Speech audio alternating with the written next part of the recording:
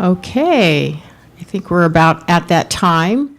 So if you have your cell phones, if you could please mute those. Also for those that are in-house, we do have restrooms right to the right. We do have refreshments in the back, as well as some treats to eat over here on this side of the room. You ready? All right. Well, thank you so much for being here at the Native Edge Institute. We are so happy to be here in Tulalip, Washington. And I just want to say a shout out to Kaya Jackson, Joanne Nota, Charmaine Charlie, Sky Gilham, who's on our team, Aaron Abrahamson. I always say that at the National Center, we look like we're 100 people, but we're really kind of a small group. I think we have 26, 28 staff members. Kaya, you look like you need, do you have a question? Okay. So thank you so much for being here. My name is Yvette Fielder, and I'm a program director and overseeing the tourism program. And we are really happy to have this particular Native Edge Institute funded in part by the Minority Business Development Agency, our export program, in conjunction with our tourism program.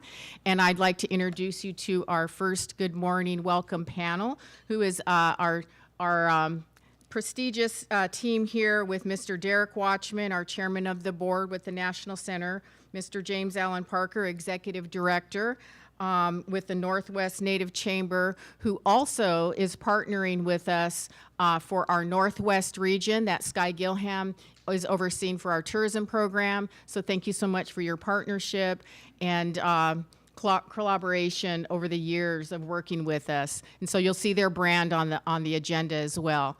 And Mr. Ryan Miller, thank you so much for being here and providing the welcome remarks. And so I will hand it over to you.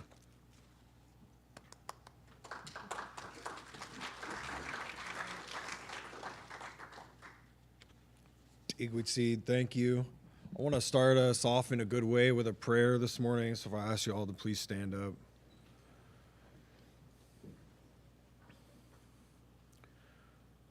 Ochakhat shaksiam utigwid seed chus twal tiats lachel utigwid seed chus quochus guachlichus ti lok chus guachlichus ti budbadachus guachlichus ti suslachus qob assistant.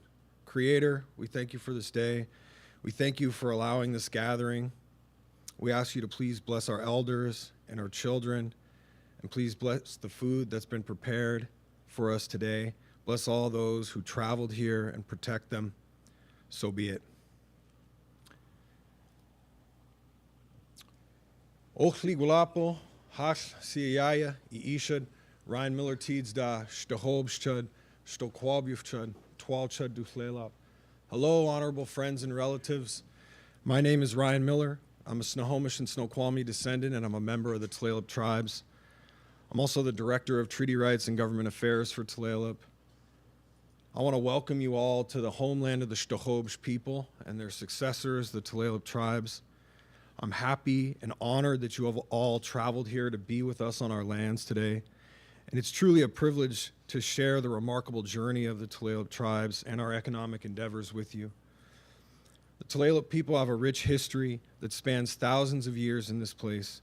Our ancestors have shared a reciprocal relationship with the land, water, plants, and animals, thriving on the abundant resources provided by the Salish Sea region. Today, we continue to honor our cultural heritage while embracing modern opportunities to create a prosperous future for our people. Tulalip is a confederacy of several tribes who signed the Treaty of Point Elliott in 1855 and settled on the Tulalip Reservation. But we are principally made up of three tribes, the Shtahobsh, the Stokwabuf, and the Shkiwabsh. For many years after the signing of the treaty, our people struggled to survive on their new, greatly reduced homelands. Our ancestors ceded their right to millions of acres of land in our traditional territories, but we retained the right to continue to hunt and gather and fish on all the open and unclaimed lands of the territory. Impacts from the boarding schools, removal of traditional teachings and religious practices, and the lack of promised investment by the federal government severely limited Tulalip's early post-contact economy. In the early 1930s, Tulalip began its first economic endeavors with leasing tribal land around Tulalip Bay to non-tribals. That early revenue allowed Tulalip to begin with 1 employee in 1939. Today, Tulalip is the 3rd largest employer in Snohomish County, supporting over 3,500 jobs in our community. Over the past few decades, the Tulalip tribes have embarked on a path of economic development that has transformed our community. Our success is rooted in our unwavering commitment to sustainable growth, innovation, and the well-being of our members and the greater community. Our economic efforts are diverse, encompassing various industries that have not only bolstered our financial stability, but also created countless opportunities for our people. One of the most significant achievements is the development of the Tulalip Resort Casino. A world-class facility has become a premier destination for gaming, entertainment, and hospitality in the Pacific Northwest. The casino has not only generated substantial revenue, but has also created thousands of jobs, providing our members with stable employment and opportunities for career advancement. In addition to our success in gaming and hospitality, Tulalip has made significant strides in retail and construction. Quilceda Village, where we are today, our business and retail center, is a testament to our vision, creating a vibrant economic hub. It is home to major retailers, restaurants, and businesses, and it attracts visitors from all over the region, contributing to our economic growth and community development. Our efforts extend beyond these industries. Tulalip has also invested in natural resources management, including our seafood and timber industries. We recently purchased nearly 18,000 acres of our traditional homeland with revenue generated from our gaming facilities here. By carefully managing these resources, we ensure that they're sustainable for future generations while generating revenue to support our community. One of the key components of this economic strategy has been our collaboration with the state of Washington. And we haven't always had a positive relationship. Some of that is born out of that adversarial relationship. Tulalip set up Quilceda Village specifically to be able to collect taxes here, to create a tax base for our people, to sustain the government, and to provide services to our members. But the state of Washington opposed Tulalip collecting those taxes, and we had to file a lawsuit against the state and Snohomish County. We were able to eventually settle that through the first of its kind agreement between tribes in the state in tax sharing compacts for sales and use in business and occupation tax in the Washington State Legislature in 2020. And now tribes with compacts with the state are collecting 50% of the sales and use tax generated on non-tribal businesses located on tribal lands, and 100% of the business and occupation tax. These compacts allow us to use that money for businesses on our land, providing a vital source of funding for essential services such as education, healthcare, and infrastructure development. And we actually have a bill in the legislature right now to lift that cap from 50% to 100%. And we're working on it right now. We're waiting for a floor vote in the House. It's passed its first committee in the House. If anybody's interested in looking at it, it's House Bill 1355. So of the more than 500 federally recognized tribes in the United States, the Tulalip tribes is the first and only to establish a federally recognized city. There are only 2 in the United States, Washington, D.C. and Quilceda Village, where you stand today. It's a model for Native American economic development and sustainable tribal community and culture. And our economic success is not solely measured by financial gains, as we all know. It's important to create opportunities and improve the quality of life for our members. And we have invested heavily in education, offering scholarships and vocational training programs to ensure our people have the skills and knowledge needed to thrive in today's economy. Our healthcare initiatives provide comprehensive service to our members, promoting their physical and mental well-being. Furthermore, Tulalip has established social services that support our most vulnerable members, ensuring that no one is left behind. Our commitment to community development is evident in every aspect of our economic strategy, and as we strive to build a future where all of our members can prosper. Our journey is a testament to the strength and resilience of the Tulalip people.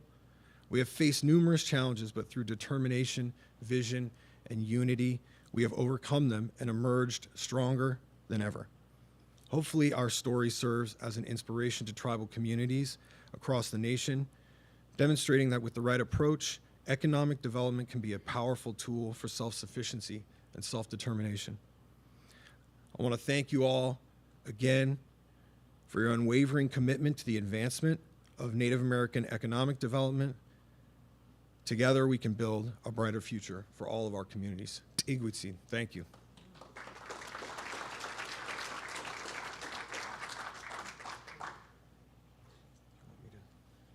All right.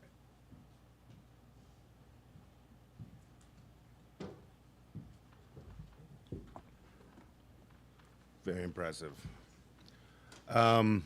Good morning, everyone. My name is James Allen Parker. I'm an enrolled citizen for the Chippewa Cree Tribal Nation out of Montana, and I'm proud to serve as the Chief Executive Officer for the Northwest Native Chamber. First, I want to thank and recognize NCAID, their team and leadership. Thank you for continuing the great work and coming out to the Northwest. Now, for 30 years, the Northwest Native Chamber has walked the path laid before us. What started in 1994 with the dream connecting Native businesses in Oregon has continued to grow into something remarkable. Rewalking the trade routes of our ancestors, reestablishing the network of commerce that has always been our way. Today, we serve Oregon, Washington, Idaho, and Southeast Alaska. In the past 2 years, we've served over 240 clients representing 75 tribes with over 2,300 hours of technical assistance. Over 300 new businesses started. And just last year, to date, over 50 students graduated from our Native Enterprise program, and over $1 million in small business grants expected in 2025, as well as over $1 million in contract funding through our Apex Accelerator program. This work has positioned us as one of the largest technical assistance providers in the country serving Indian country, all while leading multiple capital projects with the philosophy and purpose to restore our presence along the trade routes across the Northwest. These roads are not easy. It took generations to rebuild them, and it will take generations more to fulfill the dreams of those who walked before us. And the truth is, our future is facing political upheaval and organized chaos, more uncertainty than it's been in most of our lifetimes. I want to focus on a phrase you've probably heard. Not just in the past, but from our current political leaders, manifest destiny. It's a political philosophy of colonizer expansion and extraction, the taking of our lands, the war on our culture, subjugation of indigeneity that aimed and attempted to erase who we are through creating systems that were not for us and not by us. Manifest destiny has long been a dirty word in Indian country. But what do resilient communities do with words, phrases, and intent meant to hold us down and put us in our place? We take them back, we make it our own, and we take back their power. So today, I want to talk to you about manifesting our own destiny. What started as efforts in business advocacy has become a movement. Native-owned businesses are growing at a rate that outpaces the national average. Tribal economies are generating billions. And programs like the Native Edge Institute are here to make sure that growth is sustainable, generational, and deeply rooted in values. Because let's be clear, this isn't just about dollars and cents. This is about reclaiming what has always been a part of our culture. Commerce isn't new to us. Trade, innovation, self-sufficiency, these are the economies of our ancestors. We are manifesting our own destiny now. Not one of extraction, but one of restoration. Not one of conquest, but one of prosperity.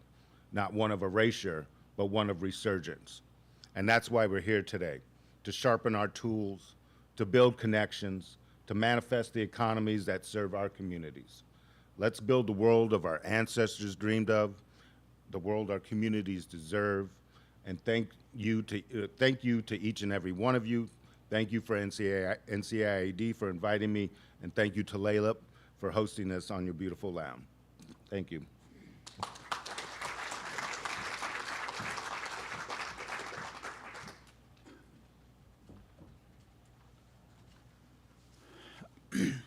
Well, first, thank you.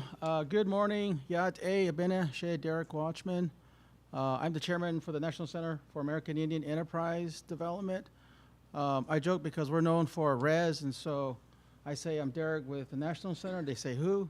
But when I say I'm Derek with Res, oh, okay, we get it. And so, but first I want to, thank you for the prayer.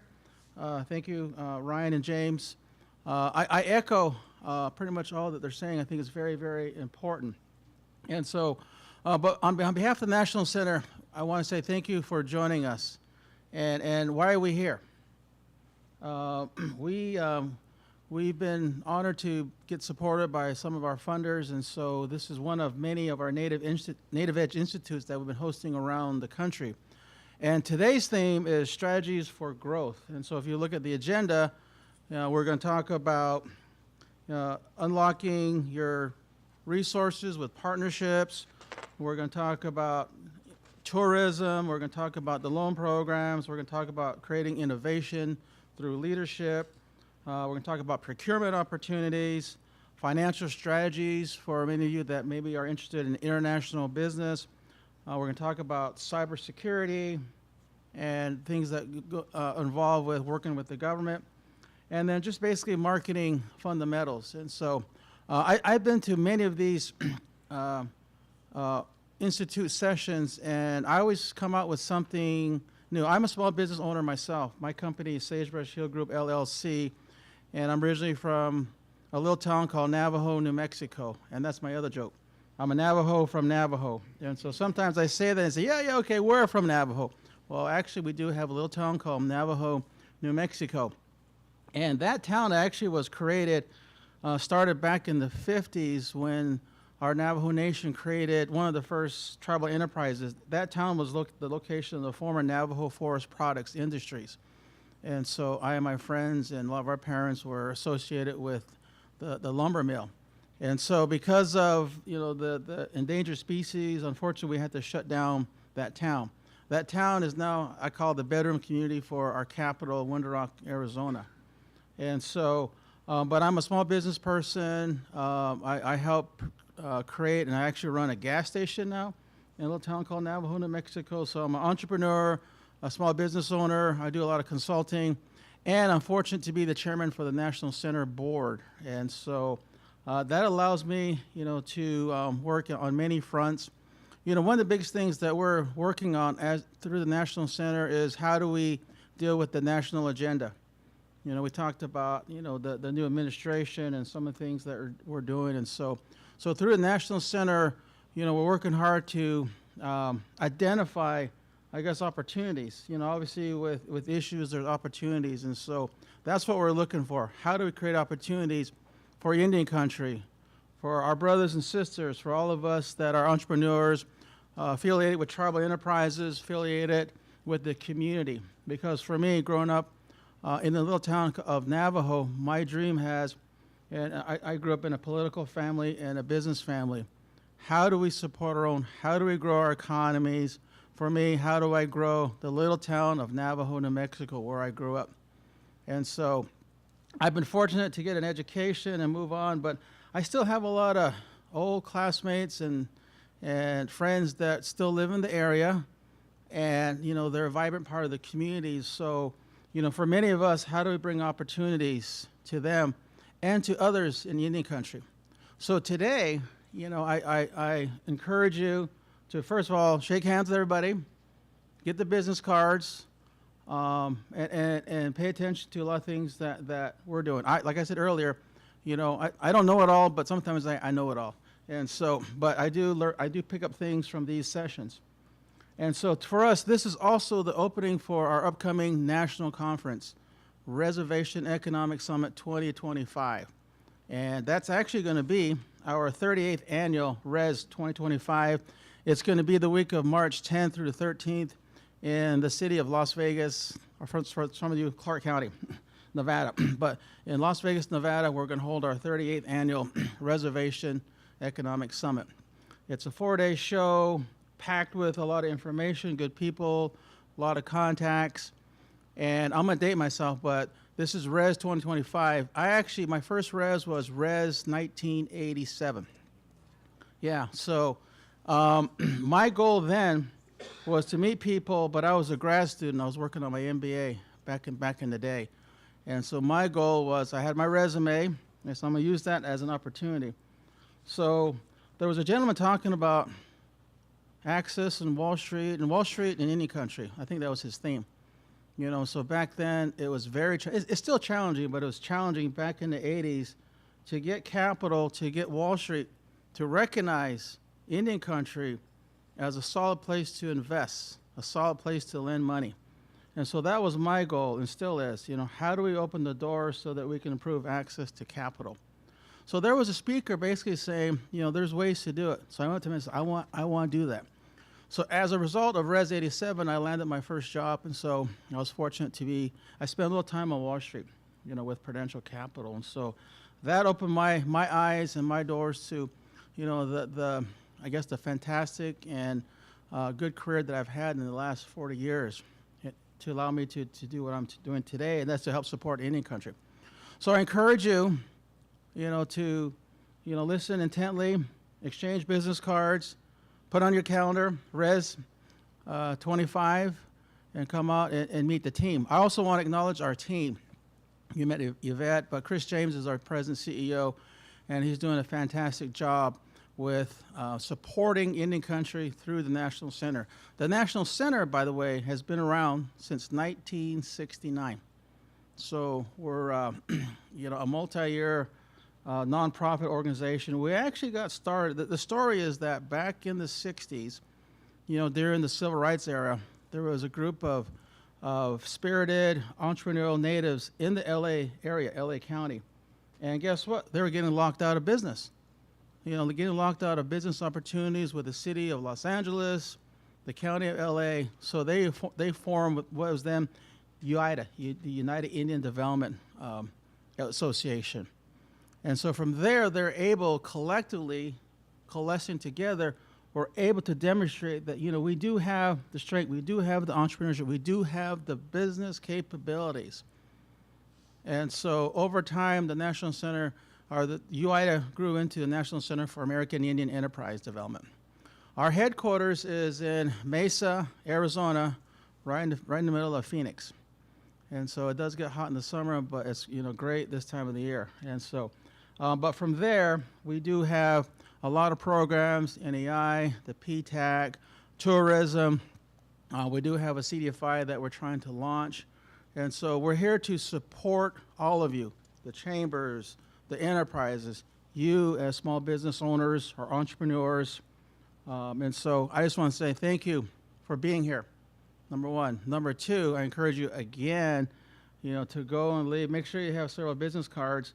And when you get those business cards, give them a call. Make sure you follow up. I'm bad at it. I have a bunch of cards, and I never, yeah, I'll get back to you. Okay, yeah, I'll call you. But guess what? A year later, oh, I forgot to call him or her, you know. So let's see if we can do that. That does help to me, you know, in the years that I've been in business. Use your contacts, ask questions. You know, there's a lot of information out there that could help you grow your business. And so it's sometimes a double-edged sword. I know we talked about capitalism and growth, and sometimes, you know, the native way, you know, in the Navajo way, you know, trying to reconcile being a capitalist and entrepreneur with, you know, being, in this case, a Navajo. Sometimes it's hard to reconcile. But for me, you know, the way I look at it is if I can create, like the Navajo gas station that I have, if I can create more jobs, more opportunities, that gives my brothers and sisters in Navajo an opportunity to provide for themselves and for their families. And so ultimately, you know, I see us being truly sovereign, truly being independent, and truly earmarking and setting the course for our destiny. So I'll stop there with one big message. As I'm getting older, I'm starting to recognize that one of the essentials that we need to move forward is our language and culture. And, you know, when I was young, I said, well, you know, yeah, I understand that, but now as I get older, I really see, you know, how our grandfathers, our forefathers fought for our language, our culture, and our preservation. I think if we did have that fight, we wouldn't be here today as a recognized people, as a recognized group of individuals, as recognized nations. So I'm encouraging, and even myself, my Navajo is so I'm trying to pick it up, because for me, it's really important to understand what, in my case, what are my medicine people, our Hatatli, as they say in Navajo, what they're saying, the teachings. And those teachings go way back, generation to generation. And so to me, that's what has kept us intact as a people, as true sovereign. So I'm trying to encourage all of us, don't forget, and even if you get intimidated, don't let those intimidate you. That, what's wrong with you? You don't speak your language. There's nothing wrong, just because of history. I'm here to learn, because I also want to learn, kind of, for me, the basis of what the Navajo way of life is. So I'll end there, but thank you so much for joining us. It's going to be a great day, even though it's a little bit, rainy out there, but I think that's normal this time of the year, right? Yeah. So, but welcome. Thank you to the staff, and enjoy yourself and learn. So, and thank you very much.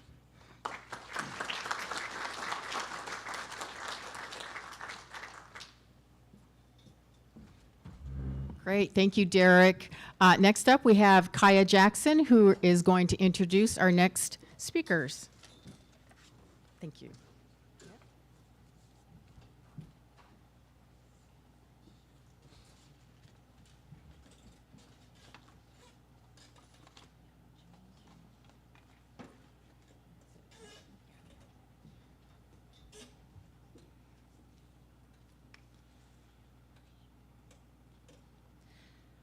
Thank you. I just want to make a real quick announcement. If you have a question that you want to ask any of our speakers, please just raise your hand and we're going to run a mic over, because we are joined by an online audience and we want them to be able to hear the question. So next we have our Arizona MBDA Export Program Director, Joanne Nota-Bigay. And then we are joined by our friend John Breeslin with SBA Finance, right? So thank you.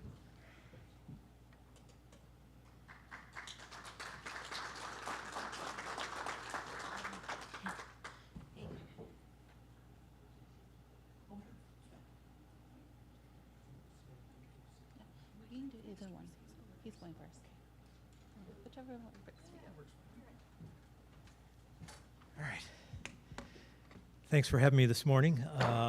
So I'm going to do an overview, and I'm actually with SBA Office of National Trade, but again, so we're a small group within the Small Business Administration. Clicker, yeah. What do we do? So we, the SBA Office of National Trade, we provide export advice and advocacy. We've got a group of 4 people in Washington, D.C. who can help with that. They also represent small business when the U.S. goes to start negotiating trade treaties with other foreign nations. We provide grants to find international buyers. That's referring to our state trade expansion grant program, where we fund states and territories to support businesses to export. And the other thing we do is we provide those loan programs for financing international sales. And our mission, our goals are to increase both the number of small business exporters and increase the dollar volume of small business exports. There's an umbrella, actually, I gotta do this one. This is an umbrella of all the loan programs and stuff like that. But today I want to specifically really direct you towards some changes that we've had in the last couple of years. Is our definition of exporting within SBA is unique within the federal government. So again, how we define an export transaction is the production and payment associated with the sales of goods and services to a foreign buyer. And I put an asterisk next to this. Because again, so eligible transactions include domestic to foreign exports, foreign to foreign exports, and indirect exports. So an example of a domestic to foreign export is a transaction in which the borrower sells directly to a foreign buyer. So this also includes digital services and other intangible transactions in which no physical goods are being shipped. This can also include tourism. So I'll speak to that a little bit later. On a foreign-to-foreign export, it's a transaction in which the borrower sells to a foreign buyer, but the goods do not leave a United States port of export. So we don't have U.S. content requirement. An example of this might be is we had a paper company in the Southeast who made 95% of their products. They had one unique product, was actually manufactured in Turkey. They had a buyer in China. So instead of bringing the goods from Turkey into the United States and re-exporting it to China, they could ship directly to China. So we can support that on a post-shipment basis as well. Nextly, the definition of what an indirect exporter is. Again, this applies to situations where the borrower's direct customer is located in the United States. The example I make here is a company that provides goods or services that are sold to Boeing, and Boeing sells 72% of their commercial aircraft overseas. So again, you could qualify for support through our export programs as an indirect exporter. So again, all you have to do is document that you're selling to a manufacturer, and the manufacturer can certify that these goods are being exported. Again, the new definition provides a lot more flexibility for SBA to support. So again, the domestic to foreign exports is, again, we provided clarity on the digital service exports, but again, international tourism. The only thing we can't do under international tourism is financing accommodations or gasoline stations, but everything else, particularly if you have a tourism type business and you're catering to a specific group, for example, perhaps the Japanese, where you perhaps do marketing in Japanese magazines or work with Japanese tour guides to come to your businesses and stuff like that, you could use it for support like that. And again, the foreign to foreign sales, it enhances benefits to manufacturers and wholesalers who rely on a global supply chain, the reality of how people are doing business nowadays. So again, the big thing is that we're trying to, as an agency, to meet businesses where they are, not where we want them to be. So we offer a variety of programs for you to expand the business, including fixed assets and export market development. We offer pre-shipment financing, working capital, as well as the issuance of standby letters of credit. I'll speak to that a little bit later. And then post-shipment accounts receivable financing as well.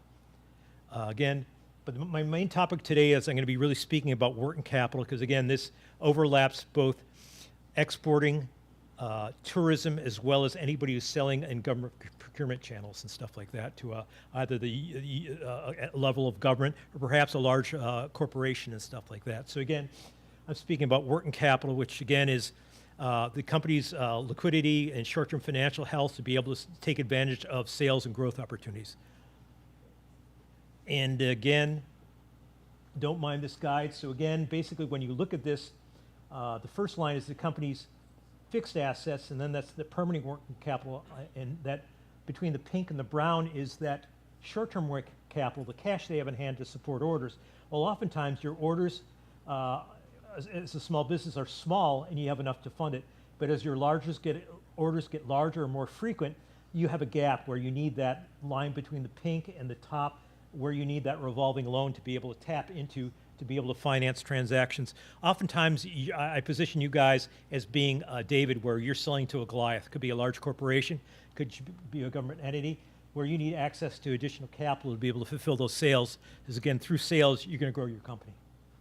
And again, typically in this scenario, you'll see the payment method in regards to the sales can affect your small business ability to be able to fulfill those sales.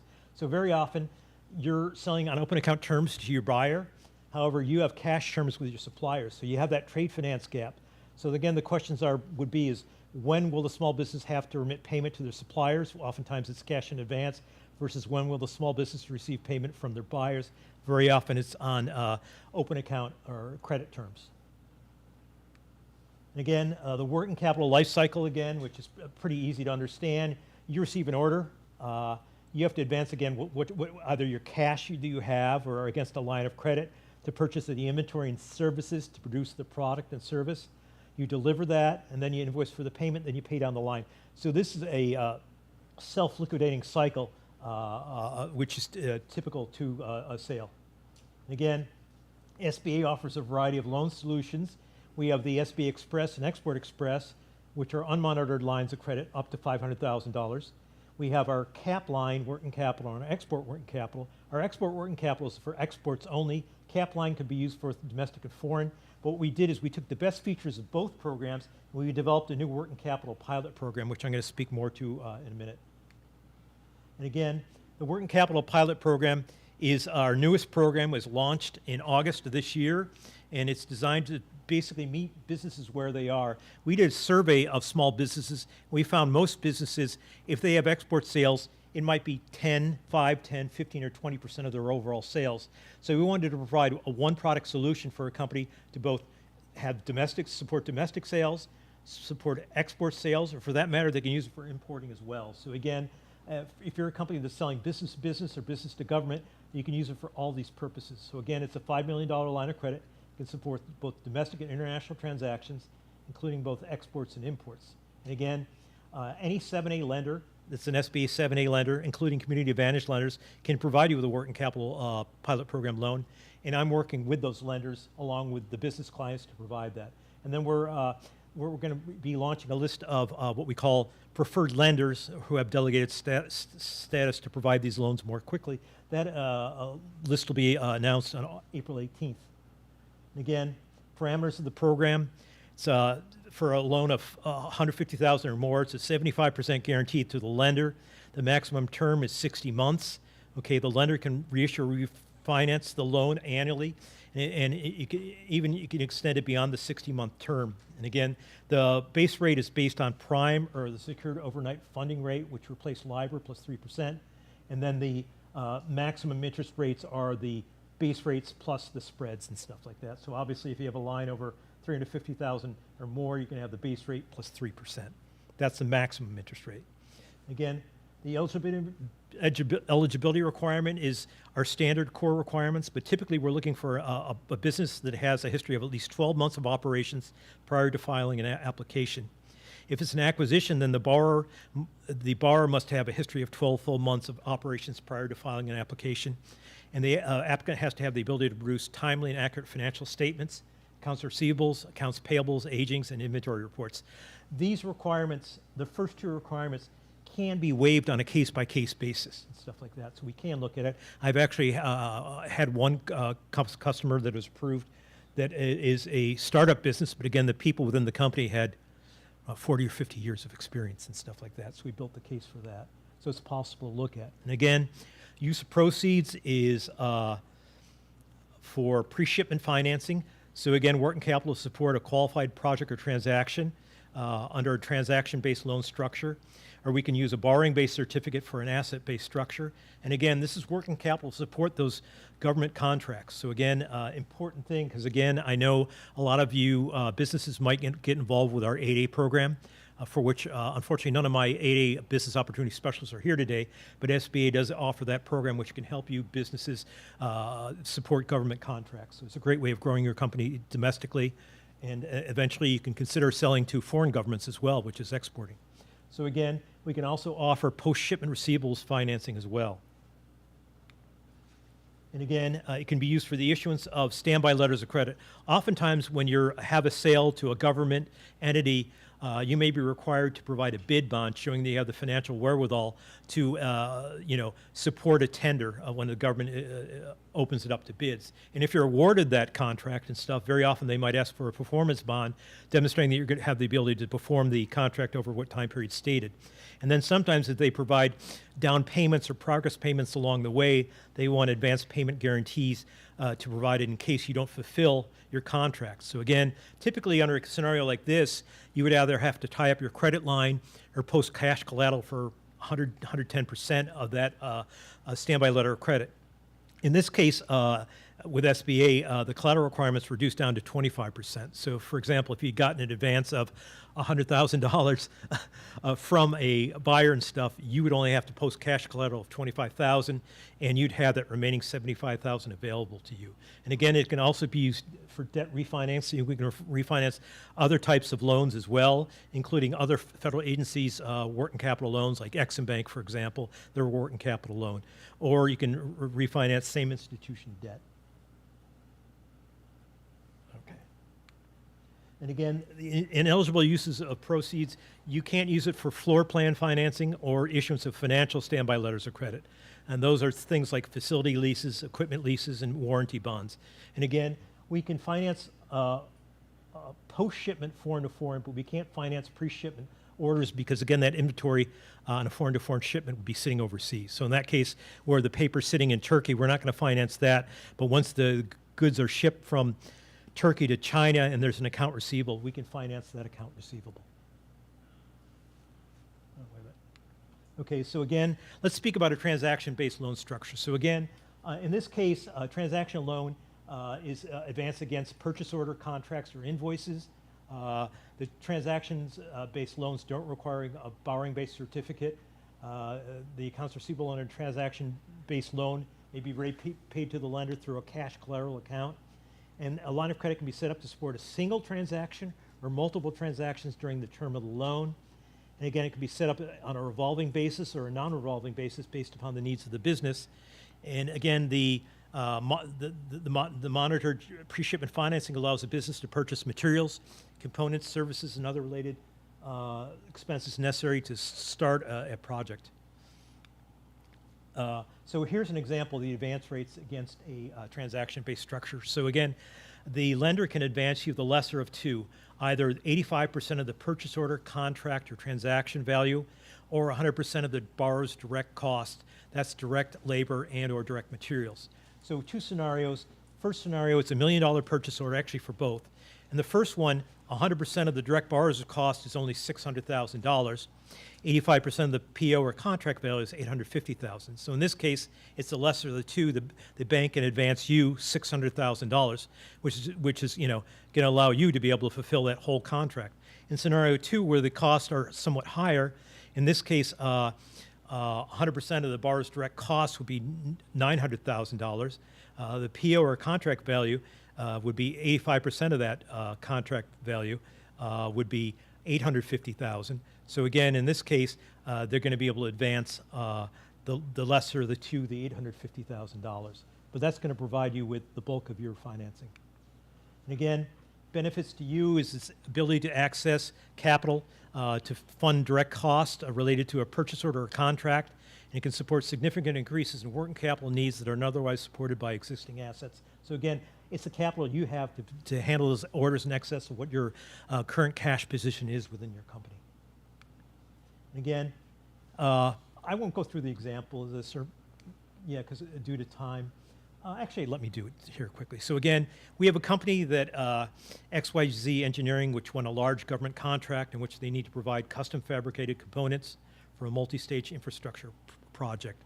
XYZ's business needs is they're having the components produced by a leading contract manufacturer, a third party in the Midwest, who needs funding to begin the production. So through the use of a transaction-based loan, the business needed to access funding before the billing revenue is received, and a small business that has a large concentration of revenues from that single buyer. This is a large contract.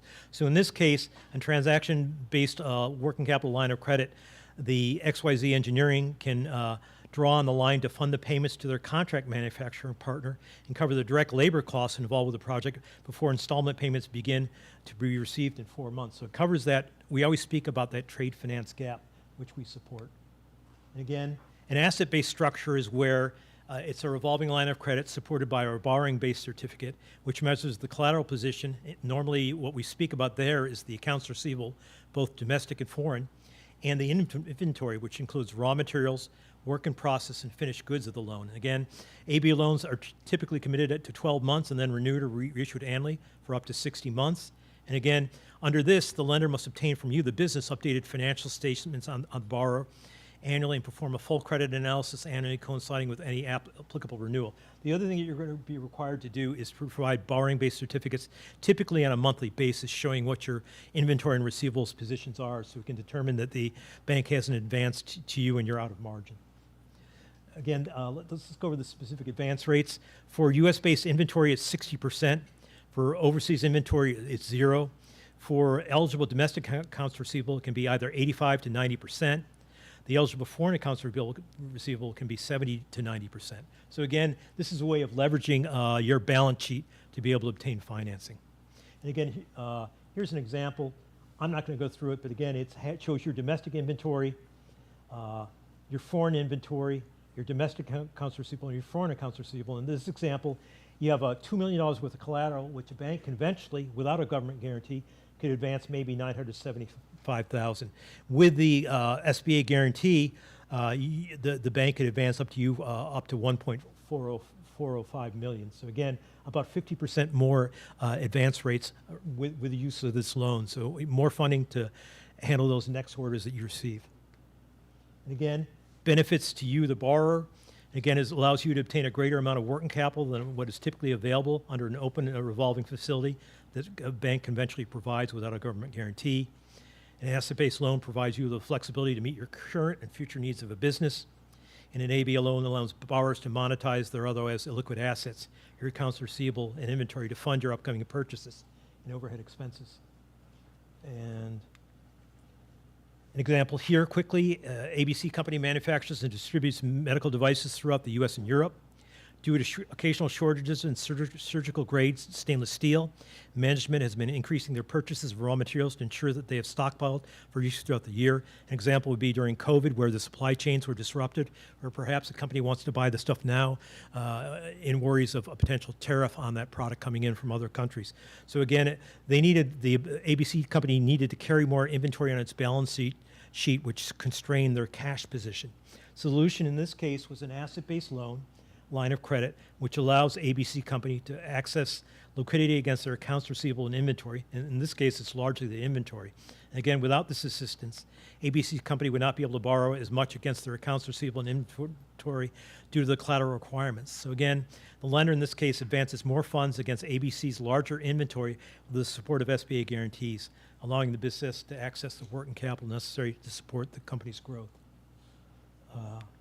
So again, I just want to speak here briefly. I'm going to cover some of SBA's term loan solutions. And again, so we've got the microloan and the small standard 7A loan for up to 500.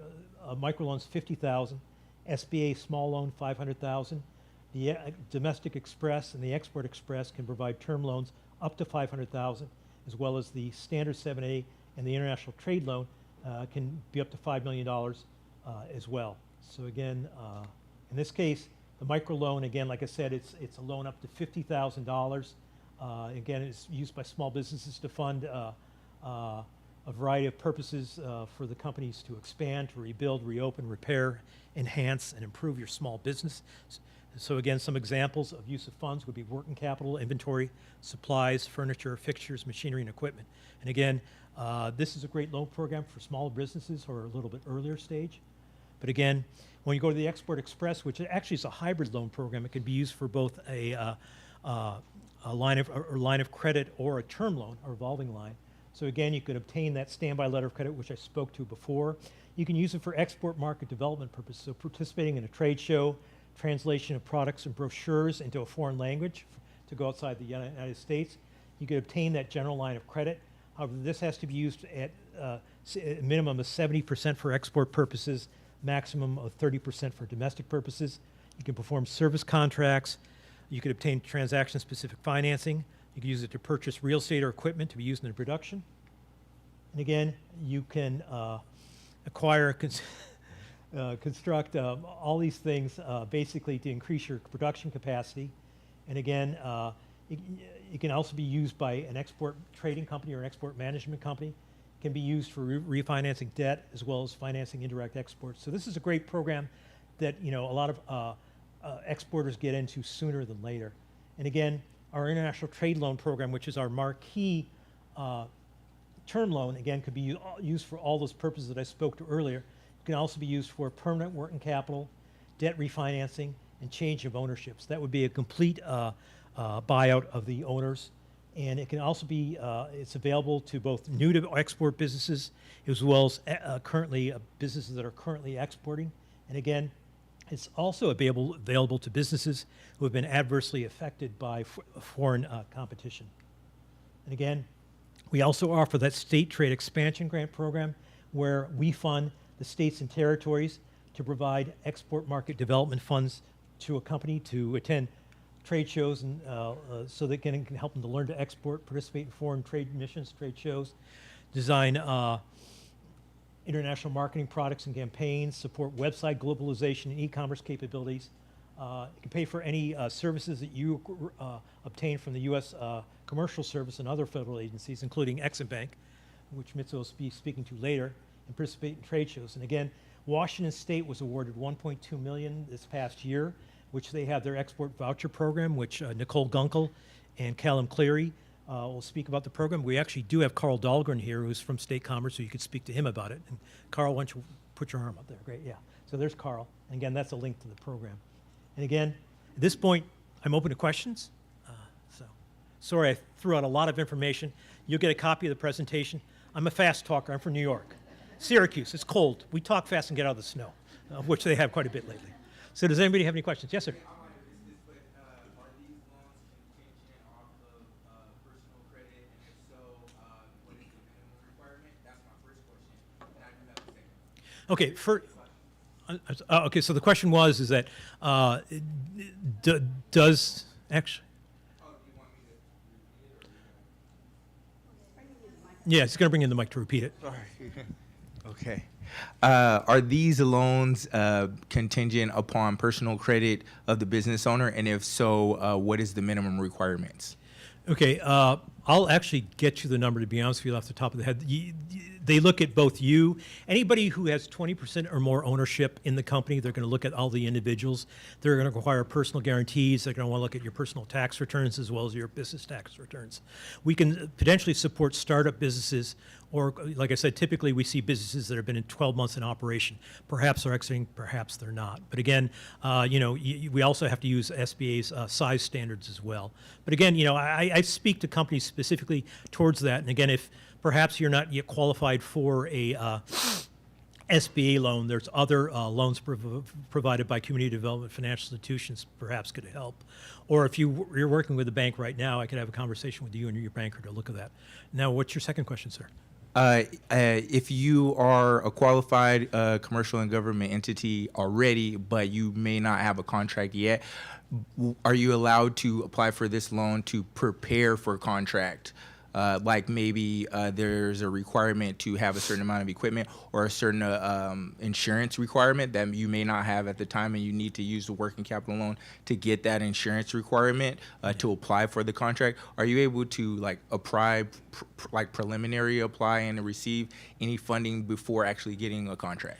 Yeah, in that case where you're talking about actually purchasing equipment, you'd have to use a term loan, not the revolving line, as well as you could potentially use an express loan for insurance purposes. And again, then you could look at, depending upon the size of the contract, you could look at the EWCP, the WCP, Working Capital Pilot Program, and get that in place before the contract. Trust me.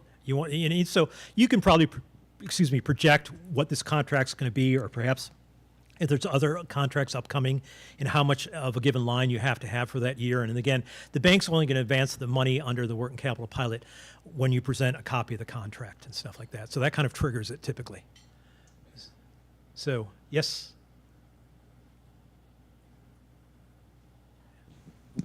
We're also going to have Levy staying for our roundtables. Oh yeah, I'll be here So to you speak can ask afterwards additional and stuff. So questions we then can too, we can but trade cards We'll and can move to follow the up. next one after this one. Yes, sir. So if you already have a government contract Yes. with a PO that's been issued, and you don't have a WCP pre-qualification, how long does it take to underwrite? Well, once you get all the information available, typically it could probably be, the bank's going to have to look at it first. So I would say 7 to 10 days if you have complete package. Once you get it to, and it has to go down to our loan guarantee processing center, it would probably be another 7 to 10 business days. But if you're working with a preferred or delegated lender, they could do it in like 7 to 10 business days, and then once they approve it, it's approved because again, they're preferred lender. So I do actually have a couple of preferred lenders in this market. We're growing that network right now. The two lenders in this market right now are Giza Credit Union and Banner Bank. But there's some larger banks that we're also looking to bring online to the program. But again, like I said, any 7A lenders. So again, if you want to meet with me afterwards, we can discuss whether your bank has the ability to do it. If they don't, I'm working with expanding the supply of lenders through providing training to them, as well as doing the business outreach. So I'm working on both the supply side of lenders and the demand side of businesses at the same time. Yes. So the Express loan says that it supports trade shows, Yeah. which I'm assuming in foreign countries. Yeah. I'm curious to know that if the organization is not quite at the 12 months yet, however, has already raised capital, like fundraise, is it still possible to? For the Express, for the yeah. Express. Yeah, the Okay. Express, yeah. We could definitely look at that. What I would suggest is that, first you look at the STEP grant, because the STEP grant, again, I didn't actually give you much information about it. So it's a reimbursement grant where you'd apply to Washington State Department of Commerce. Nicole or Callum would handle the application. And then you get it pre-approved for the activity. Then you take part in the activity, and then you present the receipts and get reimbursed up to, typically, I think it's 50% of the cost, up to, it says $10,000, but it's less. It depends upon what your show's going to. So that would be potentially grant funding right there, and then above and beyond if you need additional. That's where the SB Express pairs well with it as well. Thank you. And oftentimes when you go to Washington State Commerce or Washington State Ag Delegation and stuff, they oftentimes have a Washington Pavilion, which is a great benefit for being there because, again, they have foreign contractors who are going to help you engage with foreign buyers there as well. So it's a great value. And again, thank you, Carl, for coming out here and stuff. And Carl will be available as well. Right, Carl? Yeah. Okay. Okay. Well, yeah, I'm going to cut myself short. If anybody else, let's speak to me afterwards. But again, I'm sorry I took too long. But anyways, okay, thank you.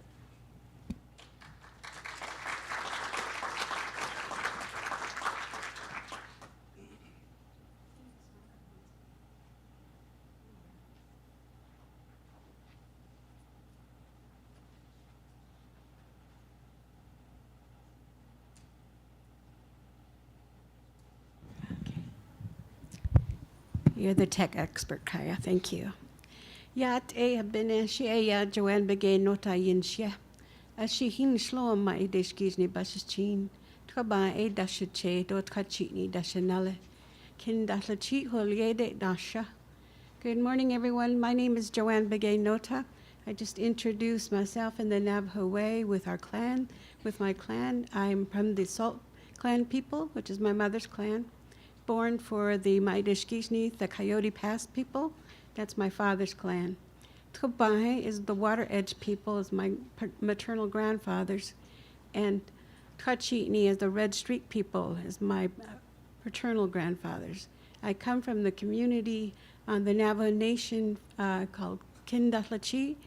In English, they say Kindlachi, but it's just a red rooftop building. It's basically what it's this very small community, maybe about 500 members that live in that community. Today, I'm going to be introducing our MBDA export program.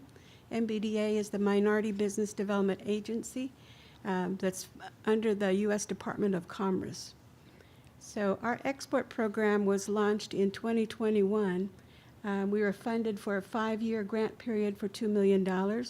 And our focus is helping American Indian and minority businesses learn about export and entering the global marketplace.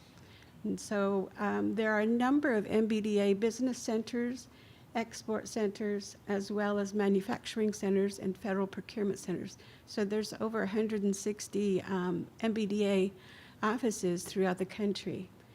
We are one of 4 export centers. There's an export center, we're located in Mesa, Arizona, in the suburb of Phoenix. There's an export center in San Antonio, Texas, within the University of Texas campus, as well as in Houston, and the last one is in Miami, Florida, which that center does a lot of business with the Caribbean countries and places on that side of the country. The Texas facilities, they have more contacts with Texas area. So our clients sell to Mexico and Australia, New Zealand, Canada, China, so also Africa. So there's, we all cover different territories, but our American Indian Business Export Center is nationwide. So this is how we're able to travel and present these Native Edge Institutes throughout the country. So we partner with our other National Center programs, like tourism program, and our Apex Accelerator, which is the federal contracting arm of the National Center. So, excuse me. So let me tell you about a little bit of what our Export Center provides. Our goal is to create domestic and global economic development opportunities.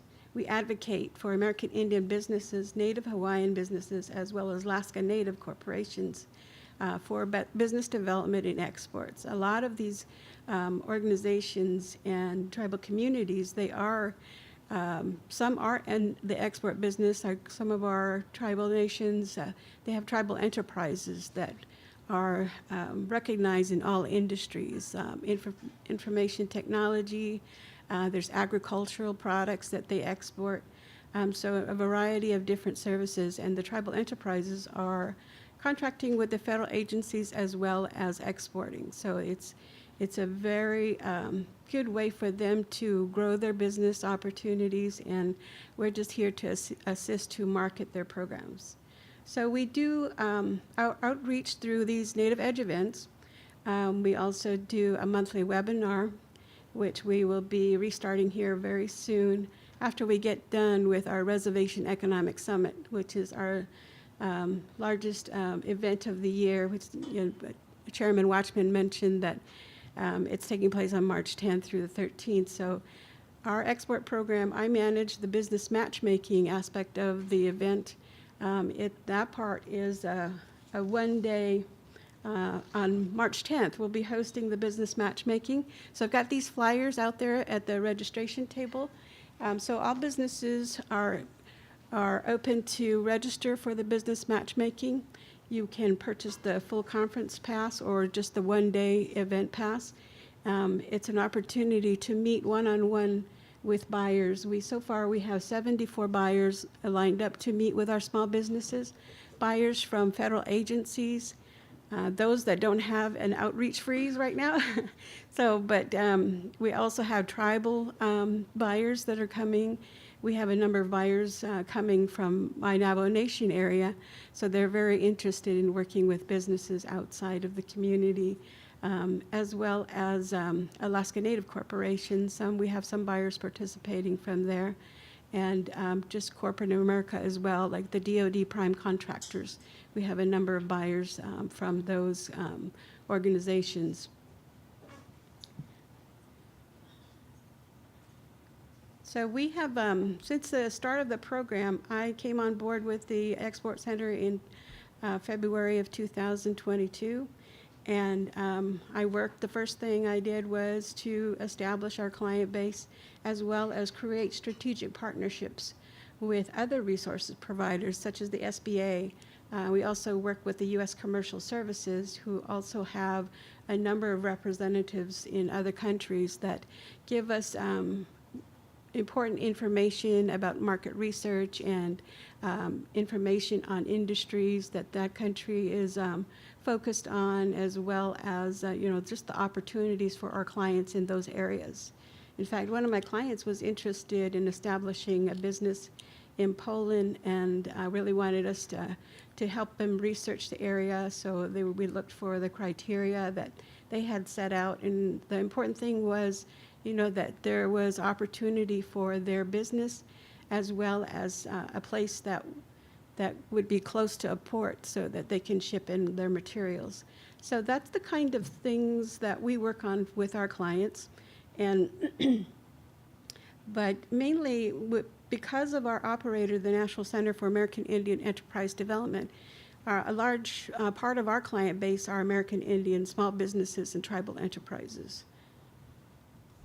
So our services are, we do the matchmaking meetings throughout the country, a number of different events. We do outreach and small business conference. In fact, last week I was in New Orleans for the National 8A Association's annual conference. So we exhibited there, and we recruited a number of clients. And my main focus in attending that event was to bring buyers to our Res conference too. So we recruited a number of buyers. So we also host training events, like I mentioned in our webinars, and these NEI outreach events. We bring in our resource partners like SBA, and then we have Mr. Mitsu Saito from Exim Bank that will also be presenting this afternoon. So these partners are always willing to help us and share information with our clients, and they're wonderful resource partners that we rely on to be able to provide services to our clients as well. So we do provide a number of education and training on strategic growth, joint partners, mergers and acquisitions, as well as we work with our other National Center programs, like the Apex Accelerator, which is, they focus on federal contracting. They're funded through the Department of Defense, and our tourism program. So tourism is an export service. Our tourism program is funded through the Department of Interior, the Office of Native American Affairs. So they also have funding from SBA. So we partner with our other National Center programs to put on these events, and we all, our main objective is supporting small businesses and their success. So I mentioned the piece about the market research, so we provide that service as well. U.S. Commercial Services was one of our first strategic partners. They're a program funded under the Department of Commerce, and under the International Trade Administration. So the U.S. Commercial Services has a number of offices throughout the country, and also in other countries as well. So we really rely on them for their business matchmaking services. Also, they do trade missions and provide that opportunity for our clients to participate in a trade mission. The last one they did was, or the one they have planned is trade mission to Africa. So if you're looking at the African market, we can certainly assist you in partnering with the U.S. Commercial Services for those opportunities. They also provide a Gold Key Gold Key support services where you can, for that they charge for a fee. Like our services, we provide it at no cost to our clients, but for the extended Gold Key service, U.S. Commercial Services does require a fee. So I got the slide on Export-Import Bank, and I'll let Mitsu cover that information. So that's kind of, I just wanted to give you an overview about our export program that we're here. There's more information on these little cards here, the registration table, pick one up. There's a QR code on the business matchmaking flyer as well, and you can click on that and complete the registration for the business matchmaking. So that's an opportunity to meet one-on-one. It's really like a speed dating service. You have 10 minutes with buyers, get to introduce and market your program. And in our business matchmaking platform, you can upload your capability statement and your marketing literature as well. So I also want to introduce a new team member that I just brought on a couple of weeks ago, Ms. Shirley Malski. She's our export business development specialist. Oh, nice. Yeah. Yes, thank you. She comes from Nashville, Tennessee, and she will be supporting our clients in international trade. She used to be a former Small Business Development Center specialist in international trade. So she's new to our program, but she has plenty of experience in helping our clients expand. But that's all for my program introduction. If anybody has any questions, I'll be available for the roundtable at the end. We have online questions. It was for John. Okay. Let me share the mic here. Yeah. Okey doke. What is the question? What is the best way our audience can get in touch with you? Well, we'll share the slides, but again, you can reach out to me through my cell phone, 206-584-3486, or it's John, John, Brislin, Brislin, at sba.gov. But again, depending on no matter where you are in the country, I've got a series of colleagues located in other cities as well. So I've got 3 colleagues in California. I've got colleagues all over the country and stuff. So covering the western states primarily, Jeremy Foreman is in Houston, Patty Brewer's in Denver, Carlos is in Minnesota, and then we have working up the coast, we've got Martin Sealander in Irvine. We've got Pelson Lau in LA proper, and then we've got Mike Fazio in Northern California. But again, reach out to me. I'm certainly willing to reach for that as well. As well as if you're interested, if you're located in Washington State, we have a Washington Export Outreach Team, which is a group of local, state, federal regional and federal partners involved in trade and export promotion. Mitsu's a member of it. Zara Castillo's a member of it. We provide monthly webinars called Are You Ready to Export? We actually have one next Wednesday where we're going to feature Export Finance Assistance Center in Washington. So we look at it, we have a no wrong door philosophy. So if you come to me, I'm certainly you as well.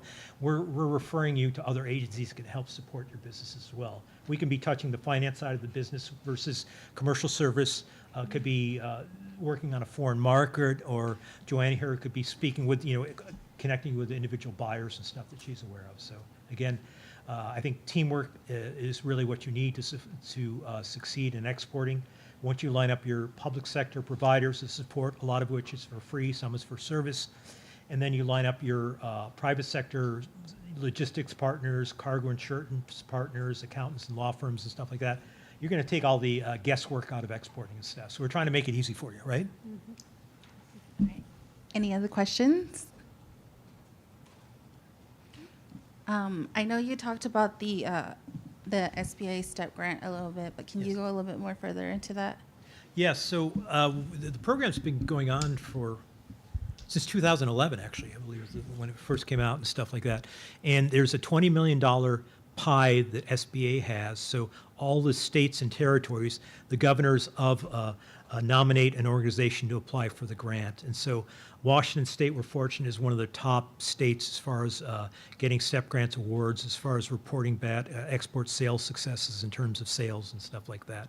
So again, the whole concept here is that, a lot of companies are initially nervous about going on a foreign trade mission, trade show, or something like that. Very often these states or territories lead delegations to these foreign markets. So you can go with representatives from your state's Department of Commerce, perhaps Ag, as well as other businesses and stuff, and you can go into the country, and very often these states, commerce and ags very often have foreign contractors overseas who speak the languages, can help you connect with businesses and guide you through the transactions. So it's invaluable. And again, Washington State got $1.2 million. And they use it. They go to big trade shows like the Paris Air Show and Farnborough, but they also do smaller trade shows. Most states and territories tend to focus on the major export sectors. But again, if you individually want to go to a trade show yourself, oftentimes there's funding available for that. And again, it can also be used potentially for, like I said, getting for also e-commerce, potentially purposes, as well as internationalization of a website. So if you determine perhaps your primary market, foreign market, initial market is going to be Germany, you might want to set up a separate website in Germany, in German, and so you can use funding to support that activity as well. So each state has, the SBA has a laundry list of what it can be funded for. States choose from that menu of what they're willing to support. So each state, the numbers of what they'll advance per company and the uses differs, but in general, it's really about export, market development, and it could potentially e-commerce and website development are the general groups in it. And again, it's a great program, and again, I would encourage you all to apply. In some states, they release the money, like Washington State, in tranches during the year, but some states like Idaho, you apply at the beginning of the year and use the money later. So you have to look at each state.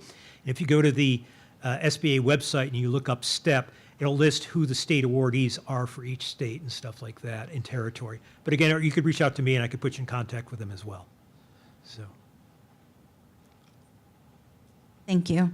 Sure. Any more questions? We have one more from the audience. Joanne, for our online audience, how would they be able to register to participate in the res matchmaking events? Yes, they can check out our, or just send me an email at joan@ncaied.org, and I will send you the link for our business matchmaking event. We do require a conference registration, either a full-day registration or one-day registration, but just send me an email and I'll get you connected, and you just create a profile on the business matchmaking platform about your company information and your NACE codes. And so that's how we match up the buyers and sellers together, so that, the buyers, they've already input their NACE codes in the types of suppliers that they're seeking. So that's how we do the bid match. We'll be opening that up on Tuesday, February 25th next week. So the actual event takes place on March 10th. So it's from 9 to 5 on that day. But right now, we have about 123 sellers that are registered, and we have 74 buyers. Can I mention one thing in regards to the STEP grant I didn't mention? Very often when a company first starts getting into exporting, the idea of going to a foreign trade show can kind of be overwhelming and stuff like that. So one consideration you can also use the STEP grant is there's a lot of trade shows in the United States, which not only attracts the big buyers from U.S. corporations, but it also attracts in foreign buyers. A good example would be like the Natural Products Expo West show in Anaheim or the Fancy Food Show. I don't know where it's going to be this year. It was in Las Vegas last year and stuff. But again, so that attracts in buyers from overseas. So you're in the United States, you're potentially meeting with international buyers and could be partnered up with them, typically through your state Department of Agriculture or your regional agricultural trade association. Like here in in the West, it's the Western U.S. Agricultural Trade Association, which is headquartered down in Vancouver, Washington. So again, we can get you resources so you can do that first foray here. And oftentimes, a lot of these state commerce or state ag groups also bring in foreign buyers into the United States to meet with you as well. So they could actually meet with you at your place of business. So again, that could be your first foray into it, and then going overseas might be your next step. So again, there's really no wrong way in exporting. And again, we're all here to help, and your challenge is we're an alphabet soup of agencies, and you don't know what we do. So that's why we try to be an open door to connect you with the other resources. We kind of listen to your story, determine what your needs are, and get you the right people to help. Just one other additional event, talking about the foreign representatives participating in small business events. I did attend a U.S.-Africa Business Summit in Texas last year, so there was a lot of representation from African countries, and they were seeking to sell their products, but they were also seeking partnership with U.S.-based businesses as well. So there's those opportunities. We have a listing of the various events throughout the country, so if you want some of that information, we can provide that as well. And our greatest asset in terms of providing invaluable information is our client base themselves. You know, they have experience, they have their boots on the ground, they know the challenges that they've experienced, you know, expanding into export. And so that, in addition to the resource providers that we work with, our clients are a great resource as well.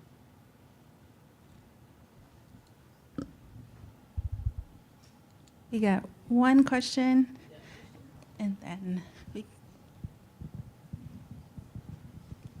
Just to follow up, is there a cap on the number of times that you can apply for the STEP grant? For instance, if you want to go to multiple trade shows to attempt to get the foreign support there. It depends upon the state, to be honest with you. And oftentimes, sometimes people apply for the STEP grant, don't end up submitting receipts of reimbursement, or they don't go. So sometimes funding will be later available. So it might be possible to have more than one. Some states allow multiples and stuff like that, up to a maximum dollar amount. It depends state by state. So where are you located? Washington. Okay, well, we Business definitely, side. Carl can speak to you about that specifically. So Carl will be back with us at the export table there in the far right with Mitsu. Thank you.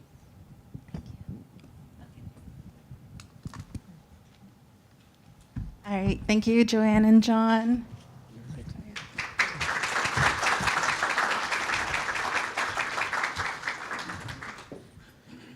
Very beneficial information. Next, we have our tourism panel.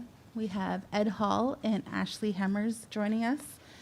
So we're going to go over strengthening local economies through tourism. Thanks.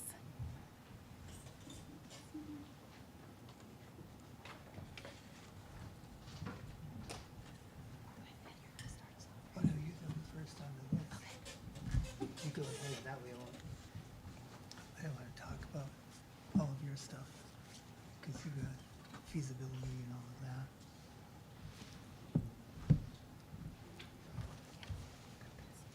Right there.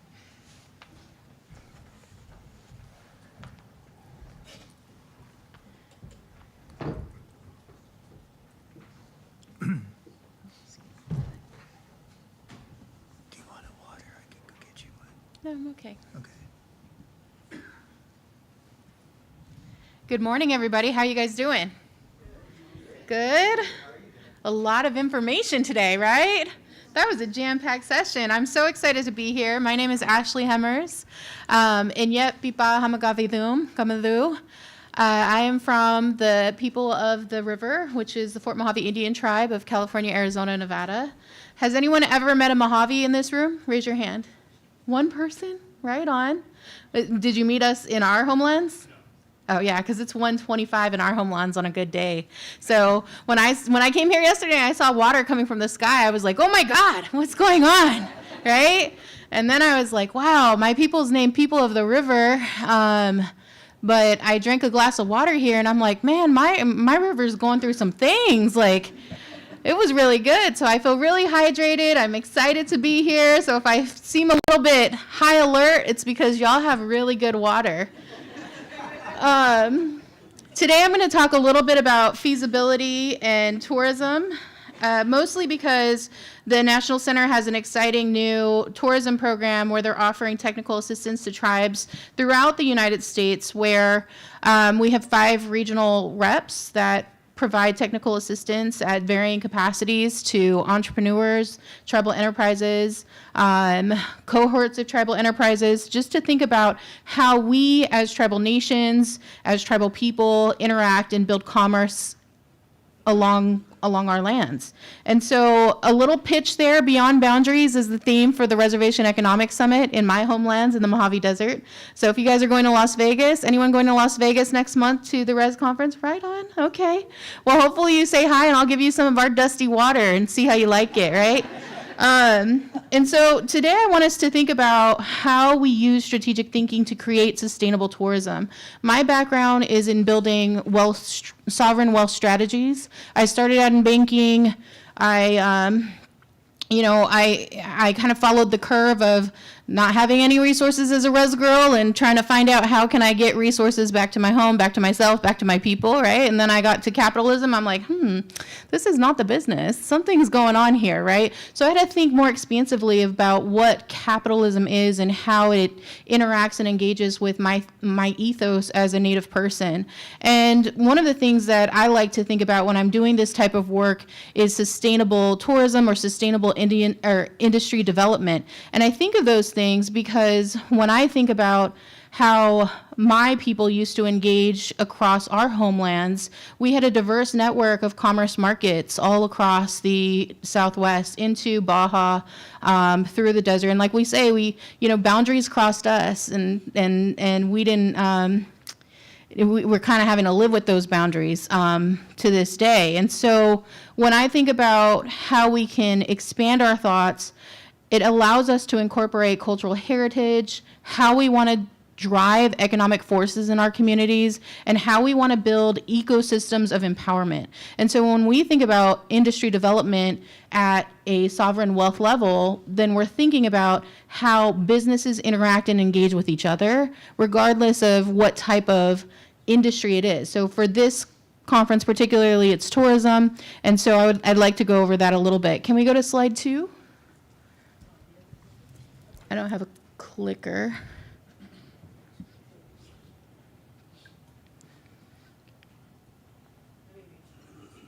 That's it. Yeah. So we're here through the Native Edge Tourism Program for the National Center. We look at the Tourism Act. And so the Tourism Act was established into law in 2016. How many of you have engaged in the Tourism Act or know of the Tourism Act? Raise your hand. Oh, whew. Okay. All right. Well, talk to us. If you're in Vegas, have some water with me so that we can have some conversation about it. I had the benefit of staying here at this resort last night, so you might, if you stayed at the resort, recognize some of the art pieces. The art pieces are from the bedrooms in the resort, in the casino bedrooms. And when I walked in, I was like, oh man, there's a lot of red and black. So I looked for some folks from the area in the casino last night while I was playing some buffalo, and I asked them, is red and black like a traditionally use colors in the area, and they kind of gave me some of the history, told me a little bit about that. For a Mojave girl, red and black is the ceremonial colors we use for strategic thinking and war. So when I was in my room, I was like going through this presentation, I was like, oh man, this is going to be really in depth, right? Because if I ever need to think about things, I might come back up here and order myself a little war room again and think about how to put things together. But the Native Act was established in 2016 to allow a mechanism so that tribes can engage in building tourism on in a growth way similar to other entities, jurisdictions across the United States. And it had 7 major areas. 1, to increase tourism capacity and revenue, right, to drive dollars.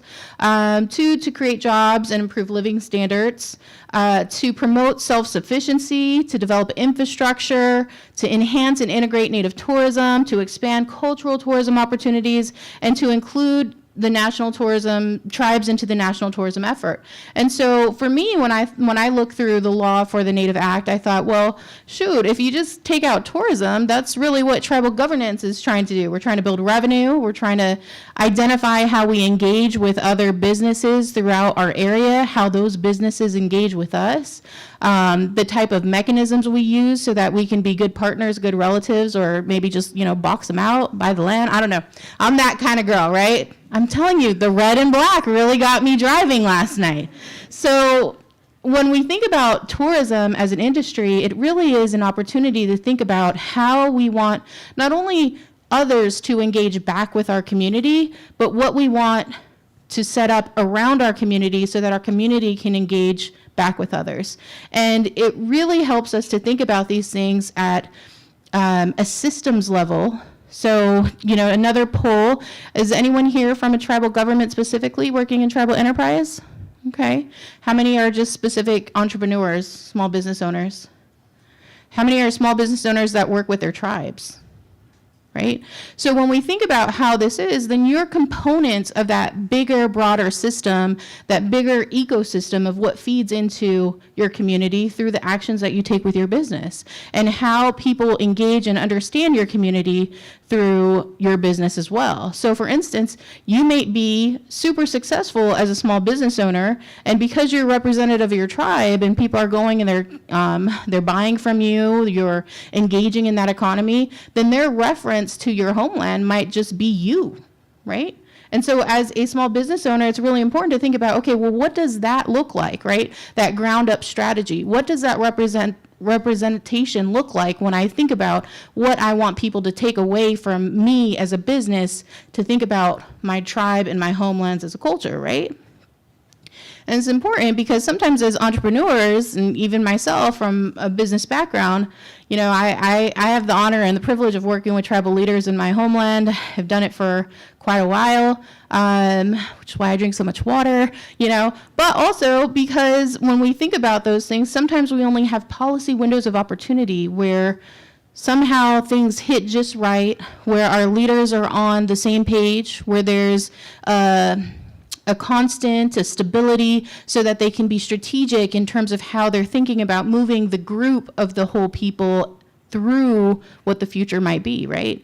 And so when we are thinking about what tourism means and our representation in that ecosystem, we may be the ones that have the successful resources, the access to opportunity to those STEP grants, or participating in things like RES, or participating in export showcases, or going out of the country to represent the business, the widget, whatever you have to offer, and then have that be a representation of your homelands and your people and yourself, and think about it through that lens. And when we start thinking about it through that lens, then we really start to create an expansive path towards how people are starting to think about how we're engaging back, right?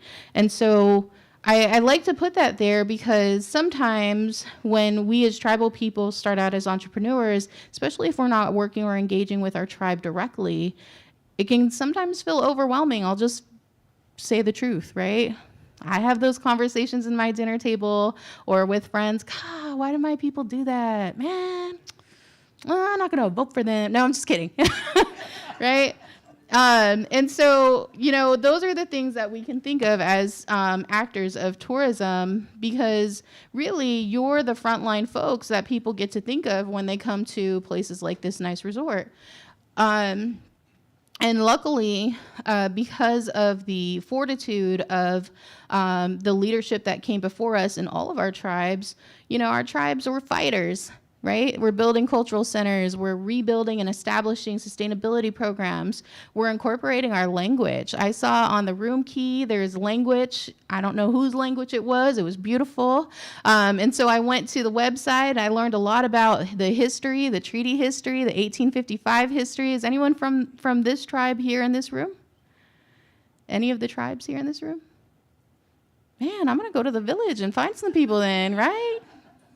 And so when I think about land feasibility and tourism, feasibility is really, as I express it with our leaders, just a plan, right? It's just a plan of what we have, where we're going, the goal we have, what we want to produce, and what we have to produce it. What assets do we have in our toolbox? What does our toolbox look like? Do we know where the toolbox is? Does anyone know how to use the tools in the toolbox, right? Those are the questions that go in those questions.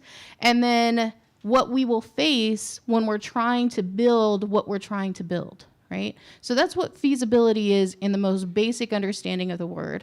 You're trying to identify all of your assets, everything from your team to your space. See, I was talking about my tribal government. It's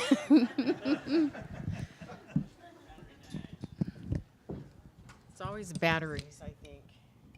Here, try. Test, nope. Test. Oh, no. Oh, wow, a lot of medicine. Test. Uh-oh.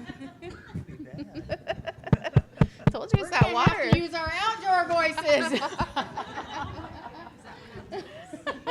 This is the Andy voice. Well, now that we know it's not just a battery. Aw.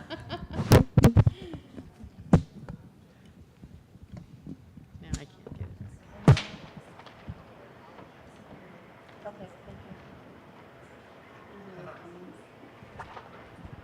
You're on a roll. See, I was trying to give you all the wisdom, trying to lay it on thick. Should have held back a little bit. It's that red and black. It's echoey. No. It's echoey, but the online audience can get Hello, it. test. You got it. Oh, it's back on. Oh, we're back.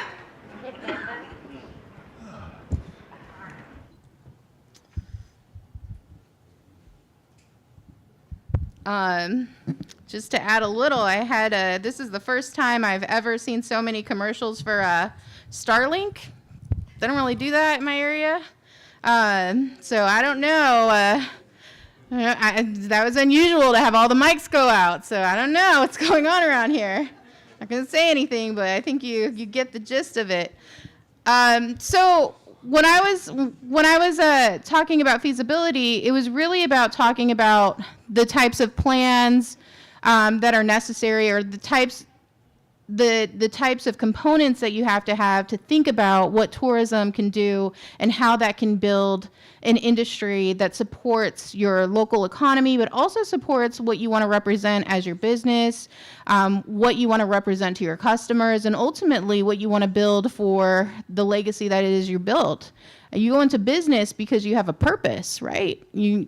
That purpose can be making money. I mean, yeah, that could be a purpose. Hopefully after, meeting with us and talking about how it could be bigger than that, then you'll think about things bigger than that, right? Because that can be helpful. But also, when we use expansive thinking, we can then start to have discussions about what the ecosystem should look like, right? And so I pull this a lot when I speak with my own people and when I share with tribes that I help build capacity for through partnership with the National Center, is tribes understand ecosystems, right? Everyone has an auntie, right? Auntie knows the ecosystem. easiest way to put it, right? You want to talk about climate change, then understand the anti-ecosystem, right? Then you'll know how to talk, who to talk to, where to talk to, how to go, what to do, when to do it, all that stuff, right? That's an ecosystem. That's a system of procedures that is acceptable and known throughout your community, your staff, your base. And antis just have this, this power to make sure that it's omnipermeable, which means that when I said anti, everyone was like, oh yeah, is my auntie around? Right? Yeah. So I know inherently in our cultures, we understand how things interact and engage with each other. Now, I don't think that I need you to do a full dissertation of it in your language. If you can, great. I can't in mine. But somehow my people left in me that feeling and that model, so I know what it feels like when I get there, right? And it feels like being in community with each other. It feels like learning those lessons together and trying every door like the previous presentation talked about. And so if you are a small business, then you might want to think about how you're interconnecting your business with the greater fabric of the community that you want to impact, and what the organizations that look like you do in that interconnective pathway, and how they provide to not only your stakeholders, your clients, the people you're trying to help, but the broader groups of stakeholders that can, one, impact what you're trying to achieve for your tribes, but also the other stakeholders that could possibly prevent it.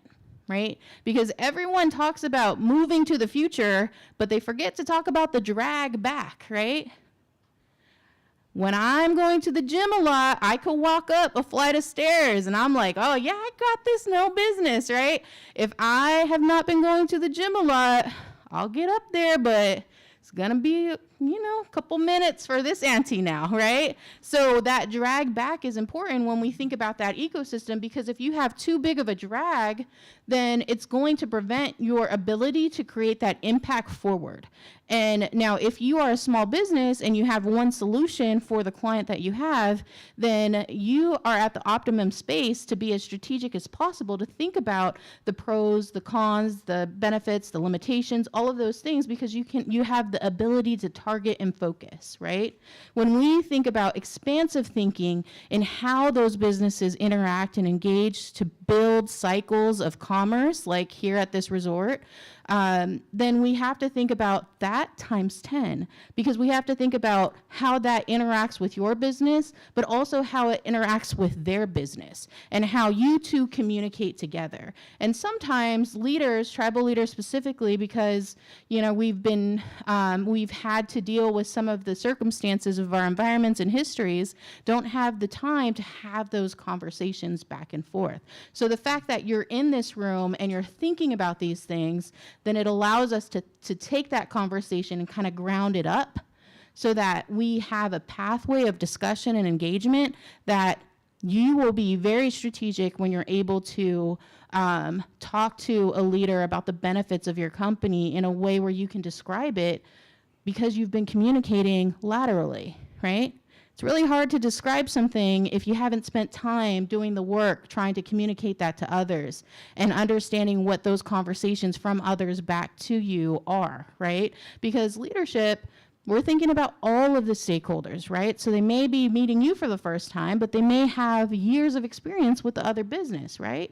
And so if we're not communicating with each other, then we're thinking about these ecosystems, we're kind of leaving a huge market gap that prevents our ability to create interconnectedness to each other, which prevents our ability to grow in webs and fashions that are inherent and understandable based on just the ethos of being a Native person and a good relative.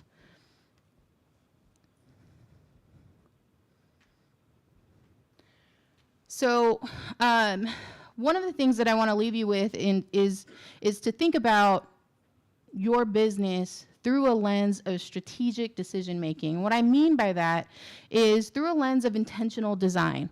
So intentional design means that you are actually designing the type of commerce, the type of solution, the type of widget that you want for your tribe or for your business that aligns with your values rather than following the default circumstances of your present context. And what that means is that, yes, all of these opportunities are there, like the STEP grant, export programs.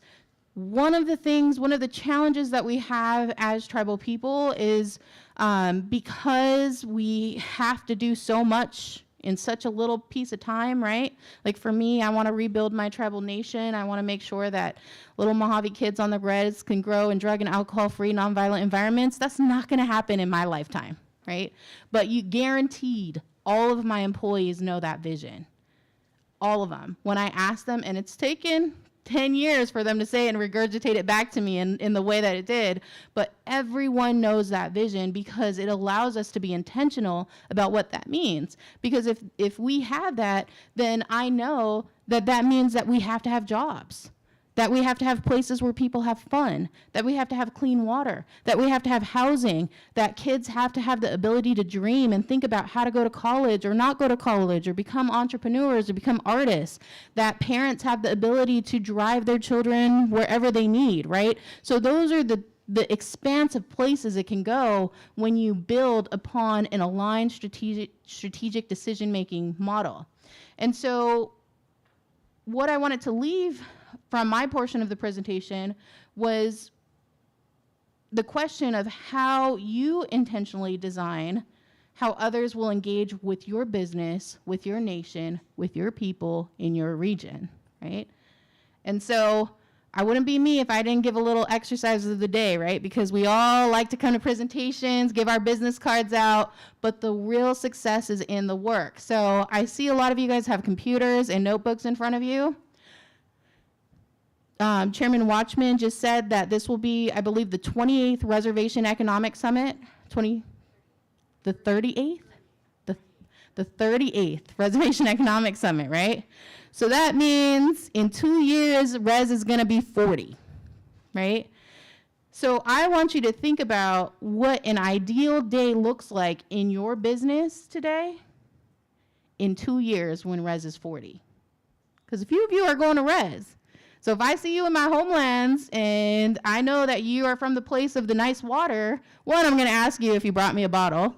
Two, I'm gonna be like, hey, remember when I was hanging out with y'all, I asked what your ideal Thursday would look like, how it would feel, who you're working with, who you're collaborating with, what you're selling, how you're selling it, how that's impacted your community, what you've built.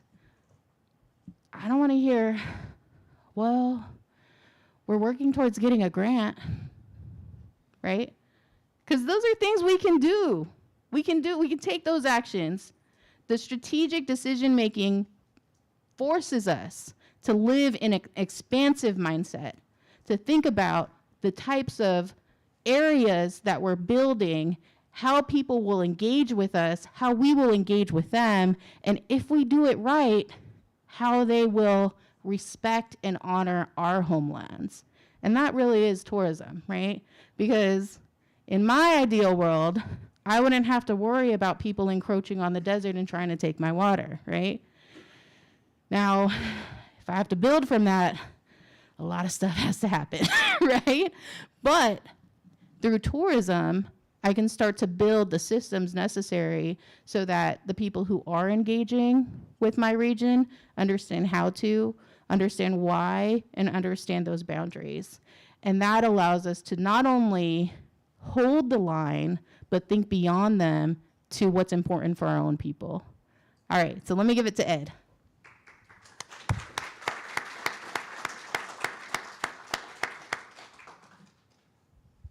Thank you, Ashley. Let's see, that's working there. Well, good morning, and I'm so great to be able to follow you here because you woke everybody up, and this is great. First of all, I'm Ed Hall, and I'm recently retired from the Bureau of Indian Affairs. Oh, push. All right, there we go. All right. And I was the tourism coordinator for the Bureau for over 30 years. And that was quite an adventure. And as you can tell by today, I'm glad I'm not there anymore, right? In the federal government. We're going through a lot of change. And I experienced a lot of change during my time with the Bureau of Indian Affairs. I was under the Division of Transportation, and prior to that, I worked with Senator Domenici's task force on NAFTA. So looking at our nation's grids and how tribes were or were not a part of the planning and design of our nation's infrastructure for economic development. And really, we weren't even a thought in that exchange. And if anything happened so that we are close to or accessing or on a major grid, it's not by design. And so having access to those is a major critical part of economic development. You know, that's basic infrastructure. So my perspective in looking at tourism was always from that infrastructure perspective. You know, not only how we build the physical infrastructure, but also the human infrastructure. So when I started in transportation, what we talked about at that time was in 1992, tribes then had were identified as the decision makers for their transportation infrastructure and were included in statewide planning and all these other programs, the Scenic Byways program and you know, transportation enhancements, transit, you go on and on. But the idea of tribes then being at the table and having a level playing field or being equal and ready to be a part of that was really far from the reality, right? If you go as a government without having had any prior experience in any of these areas, you're not staffed. You don't have that institutional knowledge of how to be equal at the table. So we decided, you know, in the writing of the highway bill, I was lucky to be outside the government helping to write that. We made sure that we wrote in language for technical assistance and training. And the idea behind it wasn't just to get people educated into maintaining a system, it was also in the governance and planning of a system. So, you know, from that then, I also helped put together the Scenic Byways program, the tribal involvement in that, and then the Lewis and Clark Bicentennial was the representative for that, the sesquicentennial of the Civil War, looking at how tribes could be seen as a part of these national events. And during the Lewis and Clark Bicentennial, the idea was that the tribes needed to be seen as a part of it, the first time in 200 years that tribes were being acknowledged for their role in the Lewis and Clark event, and from 2003 to 2006. The planning of it, we worked with the Senate caucus, and in that time frame, they wanted to have signature events, 15 major signature events, and this is an international event. They wanted to do at least 3 on tribal lands. And one of the most important things that was then identified was that tribes don't have the capacity for that level of event. You know, and when you look at tourism, it's like having capacity for visitors to come. And when it's tourism, tourism is economic development. It's not just bringing people to your community for them to be entertained. It's also about economic development. So people have to have the ability then to purchase, to buy, and to exchange with your businesses. Otherwise, you just have traffic, you know. So being able to see Indian country as a part of that economy and having all of those different pieces of the puzzle was a very difficult proposition at that time because we lacked the infrastructure. And so that was the beginning of the identification, really, of how do we start building that infrastructure for tourism and economic development in Indian country. And so we started the American Indian Tourism Conference in 1999. And then we started the American Indian Alaska Native Tourism Association in 2002.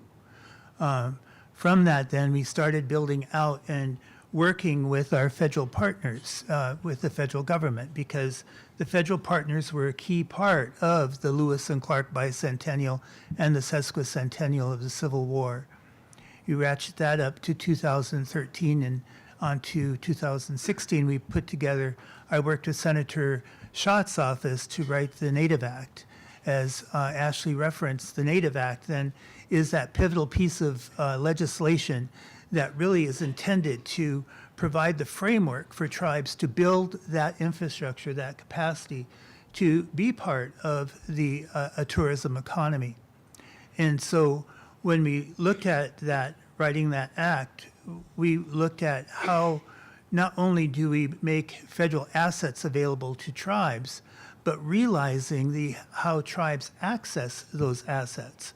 And so we use the term sovereignty all the time about tribal nations, but we use that term very loosely. It's, you know, we don't have a one-size-fits-all in regard to how tribal governments are situated. And I think that Mr. Miller's presentation earlier this morning was really, really key in really talking about how the Tulalip tribe has weaved back sovereignty in the sense of now being able to have taxation and to look at the development of this area and its negotiation now with the state government, but also they have agreements with the county and with the city, you know, and so that's what we have to look at with tribal tourism too. It's not just about business development, it's the strategic governance for business to happen and for the government to benefit too. So, you know, we look at states like Florida and Hawaii, Nevada, you know, tourism is their number one industry. And the main piece of that is that that industry feeds the government so that the government is then able to serve, you know, the population, its citizens. And so that's ideally how a tribal government would work. And that's ideally how tourism could then help build not only the tribal economy and the business community, but the government as well.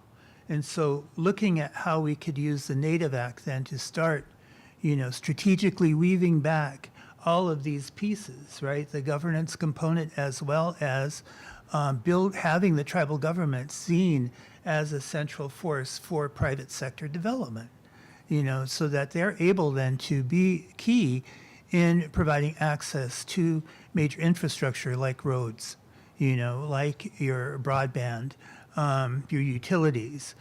One thing we find with the visitors when they come to Indian country is that a lot of communities lack basic amenities for their own communities. And so when you bring outside people in, how are they able to have access to basic services, right? So when you look at building the infrastructure for economic development, it's really about building the infrastructure for the community. And so when we look at the planning for tourism, we also look at it at a quality of life industry. You know, it should be community-based. And so I work with George Washington University as well, and we look at destination stewardship planning, which is basically a model that is community-based planning, so that the government works with the community and the key stakeholders in identifying the process of development and the impacts and the management, so that they are all in concert to look at tourism as a quality of life industry that positively impacts to the community. And this is key because cultural tourism is the industry we are in, and that is a very invasive kind of tourism.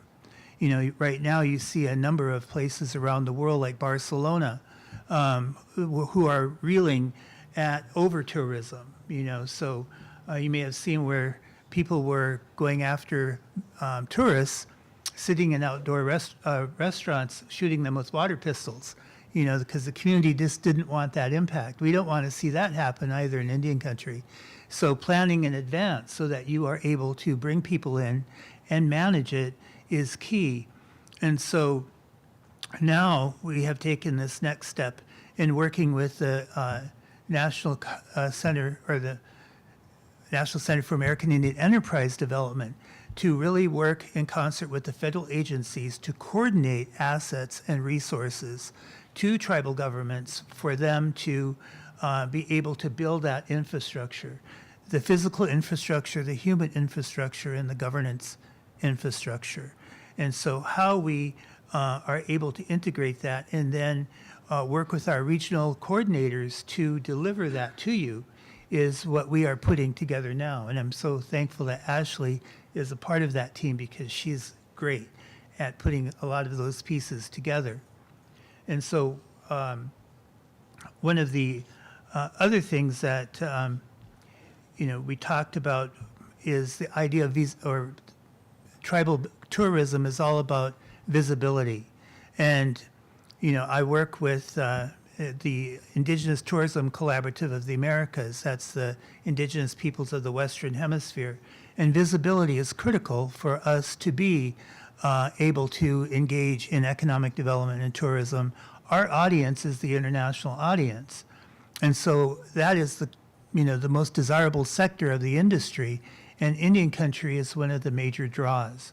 So you have an asset in yourselves that is incredibly valuable to this industry, not only to yourselves, but to the state and the counties. And that is a bargaining chip in terms of how you then work back to work with those jurisdictions in regard to developing your infrastructure.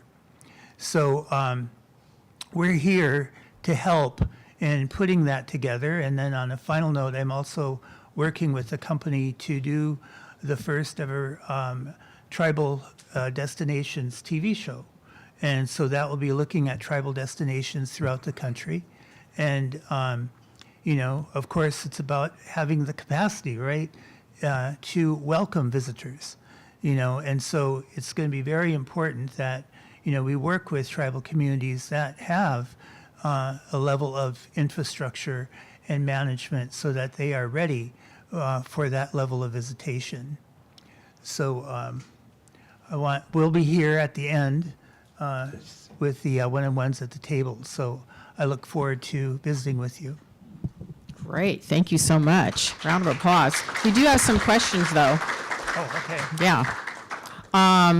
How can Native tourism initiatives ensure that cultural experiences remain authentic and respectful? Ashley? So when I think of, Ed made a great point about tourism being invasive, right? And so when I think about tourism and honoring our own plan on my own homelands, one of the great things that we pull from is the history of the words of past leaders and our elders, right? And so let me make that more concrete in terms of we actually went and looked in the archives and pulled their words, their speeches, their meeting minutes, all of the stuff that they built, and then we made the strategic commitment to honor that by making it part of the existing conversation so that we're not just saying, hey, our elders say we need to, protect the water, protect this, but how did they engage with that? And how do we incorporate those actions into our strategic decision-making process? And then how do we act upon it, right? Because that's that accountability matrix that's built into these types of systems, right? If you are a small town, and we've worked through this, the National Center has 5 regions that they're helping to work with tribes to think about what invasive tourism looks like. If you think about like a small village in Alaska, this is some of when they bring a cruise ship, right? One cruise ship of people coming to like a very critical area could hinder the ability for sustainable collective of their food systems. And our Alaskan relatives still rely on those sustainable systems to eat when there's no sun or, I went there in December, I was like, whoa. It's like, where's the sun? My clan is Njolj. I borrow that from my grandmother, and it's the Sun clan. So I was like really out there. I was like, oh man, but when you think about how we do that, it's about making sure that in those comprehensive plans, feasibility studies, strategic plans, anything like that, that we actually act upon the words that other leaders have built before it. We don't have to create the wheel. We just have to see the wheel and help put it on the car and make it go, right? Because if you're trying to create the wheel, then you're not going to get to your destination fast enough. But you have to be committed to creating an accountability metrics to do it. When I was in my room last night and wondering why there was so much red and black, I went on the NSN website for the tribe here, and they have their comprehensive plans, general plans, since 1972 on their website. I was just curious, so I went. The most recent one, they're in the process of that 2024-2025 general plan process planning. Their most recent one was passed in 2009, and so it was cool to like look through that and think about what their visions were, what alignment there was. And I'm kind of sad there wasn't anyone here because I was all ready to go, like to, you know, with my examples. So hopefully you can give us the benefit of that's how we stay committed to making sure that we're honoring by listening and then practicing through our actions. Great. And Ed? Yeah, Authentic and respectful for the cultural, what was the question? Ensure that cultural experiences remain authentic and respectful. Right. Well, one of the things that we've worked with, and I mentioned, you know, the stakeholder planning process, bringing community in. It's also about having the community first establish their internal protocols for tourism, right? What the community looks at is what is acceptable and not acceptable and how their culture is presented to the community. And, you know, from that then, you establish the protocols for visitors. And so one of the key things is in your marketing that you present your destination through those protocols. You cultivate the consumer who is coming in advance by letting them know how to behave, what the expectations are. So you weed out people who don't want to abide by that, right? Yeah. Yeah. Well, it's kind of like when you have somebody over for coffee in your home, you close that one door, that's your junk room, bedroom door. Oh, You heck don't want yeah. everybody rummaging through that room necessarily. Like you don't want certain people, not certain people, but you don't want people in certain areas in your community that could be trampling on sacred sites and that kind of thing. Right, and so the whole issue is that you're educating the consumer also in terms of knowing where to go for information. Yes. Right, so who's appropriate, not appropriate, and I think that we have so many resources about us, not by us, and so you can use this in terms of informing people how to be an educated consumer and finding authenticity. Yes, and we need to support our small business owners, not only our tribal enterprises, but for those small business owners such as yourself that want to get into tourism. Like Ashley has mentioned, we have 5 regions, we have technical assistance specialists on staff, we have great consultants that we are working with, so please reach out to us. Let us help you work through your feasibility studies, and I know Kaya has a question from online as well. Not a question, but a comment in response to Ashley's prompt about where you're going to be in 2 years when Reds turns 40. This is from Mercedes Beek. She is the owner of Back to Groundwork Cultural Consulting from Washington, and she's the Lipan Apache Texarkana, Texas band of Lipan Apache. She just stated that to have a sustainable education and development within my community here in Eastern Washington and urban natives colonized and removed from cultural reservations. Great. So you all are destinations, and we all want to get to know you. We want to be respectful of the next panel, so that's going to conclude this one. So thank you so much, Thank you, and let's give guys. them a round of applause.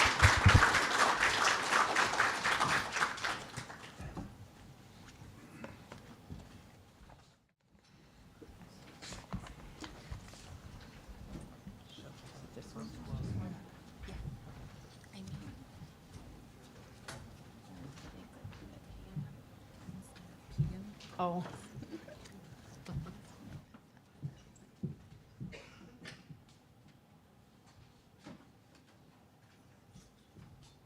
Okay. Just real quick, little notes on the agenda. For this session, I did put 12 a.m. We're not going to be here till 12 a.m., so I meant p.m. And then secondly, for our lunch panel, it will not be myself moderating. It will be our chairman, Derek Watchman, who's moderating that one. Next, if you could welcome Nancy Jordan. She is from the Pacific Northwest Tribal Lending, and she's the executive director, and we're going to go into some topics about access to capital. Thank you. Yes, and then that. Mhm. Well, good morning, everyone. And if you're like me, this has been drinking in so much information. If you feel like you want to stand for just a second, take a breath. Please do so as I get settled in.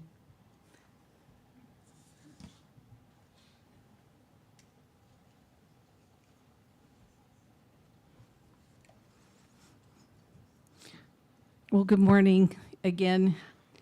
Ice Quichil, as from the Lummi Nation, a good morning, welcome. And I'm from Pacific Northwest Tribal Lending, previously Lummi CDFI. We've just been going through a lot of growth and changes over the last few years.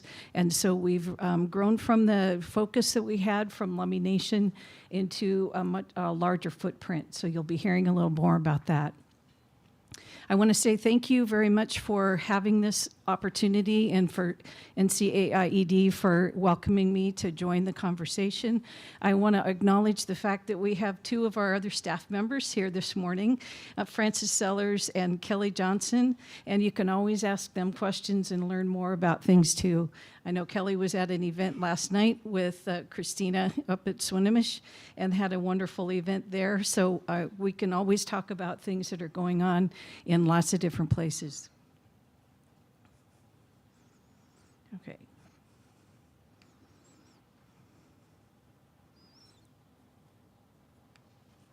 Oh. Well, as I said, the Lummi Nation has started the Lummi CDFI actually almost 20 years ago. And this came from a vision from the Lummi community and from the listening with the whole tribe and also a greater community in putting it together, a concept that said that they needed some access to capital. And so because of this time that was spent, it was in the Ventures Project, which some of you might be familiar with. This came to a place where they said, this is an opportunity to build funds that can come into the community for small businesses. And the one thing about it, it's not about the money, it's about the people.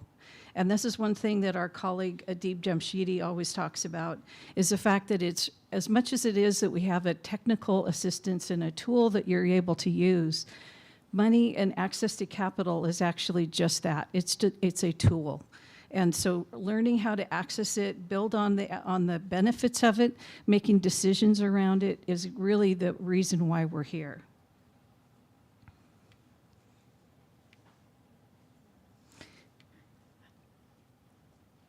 The mission of the Lummi CDFI and now Pacific Northwest Tribal Lending has always been focused in providing these services for the well-being of the community members.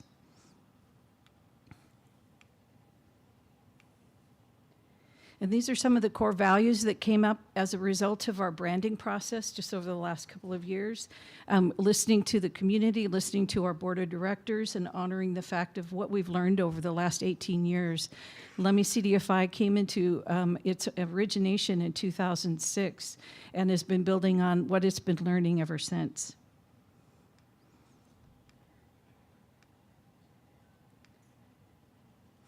This was a wonderful interview that was done with Anthony Henry, and folks of you who are from the Tulalip area might recognize him. He's a young up-and-coming fisherman from the community that we've been able to work with in his growth in his business. He selected to expand his fishing business into a new fishing vessel, and he grew it over a series of loans. His choice of using the lending was the fact that he took it out in bite-sized chunks. And he said he went over the course of about a year and a half of where he took it in phases. He took a smaller loan to start with, paid that off, did the next phase of the construction, paid that off, and then now is into his final phase and growing into that on a step-by-step process.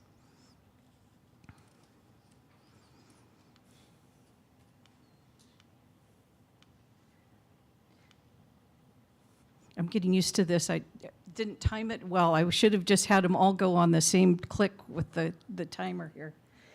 There's a lot of different choices when it comes to financing.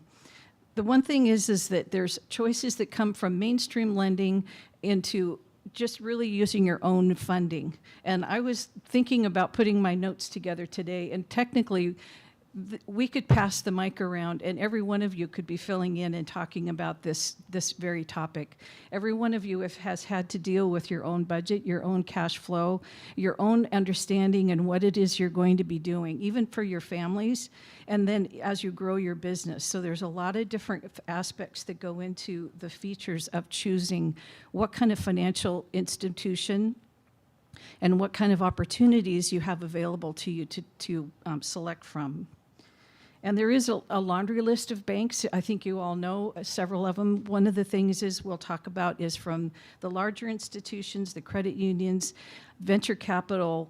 These are things that you've heard of. I'm not going to go into detail about those at this point, but it really is, the secret is finding what works for you. And it comes down to the fact it's about you and it's about what you're trying to do, what your goals are. And then finding the people who can help you make some choices and find out what kind of an entity is going to be best for you. There's several different loan products that are available from different lending institutions as well. And so, for example, for the Pacific Northwest Tribal Lending, we focus on small business lending, and that means from startup, we have a small $2,500 product. But the largest loan that we've been able to close so far is over $650,000. We're growing in actually sort of exponentially, especially since COVID. We're able to lend and put into the community over $1 million per year the last several years, and that's growing. And the reason why we're able to do that is because we also partner with other entities.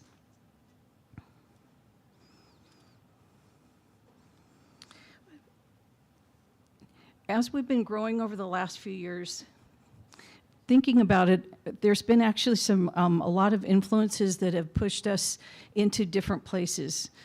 We all lived and survived through COVID, and one of the things that came to us during that period of time was the fact that there were so many of the small businesses who were being looked over, especially in the Native communities, and most specifically in the fisheries community, that were not eligible for the SBA PPP product because of technicalities. The one thing about Native CDFIs is the fact that the agility, the ability to move to different products is really one of the key features. And during the PPP, along with the craziness that was going on in serving all of our clients, we ended up applying and got selected for being a direct lender from SBA. We provided direct PPP, Payment Protection Program loans during COVID. And we were able to serve, it was 86 clients. We were able to put together, plus not only lending the product, but we had to go secure the cash too for the revolving loan fund during that same period of time for over $750,000. For a small team that was already stressed, that was pretty amazing. So I have to say the agility of a Native CDFI is at the table because it's about the community and it's about the customer, the client, and it's about you. Those are the kind of adaptabilities that are able to be in front of the CDFIs. Another thing that's available for us is that we do participation lending, and this is where our colleagues and our colleague Native CDFIs, we join arm in arm. And if I'll give you a list, there's a list of our Native CDFIs coming up in just a minute, but I will say that we are able to team up with our other CDFIs and leverage our loan funds. We may have a small pool of loan funds that we're able to lend, but because we join together, we leverage and we participate, so we're able to do even larger projects. And the more that we're able to grow in this ability, the more we're able to do this.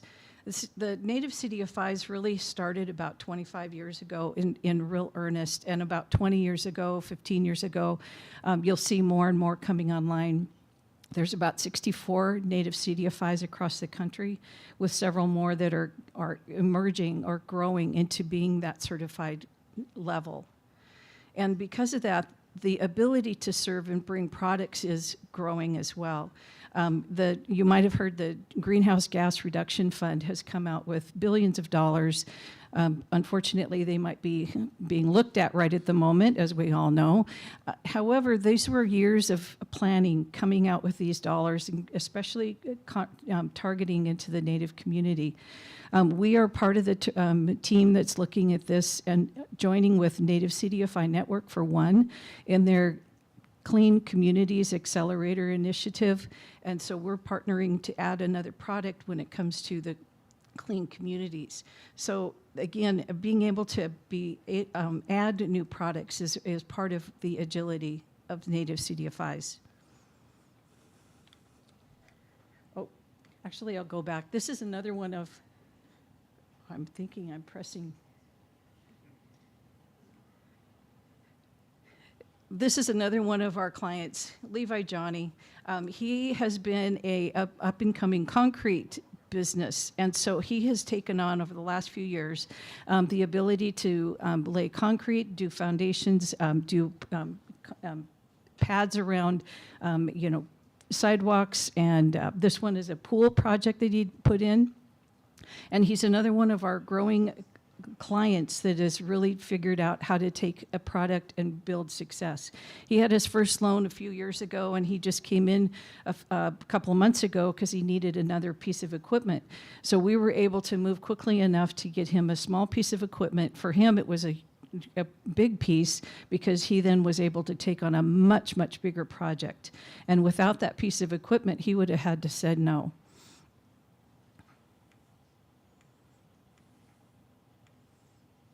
This is the list of the Native CDFIs in Washington State. They are growing, as you can see, with the Pacific Northwest Tribal Lending. We have Northwest Native Development Fund over in the Colville area, the Chehalis Tribal Loan Fund just south of here, Tala Fund over on the coast, the Affiliated Tribes of Northwest Indians Economic Development Corporation. They're out of Portland, but they serve a lot of audience in the Washington State area.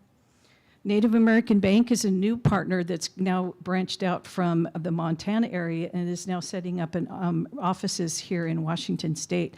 They're able to take on even larger projects as a typical commercial bank, so they have more of the features of the larger bank that the Native CDFIs in the past have not been able to reach into. And an emerging Native CDFI up in Jamestown, Sklallam. Any of these folks, you'll be able to get a hold of, get a contact information. We're all part of a network. And the one thing about what's nice about it is that the teamwork that builds is really how this is being successful. The Northwest Native Lending Network is a consortium of about 4 or 5 states of Native CDFIs who meet on a monthly basis. We have a Zoom call, we do a check-in, we find out what others are doing, we learn about what's happening in other areas, and we also share resources. If there's something that's coming down the pike that we have to add to our policies, we share and we basically try to not have to recreate the wheel. So again, this ability to partner and leverage is really a piece of the success.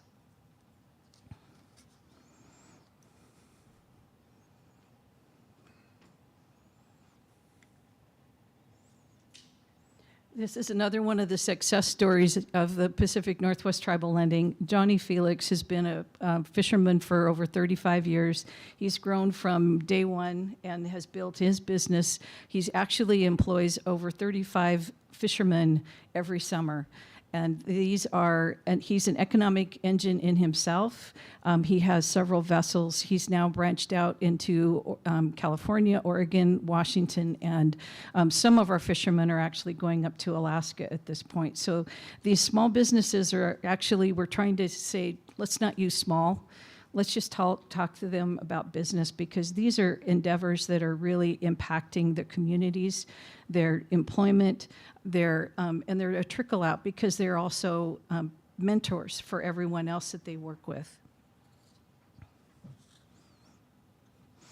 I'll touch a little bit on the fact that Native CDFIs have an array of funding. You might want to wonder, how do we get our funding for what we do? Of course, a lot of it is the funding through grants, and we have both private and public funding. Of course, we're looking at the funding from the public sector right now, watching what's happening and going on, but we're holding the focus because we know this is important, and important to stay on the path. This is something that's proving over and over how much of the return on investment it is, but really it's the return on the people. It's the ability for the small businesses to impact and bring their service and what they love and what they do back to creating a community. Another thought about this is really the fact that the small business itself, it really is giving from its own talents and gifts. And we look at this as we're building the person. Yes, we have a technical product, and yes, we have the steps that we need to follow, but it's really about how can we help that person build who they are in the best way they can. And sometimes as we all know, things will ebb and flow, and sometimes they kind of go off track a little bit, and we're understanding about that. We work with clients, we try to find the path, that it's really about what they are up to. In the time that we were looking at applying and at the application stage, some of the things that we ask about and look for is, are they ready? What is their ability to say, are they ready to jump into this? One of the things that we look at is also, of course, cash flow, but that could mean that if they just adjusted their budget, then they could answer their own funding need. They may not even need a loan. They might come to us and work with us, but it could be that they find their own funding from inside their own, just an adjustment inside their own cash flow or their own monthly budget.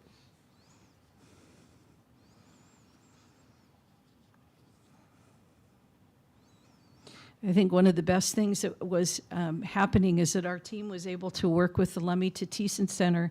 It's a small business incubator that was built under the Ventures program back about almost 15 years ago now. And one of the most heartwarming things that was happening during that time was having this facility where it made people come and think about what could they do. We talked to so many people about what is the possibility, encouraged people with their ideas, and some of them were like, okay, no, that's not for me. And others would come back. They would look at it with a little bit of a, I'm not sure about this, but then they would come back and ask a few more questions. And then they'd come back again. And the interesting thing is sometimes it'll take several years before the person comes back and says, you know what, maybe I could. And I think that was probably one of the best comments I heard from a small business who is now growing and doing now multi-levels of their business, not only fishing, but they're also buying, and they're also doing other kinds of retail outlets. And so there's some things that happen over the course of time, and it does take time to think about. Patience is a virtue. Patience is a very key, important piece in all of this. It takes its time. It'll come back when it's ready.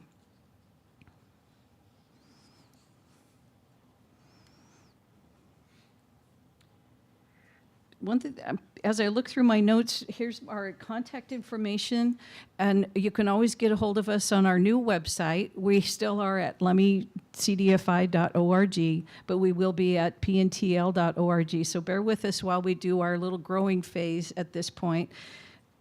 I would also tie back to a couple of things in the fact of that the money is a tool, but we also realize we all come to money in a different way. We come with our own story. We come with our own experience. We come with our own, in some ways, traumas, just about how do we deal with money.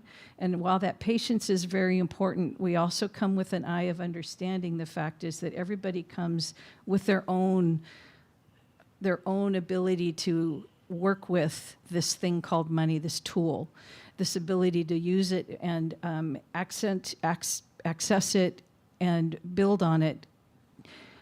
And so that's why our team, Kelly, Francis, Adib, and Fred, who is back at the office, we all talk about this on a regular basis, that this is part of who we are and what we do, our service, our ability to speak to this work. I know I come from a background of banking myself. I actually am a recovering banker, but really it's about community, and that's why this makes more sense to me than anything, even from day one of my work in the community lending. So it's really about how to best utilize it, how to best take the opportunity of funding, who's going to be your best fit, because not every lender is going to be your lender. The other thing about it, even if you've been established with a lender for a long time, yeah, I would even just say take a look at it, take a step back and take a look around. Are they the best fit for you today? Because as you grow and you develop, there might be another lender that's now grown into being your best friend, your better friend. And it's not about, that who you're working with now is not serving you. It's about who is it that's going to help you to go to the next step. And so a lot of times we do this every so often, kind of regroup, kind of rebreathe, re-strategize. I would recommend you also take a look at who you're banking with. And like I said, I'm an old banker, so I can say this. I know the drill. I know it. It's important to do is to take a look at who's out there, what other entities are stepping up. The native CDFIs are growing. They're growing into offering many more products and partnerships. So take a look around as time goes on, because there's a whole lot more that's happening. So Haishka, thank you very much for your time. If there's some questions, I'm happy to answer.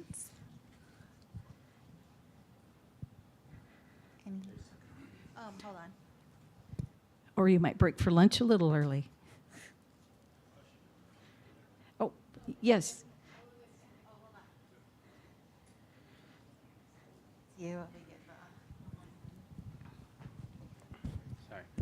Hi, my name is Deo. My brother and I started our own business. We do graphic art and music. We're focused on arts and entertainment, which is a lot less tangible than things like construction and fishing. And we've had a lot of difficulty accessing capital. And part of it comes along with, just our own personal financial history, just having to, struggle to get by. And we live in a really difficult area to live in. The cost of living here is expensive. And people keep saying that we need to keep going and keep doing what we're doing, and we are. It's just very difficult to maintain and grow our business when we have to doing everything almost out of pocket. So my question is, how do we access for this type of lending for other things that maybe aren't as considered as crucial needs as, like you'd say, fishing or building, things like that? Thank you for asking that too. What's your name of your company? Deo, sorry. Mine's Deo. Sade is my brother. Our company's Rising Suns Media, LLC. Oh, perfect. We do graphic art, visual art. I do music and production, things like that. Oh, I love that. Yes. Illustration, yeah. We're very focused on indigenous futurism. So, that's what we're trying to build. We'd like to advance. My brother's worked in the video game industry. We'd like to develop, video games and things like that to help entertain and engage our youth. That's ultimately where we'd like to take our business, but we're a long way from there right now. So. Well, thank you for that and letting us know what your business is too. And I'd love to follow up with you, because we also work in the arts area. Of course, it has its issues because typically you don't have a collateral, but it goes beyond the collateral. It goes beyond even if, even credit. We have a credit builder program as well. So, but what you're talking about is got less tangible assets, but it also does have a lot of infrastructure that you need. We have a board member who talks talks about his younger self getting a loan to start up. He's an attorney. And so, again, it's kind of coming into those professional areas. And so I'd like to talk with you more about that because we can also work with maybe that it's got something else we can talk about. We do have the question of collateral, but it's not the ending piece to it. It's about how can we find the path. Yeah, and I will say that we were lucky. We were selected for a small business loan from Sister Sky Inc., which Oh, came through perfect. SBA. Congratulations. We did get that last year, but again, that's a loan, so that's another bill every month for Yeah. us. So, we're looking for that. That was great. That helped keep us afloat, but we're looking for something that'll help us grow and really add to be able to obtain the technology, the equipment that we need. Arts and visual technology is changing all the time, and we need to be able to keep up with that. We need to upgrade our equipment and expand our capabilities of what we can actually do and produce in-house. I'll also just mention my other hat that I have is my husband and I do have a small business, and it's a production company. And so the equipment that has been purchased over the many years and the software that's then changed and gone obsolete, the equipment that you purchase and then goes obsolete, and then the industry changes on you. Software. Yes, software, all of the above. So let's chat. My card is over on the corner of the table. Yeah, And so we're sitting right next to you. Yes. Thanks. The one thing about take the cards now because they are a collector's item. As we're going to develop our new business cards, those will go out of date. So, but it does have the right contact information. We on already it. don't use business cards. We have. The You link. have We that's a I link like card. that. You Yeah. see now, there's another next step Thank for you. us. Thank you. We have some comments online that we're going to get to before we end the session. Hold on. Yeah.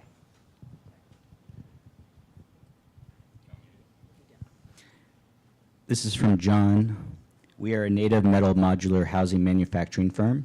Can we pitch our product to native funding organizations all at once, or does this have to happen one by one? Thanks. Oh, great question. Actually, you could be presenting to others and just put it together because, again, not every entity might be your fit. It could be that there's a perfect product at one entity that is able to serve. Maybe it's a partnership that ends up happening where your main contact is the one of the native CDFIs you're partnering with, and then there's a participation with another one that helps build the leverage of your fund. Yes. So you said that you should, be, I guess, picky or considerate about who you bank with. Who would you recommend to bank with as a starting small business? Typically, what I would just suggest is go to somebody you know. Find somebody that you're familiar with in your community or close by. One of the easy ways to do it is who's logistically easy to access for you. Are they in your neighborhood? Do they have enough branches to serve you where you might want to go and do some banking in another area? Are they going to be in the area you need them to be? So start with who's going to be logistically handy for you. And then find out who else you know. Maybe it's somebody that you've known in the community, and you start there. Be familiar. Find somebody you're familiar with. What do you think about big branches like Bank of America, Wells Fargo?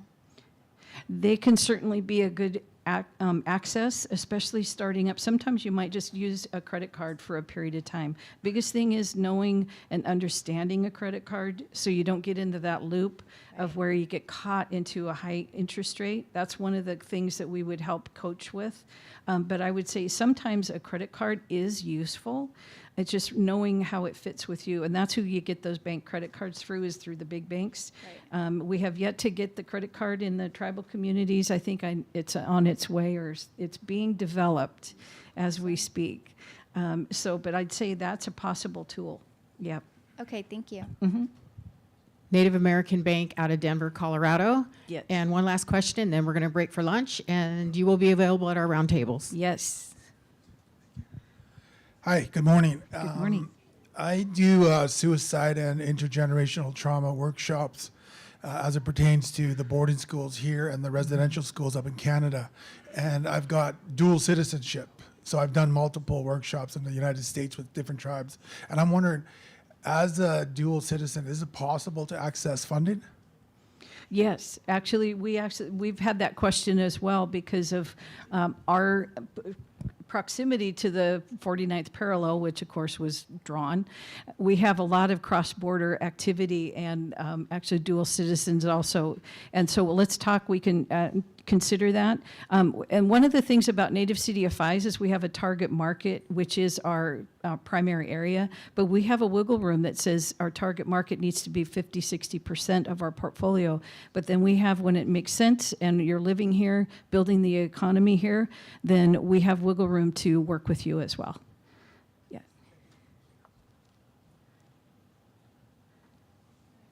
Okay. Well, thank you very much. It's time for lunch.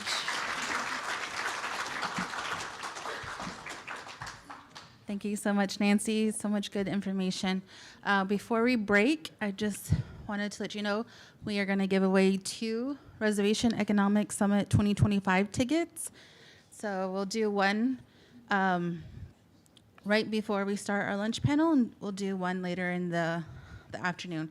But if you could please put your business cards in this container, and we'll draw from that. And so, oh no, write your name on a piece of paper. And you must be present to win. Must be present to win. Can't give it away. But lunch is outside. Please feel free to take a quick break. Bring your lunches back inside. We're going to start. We have some great speakers lined up for our lunch panel.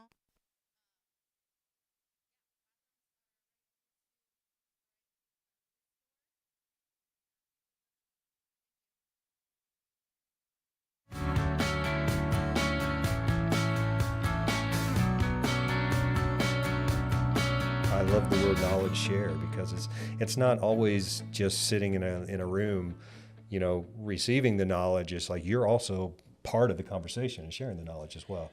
And I love it when I hear of a company coming in, they've never been to a Native Edge. We recently had this again in Oregon, and they develop, and as a result of it, they go after a contract, and then as a result of that, they get to hire 50, 100 new employees, that kind of thing. And then they come back and they tell you, like, hey, this past year, this is what I've done, and thank you because you gave me the strength and courage to just go after it. Yeah. Because a lot of times they sit on their hand, they have so much information, and sometimes it's just at their fingertips, and it's just that little bit of encouragement that then they want to go pursue that. Well, a lot of times we use the word empowerment. What does the word empowerment mean to you? Empowerment to me, I think it's part of that, just the encouragement that you can receive from someone that sees that in you, and it just may be 1 or 2 words or a short conversation, and it has empowered you to take the next step, to not be afraid. Because really it's our own fear that kind of prevents us sometimes, right? Well, I think it's fear that you can't get to your next level because you hold yourself back. A lot of times, your worst enemy is looking back at you in the mirror. And I think empowerment can come from others, but sometimes you just can empower yourself. Light a fire for whatever reason. So I think these trainings and the work that we do at the National Center, it's all around empowerment and making sure that our businesses have a voice and that our clients that we work with, we're there to support them in their needs. Absolutely.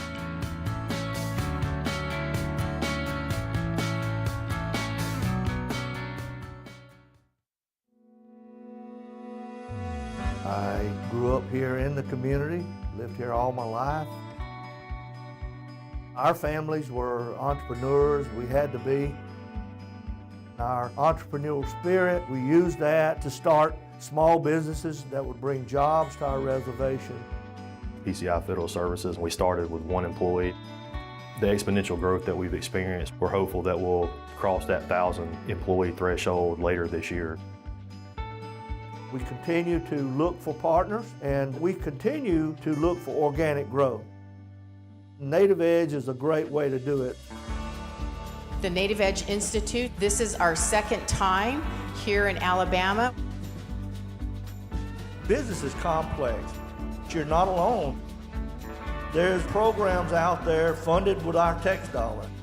There's state programs, there's local programs, there's national programs like our Arizona MBDA Export Center, and our services are for all minorities. I put a panel together of myself and Brian Davis, Alabama ITA, working with him to see what our clientele needs are and what he can offer. Using SBA's programs, Hub Zone, Apex Centers, Minority Business Development Centers. These programs alone help me leverage into working with prime contractors and being prime to the government. Opportunities like this, getting to interact with a lot of business owners, just provides so many different networking opportunities that can really help a business exponentially.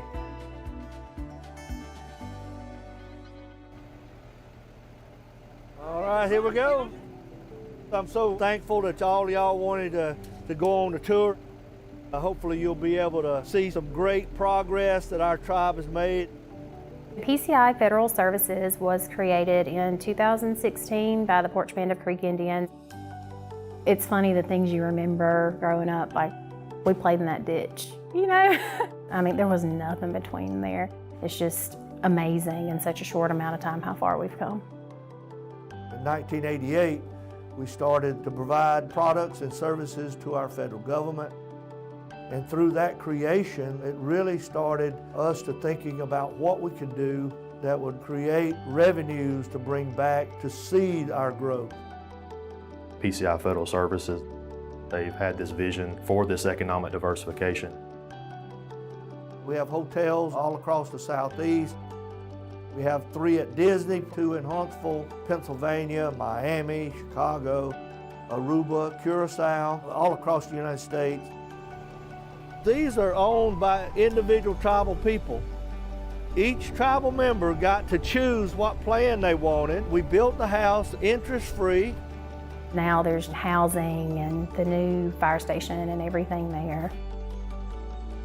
We have a state-of-the-art health facility, our recreational department, all the amenities that are available to not only tribal members, but to the public around the reservation. We want people to know that we care about our own and we care about the communities that we're in. Success means different things to different people. We create jobs that can sustain a family and provide good health care. We want to share our story, share our lessons learned. Native Edge coming to our reservation here allows us to do that, and we appreciate that.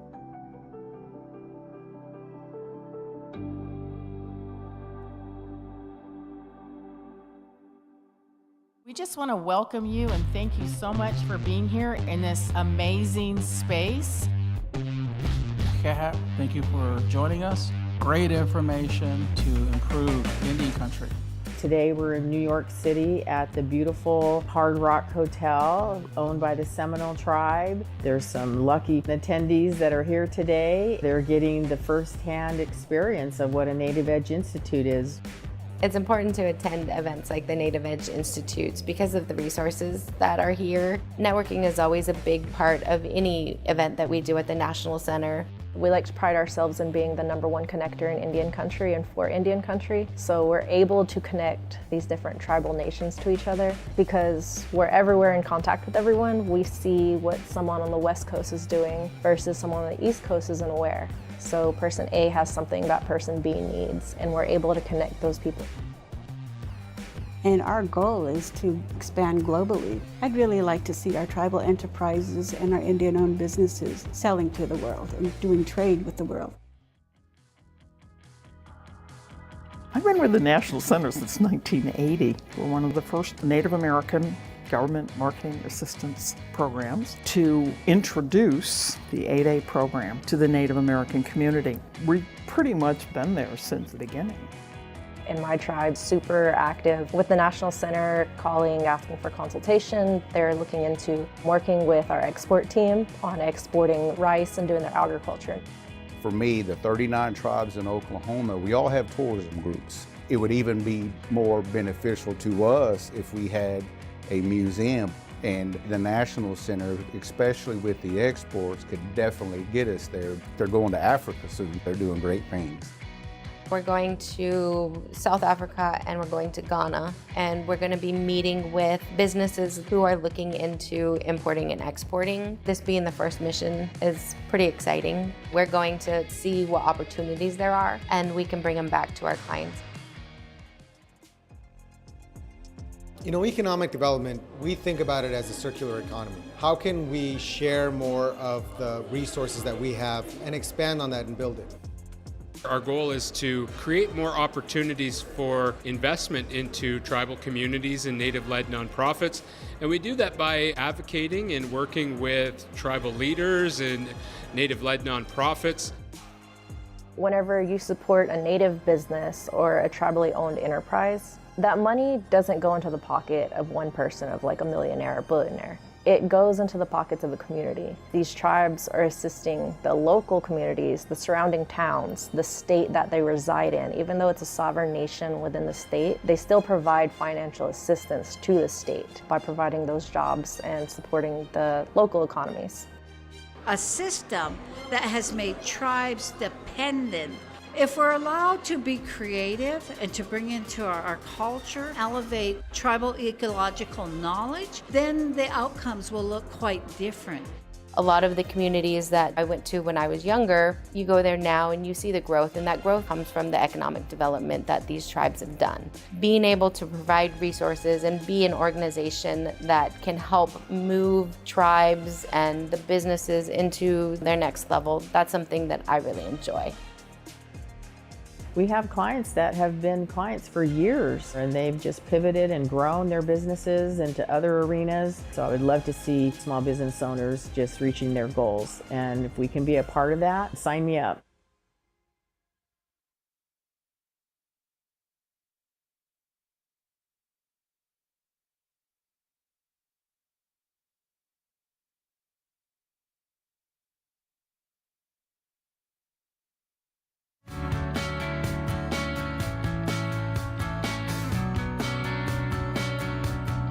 I love the word knowledge share because it's not always just sitting in a room, you know, receiving the knowledge. It's like you're also part of the conversation and sharing the knowledge as well. And I love it when I hear of a company coming in, they've never been to a Native Edge. We recently had this again in Oregon, and they develop, and as a result of it, they go after a contract, and then as a result of that, they get to hire 50, 100 new employees, that kind of thing. And then they come back and they tell you, you know, like, hey, this past year, this is what I've done, and thank you because you gave me the strength and courage to just go after it. Yeah. Because a lot of times they sit on their hand, they have so much information, and sometimes it's just at their fingertips, and it's just that little bit of encouragement that then they want to go pursue that. Well, you know, a lot of times we use the word empowerment. What does the word empowerment mean to you? Empowerment to me, I think it's part of that, you know, just the encouragement that you can receive from someone that sees that in you, and it just may be one or two words or a short conversation, and it has empowered you to take the next step, to not be afraid. Because really it's our own fear that kind of prevents us sometimes, right? Well, I think it's fear that you can't get to your next level because you hold yourself back. A lot of times, like, you know, you're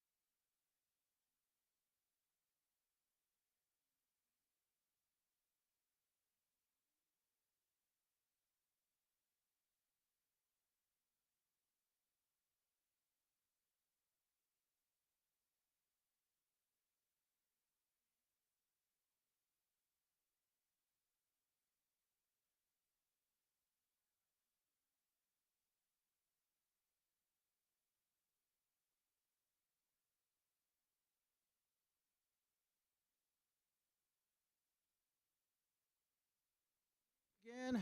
How's the lunch going? Good. 3 options, right, for lunch.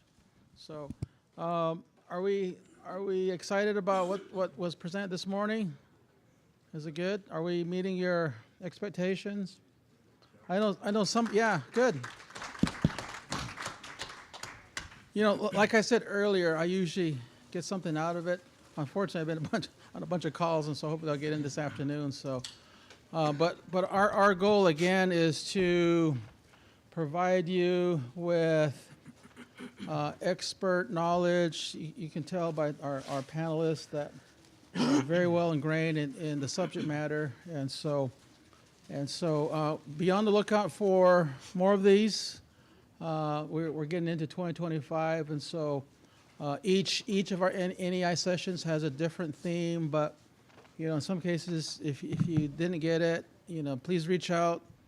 We do have the information available, right, team? All the presentations and handouts. It is made available to you, so you can certainly go back. If you do have a question and need our assistance, we do have our team back here that's available to support you and help you.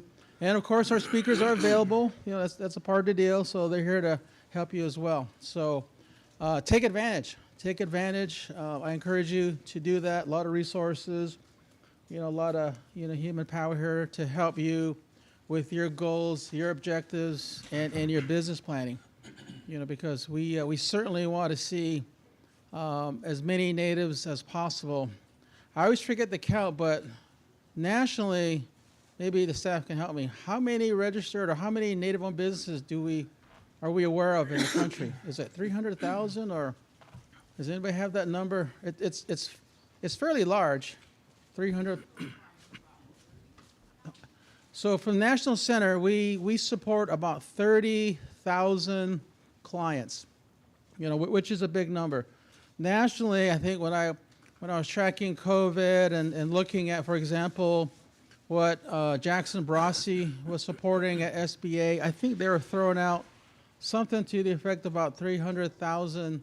I'm not sure where it comes from, but roughly 300, I'll just say native-owned businesses that are in business in the country. So it's a big number, but when you look at the size of the number nationally, it is small. Also, another stat that I like to throw up, if you look at the number of jobs, if you look at our economy in the country, which includes everybody, small businesses provide over 75% of the employment in this country. And so, you know, that number kind of surprised me because, you know, you think of the blue chip, you know, the big companies and their size. And, you know, I was a former banker, like, for example, at Chase Bank, and we used to say, you know, we're 150,000 strong around the country, and you know, but if you look at the small business side, you know, small business is definitely a thriving and a mainstay in our country. And so, but I do challenge that, and I'm kind of getting on my soapbox here. I do challenge that in any country. I do know that to a certain degree, there's a little, I'll say a little bit, there's a little bit of competition between our tribal enterprises and our tribal-owned businesses.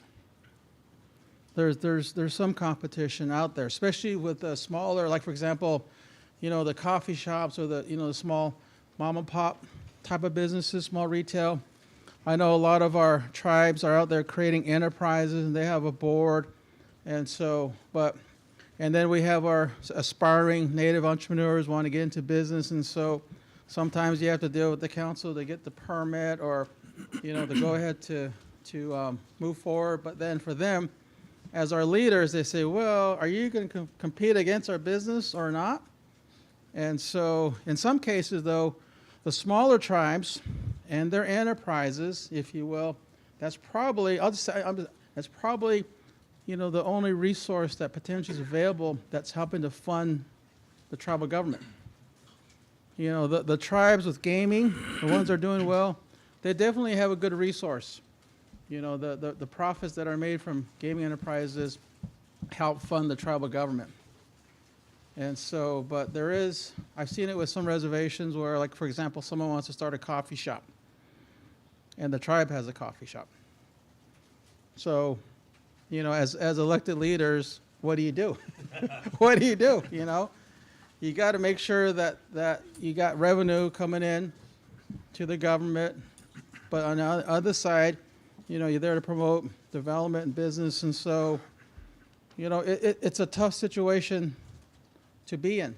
And so I don't aspire to be on the tribal council or tribal leader, because you have to deal with those. I'll support them, but you have to deal with those really hard life business decisions. And many of us in Indian country, you know, you talk about real estate, location, location, location. In some cases, because of that, the economics and the market conditions are very limited. You know, so for those of you, I know when you start looking at your business, you have to put the business plan together. You know, how do you determine the size of your market? What's the market, and what's going to be your market share? You know, and how do you build your pro forma, you know, 3, 5, 10 years? And how do you look at that, and how do you blend that into your particular area? You know, in some cases, there's some parts of America where, you know, you have limited market conditions, which obviously limits the amount of business. But through this, obviously, there's opportunities. If you want to be 8A, there's a lot of opportunities with the federal government. You know, I think you probably heard that the federal government is probably one of the biggest suppliers or biggest buying entity in this country, if not the world. So, so that lends itself to, you know, the next portion on the agenda, and that is creating a culture of innovation and leadership. And so we have two great gentlemen here that can speak about their experience. And so my lead into, you know, what Darren and Ron are going to talk about, I think talks about, you know, being innovative and taking the lead and demonstrating, you know, that there's opportunities out there. So I'm not sure who's going to start, but Darren's going to start here. So I'd like to start with Darren Maston, who's the president, CEO, and founder of Clear Cloud Solutions. And so you'll hear their story. So I'm going to turn it over to you, Darren, and take it away. So thank you. Yeah. Hello. There we go. All right. Good afternoon. It's always exciting to have the during or after lunch crowd. We're watching you guys, sleepy eyes. Don't fall asleep. That's right. We can extract your ability to win the free res pass. So a little bit about Clear Cloud. So yeah, Clear Cloud Solutions. We are a security systems integration company. We'll be celebrating our 13th year of business here next month. Yeah. What do? We, you know, security systems integration. So we protect critical assets, 3 major verticals: utility, critical infrastructure, federal government, and tribal. And we also do a lot of commercial stuff as well. We've got about 70 employees in 4 states, and offices in Southern California, Arizona, and then an office up in Northern California. We do a lot of, you know, with critical infrastructure protection. We're talking like high-end IP cameras, access control devices, credentials to get into buildings. They all work together today with AI. I tell people a camera protecting critical assets today, like the grid, for instance. Southern California Edison is one of our largest customers. They estimate if the grid goes down, 70% of the population perishes in 1 year. Yep. So our dependence on electricity for transportation, communication, all that. So I tell people a camera used to be a lens projecting an image through a coax cable to a tube for viewing, CCTV. Today it's a computer with eyes. Yeah. And AI's kind of taken over, and it actually monitors behavioral. So that's kind of where we play. We're 8A. Minority business, disadvantaged business. We're proud of a couple of awards we listed here. The Supplier of the Year award through the MBDA, we won in 22, and then we just last year won the Joseph R. Brown Award for Enterprise of the Year nationally. So we're pretty proud of that. Just a few of our customers. Like I said, we do a lot in the federal arena: Navy warfare, Air Force, Army Corps of Engineers, U.S. Marshal, Coast Guard, Indian Health Services, Department of Interior, and so on are a few of our larger customers.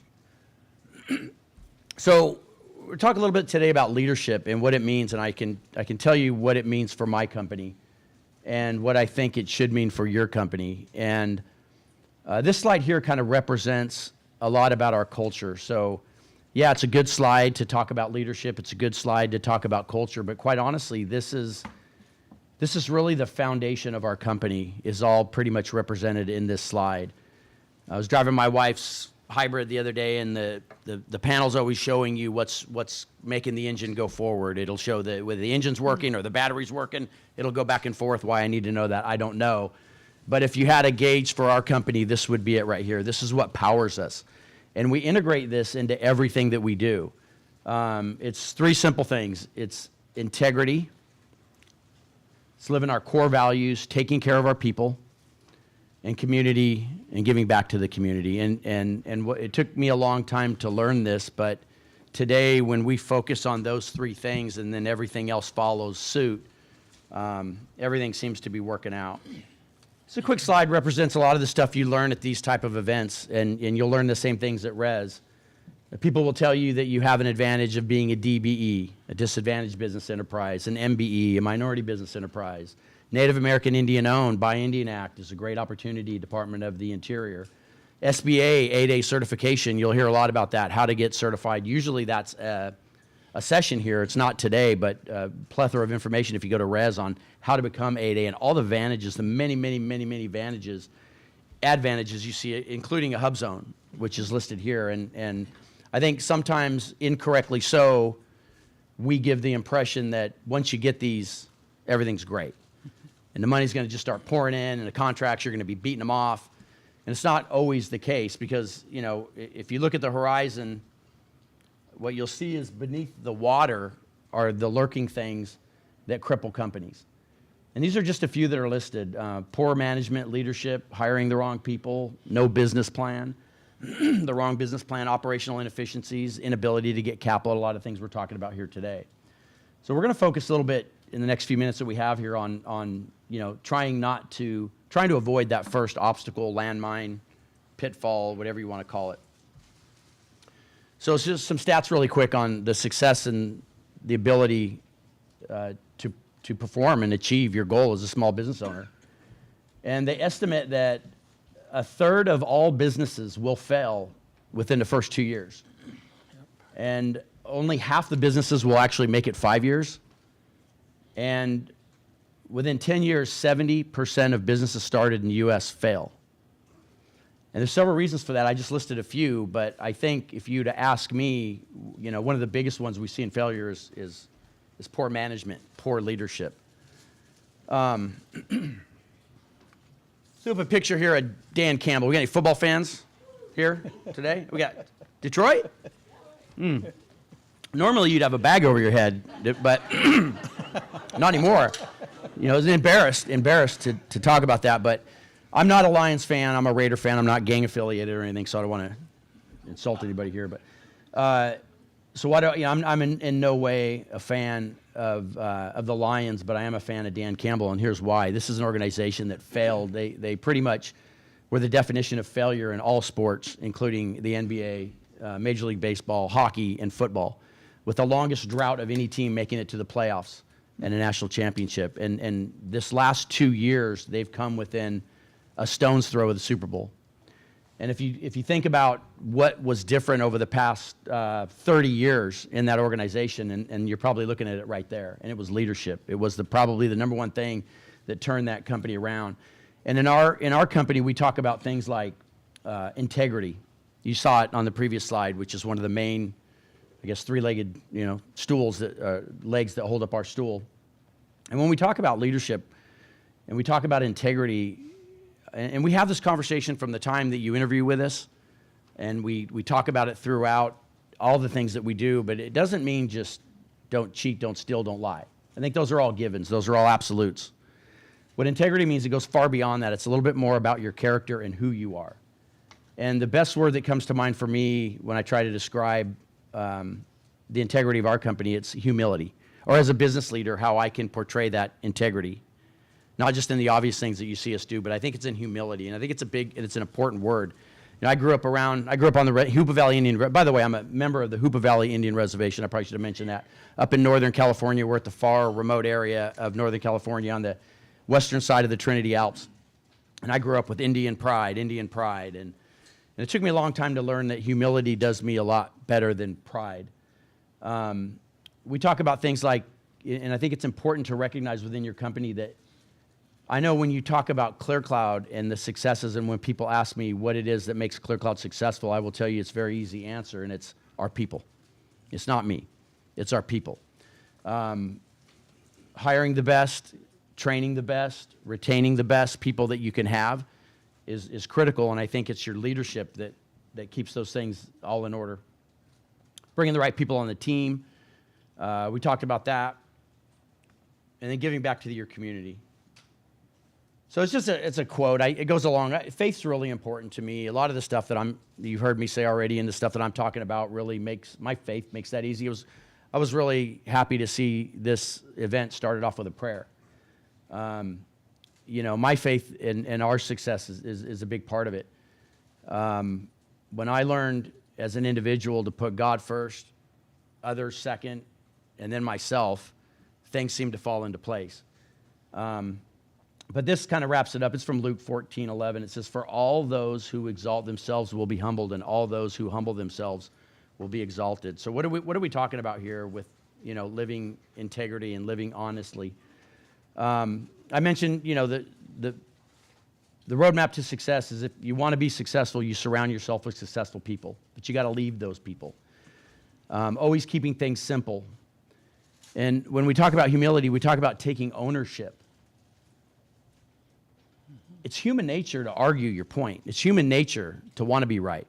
It's human nature to stress that you were right in a situation. But it takes humility to raise your hand and say, I was wrong. And I think people often are mistaken by thinking that I will gain more respect with my people by them knowing I'm the smartest person and that I'm always right. And I know I've gained respect with my team by owning up to things when they go wrong and being the first one to own up and the first one to take responsibility. So I think humility goes a long ways with integrity. Being the first to recognize your mistakes. Don't ignore poor performance. One of the things we talk about when we give reviews to our employees a lot is we talk about the ability to strive to seek constructive criticism. So, it's human nature to want to have a pat on the back. It's human nature to want to have an attaboy and attagirl. It's human nature to want to give it. It's easy to give it. It's not human nature to strive for constructive feedback and having somebody tell you what you could do better. And it's certainly not in our normal makeup to want to give that. In fact, we usually try to avoid it because it could be confrontational at sometimes. But one of the things we talk about with our employees, we talk about really the ability to strive to seek the constructive criticism because it's what makes you better. I'm not saying you don't encourage your employees, and I think that's a huge part of it. That always is going to come. But I think having the ability to train your people to seek the constructive criticism and making sure that not just you, but your people give it. Some of the obstacles for great leadership, I'm just going to list. There's a lot here, but I'm just going to talk about two. Compromising on the quality of the people that you hire. So as the CEO, owner, president, whatever you want to call me, I have an intricate part in the hiring of all employees. There's not a single employee it doesn't matter what level, that I'm not a part of. I want to meet them. I want to know them. It's their resume, their skill set, their experience, their certifications. All those things get them in the front door, and we talk about that in the beginning, but then we shift straight over to your character. And to us, that's most important because if we're going to build a team and things like integrity and taking care of your people and giving back to the community are going to be tops on your list, character is very, very, very important. There's two questions I ask every interviewee by the end of the interview, and that's number one, tell me about the number one characteristic trait that you carry and you would bring to this team? Not skill set. Don't tell me about you can do this with your, wiring diagrams. I'm talking about a character value. And that's always easily answered. And then I follow up with a second question, and that's to flip that question, what's the number one thing you want to work on from a characteristic perspective? You usually get 3 responses. Some people pause for the longest pause, uncomfortable pause you could imagine, because they've never been asked that question, they've never thought of that question, and they're just quite puzzled. And that tells me a lot. And then some people will sit and think for a long time, and they know what the answer is, they're just not sure if they want to tell you. And I respect that. And the third response we get is they think for a second and then they tell you. And it's from the heart, and they know it, and they're working on it. And that's pretty important to us, because it shows humility, it shows you're working on something. You take the best athletes in the world, you take the Kobe Bryants, the Michael Jordans, the Jerry Rices, however far you want to go back in sports. And one thing all those people have in common, besides the incredible talent God gave them, is their ability to be critical upon themselves and do everything that has to be done. So I think that covers both of those main bullet points, and failing to give feedback. And then, taking care of your people. We like to say we put our people first. I don't know of a single company that wouldn't argue that your customer comes first. And at ClearCloud, we believe that as well. But the message we give to our employees is that they come first. They're number one. Because none of our customers are going to be taken care of if we don't take care of them. They're the success of our company. And I think it's important that they know that. And if they know that, I think the customer service and putting the customers first will follow. Invest in your team. It's always one of the hardest things to do with time and money. Let them know they're the number one asset, because they are. And give your employees great customer feedback. And I like to say, the last bullet point there, empower your people. A lot of times a leader will think of themselves as a quarterback. They're distributing the ball. They're calling the plays. And I like to think of myself more of a lineman. If I hire the right people, all my job needs to be is opening up a line for them to run through it, right? This is a representation of our org chart, and I'm at the bottom. We have an upside-down pyramid, you would call it. It's our frontline people that are at the top. They're the most important in our company, and then it becomes your next level supervisor, your upper management, and your CEO at the bottom. It's an inverted pyramid, putting the frontline people, the ones that are out there in the ditches doing the hard work, number one. A couple things we focus on, 80-20 rule, part of humility, or when things go wrong. 80-20 rule is basically, if only 20% is your fault, 80% is not, spend 80% of your time focusing on the 20% that is your fault. The other thing's looking, when something does go wrong, look in the mirror, not out the window. It's the first place you should look. And then lastly, is giving back to our community, something that's very, very, very important. It's part of our makeup. It's part of our DNA. It's something we talk about often. We talk about it in the interview process. And it's funny, we find that when we explain who we are and what we're all about, it attracts good people with like causes, with like character. And, this is something that I do. We give back to the Native community. It's very, very important to us. I'm also the chairman of the board of our tribe's economic development, Section 17 Holding Corporation. And one of the things I think that if I can just leave you before I turn it over here, is that part of giving back is giving back to the people in our reservation communities, in our Native communities. I grew up on the Hoopa Valley Reservation. It wasn't easy. I grew up probably typical of the way a lot of people grow up. I had, on the reservation, I had alcoholic parents, drug-addicted mom. I pretty much was raised by aunties. I heard a lot about aunties earlier today. And it was aunties that raised me, but at about the age of 14, 15 years old, I was introduced to some mentors. I got a job at the sheriff's department. And instead of drug dealers, my tribe's in Humboldt County, the Emerald Triangle, where cannabis is to that county as Napa is to our wine is to the Napa industry.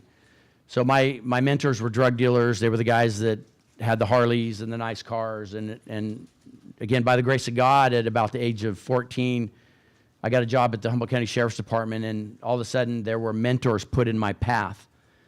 Our Native communities are number one of any ethnicity, number one in alcoholism, number one in drug addiction, number one, and I could just sit here all day and go over what we're number one in. And a lot of us, when we leave the reservation, we don't come back. And I think one of the things that that we can do in giving back is be the mentors on a reservation. If you're looking for whom the individual is going to be to try to combat some of these things that I've talked about, who's going to do it, just look around. It's the people in this room. You guys, whether you understand it or not, you represent mentors to your people. And one of the things, and one of the reasons I joined these, and I travel across the country, I've been doing these with this Native Edge group, an amazing group, since about 2018. But it gives me an opportunity to visit a lot of tribes I normally wouldn't be able to visit. But one of the programs we've recently launched is it's called the TRAIL program. It's Transcending Resources to Aspire Indigenous Lives. Transcending Resources to Aspire Indigenous Lives. And that program is all about a mentorship program. And I think job programs on a reservation are a dime a dozen. I think training programs are everywhere on the reservation. But I think what's lacking is true mentorship. And it was mentors that got me out of a path that I was on, that was a path to destruction. And it put me on a path to success because I had mentors. And the TRAIL program, what it's all about, is collecting mentors all around the country. We're collaborating with other tribes. There's a lot of successful organizations and things that are going on right now. We're trying to tap into and collaborate from Hawaii all the way to the East Coast. And we're collecting mentors like yourselves that are interested in focusing on a group of Native American Indians about 16, 17 to 23, 24. By the way, that same age group, number 2 cause of death is suicide. And the number 1 cause of death, you all know what those are because you find out about them every time you go back to your reservation. They're drug and alcohol related. So the whole idea of this program is really to put and marry up individuals in that age group, and it could vary before and after, but put them in touch with mentors that might give them a sneak peek of an industry, of a career opportunity, and then hold their hand as they walk them down that career opportunity, giving them a sneak peek under the hood of what that type of industry looks like, and then mentoring them along the way. So I'm going to be around. I have another presentation a little bit later on cybersecurity, but if you're interested in this or hoping to involve us in your tribe or you're interested yourself, please look me up. Thank you. Thank you. Thank you, Darren. Next is Hobby Corporation with Ron Sperl. Thank you. I don't think I need to say anything else. Darren did a great job, right? But thank you for your time. I'm Ron. I'm with the Little River Band of Ottawa Indians, not the music group, but my tribe is in Michigan, recognized, I believe, in '94. I own the Ambay Corporation. I had the opportunity to be the interim CEO for our casino, part of our economic development corporation. Got a real taste of what tribal politics was within our tribe. I'm not sure if you guys have it, but we have tribal politics in our tribe, and had to figure out a way to figure out how to build an opportunity, build an organization without all the tribal politics. So I created the Ambay Corporation. Ambay in our Anishinaabe means let's go, or hurry up. And so I created Let's Go Corporation. And we're into energy, we're into healthcare, manufacturing, we're into building trades. So we're also creating Native First Capital this year, Hawk Building Solutions. We build buildings, we build casinos, hotels. Our bonding capacity is $1.2 billion. We're into everything. And the whole goal is to help our tribes across the country. And like Darren said, give back to our, not only our tribes, but to the community around us. That's what's going to help you be successful. So a few things I want to mention, share with you guys. Am I doing this right? What? Oh, there you go. So is active listening. You know, we had managed over 1,000 employees, and one of the key things was I wanted to make sure that when I was put into this role in my 20s, it was I learned real quick how to manage a large organization, and a lot of times I didn't know what to say, so I just listened, and that seemed to work. And so I took a role into actually just listening to what the concerns were, and then slow to react. Didn't react as a cool, calm collective, and then allowed the thought process to kind of walk through and give an answer. Caring leadership, it's absolutely huge. With all the people that we're teaming up with, communicating with, knowing that you care is going to speak loudly, not only to your employees, but also if you're working for a tribe, right? They just want to know, a lot of times, do you care? And sometimes it doesn't make sense sometimes when people come at you, right? but know that you care is a huge step forward. The impacts: stronger engagement, loyalty, and innovation. Allowing, again, going into the caring part and knowing that you care, and will actually create more engagement within that individual. Challenge traditional approaches and reward new ideas. Encourage creativity and innovation. You know, we grew in a way where I didn't have all the answers, and to help create that energy and innovation was really just to help them think outside the box. And I'll mention that a little bit later, but encourage them that everybody has great ideas. Everybody has. One of our, long time ago, I created this program called the OFI program, the Opportunity for Improvement. And I didn't have all the ideas. But if they had an idea, bring it forward. And if we utilized the idea, they were rewarded for that. And so it became very successful in that. Transparency builds and aligns with teams. It was very transparent as we were building the organization. It was very transparent of what we were doing, where we were going, how we were doing. But I was also careful not to speak too much. Sometimes sharing too much information was way over their heads. Or maybe you've experienced that. Sometimes we want to talk to individuals within the organization, and it can be too much. It can be too much. Sometimes they only know what they know. Leadership requires making tough decisions. Leadership and friendship. I've learned so many mistakes growing in an organization, hiring friends, being part of the company, right? And it gets you into that awkward position where, man, I really should fire his ass. I should fire him, right? Right. You know, I'm just saying what you were thinking, right? And it's tough. Relationships is tough. And so from the beginning, you really have to draw a clear line and understand when you bring on a friend, this is what should be expected, right? So sometimes in some situations, I created an MOU, a memorandum of understanding, right? I expect this, you expect this from me, I expect this from you. And let's just not cross that line. Because that hurts your organization. If you have to tear that up, it causes more headaches. So be clear, be concise, and right from the get-go. Absolutely, the friendship should not interfere. Always maintain the professionalism. Set goals, daily goals, things that will help your employee to actually help your organization. If they can't do daily goals, how in the world are they going to help you grow your organization? Help them. Sometimes we assume, even if we hire friends or the employee, that really good employee, you think that's going to be really great. If they can't write down certain goals, what they need to do in their daily tasks, how are they going to grow within the company when you start building that division and adding more people underneath them? Because your leadership, helping them set goals, daily goals, is going to help them help their people set daily goals. Make sense? Team goals. I remember when our organization, I had to reach a threshold. I wanted our organization to go from 22 million net to 40 million, and how do you do that? And so I reached with 12 of our directors, and I kind of created a plan where it was like their own business. Treat it like your own business. You're responsible for that business. I'd share with them. Created the MOU. What's to be expected? Where we're going to go? What really motivated them? Money, right? So each individual is a little bit different, but I'll just use money as an example. So we created the MOU. If they hit these goals, they were rewarded for it. So they worked harder than ever to reach their goals. And then what I did was I took our whole organization as a whole to take them to that next level. So I worked with each individual, each department, right? Give them the tools and resources to be successful, clear understanding. Then I brought them together as a whole where we're going together. So no one could build silos within that organization. I know with my tribe, we had silos in our organization, in our tribe. Don't allow it into your organization or within your tribe. Share with them how to build that organization. And if we reach those goals as a corporate organization, everybody was rewarded. In this situation, let's say money. So they rewarded themselves, but here's the catch.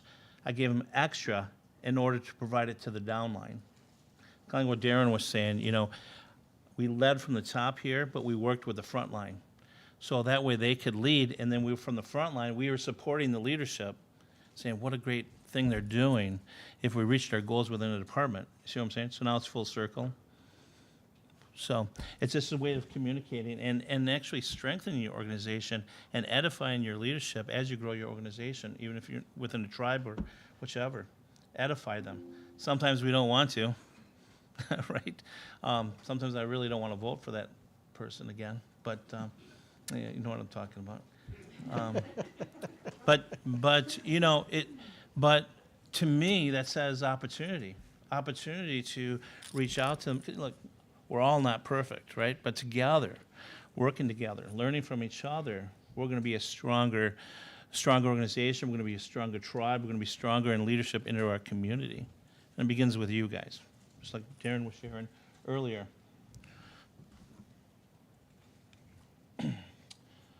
What truly drives our employees' purpose? So I had, I have 10 minutes? 5 minutes? 10 minutes?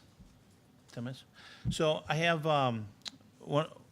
someone in my organization was trying to figure out, we brought them in, never done what they'd done before, and we're sharing with them what I want them to do, but they're trying to figure out what their purpose is. There's so many different things in our organization that you could do.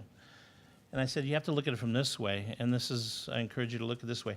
The most selfish thing we can do is help somebody else, even within our organization, right? Or into the community. The most selfish thing we can do is help somebody else. And we have that mindset, it kind of changes the direction of why we do what we do, right? It changes, I hate dreading going to work one day, right? But if I change my mindset, my goal is to help somebody else, knowing that we're going to give back, knowing like with Darren's company, how he gives back to the community. That's the purpose, why we do what we do. So it makes those hard days a little bit easier. Growth opportunities. Employees seek a career development. So encourage them, work with them, set goals, set a plan. That'll actually help your organization. Not sure how it's going to work sometimes. But if you communicate with them and where they want to go and make them feel like they're part of the organization, you're going to have a stronger organization for sure. Work environment, you're going to build trust, you're going to build collaboration, and you're going to have a supportive culture because one person cannot just build a large organization. It takes all of you, right? So in conclusion, mine's going through the show. Listen and share and listen and show that you care. You know, we're going to be at the Res. We've got 3 booths this year. We're going to be all around the Res, and I just encourage to come seek me out because I'm a crazy entrepreneur. I'm into everything. And I would love to talk with you and share with you how to build your company, or if you access to capital, or if you need this or this, or it's networking, right? It's all about relationships. And who do you know? Love to talk to you. Encourage creativity, make innovation a part of your culture, be transparent, share enough information to empower your team. Not too much, but enough. Be able to discern what is enough information to get them that jolt, to get them to that next level. Define your leadership, balance your leaderships with relationships. I have so many people trying to become, as leader of the organization, to be your best friend, right? But I have to define what my role is. I would love to get you to know me more, and I do, right? But at the same time, there's a clear define on how we're building an organization and what's after hours. So be clear objectives, and strong culture starts with people, and most importantly, you. So, Miigwech, thank you, and if any questions, I'm here.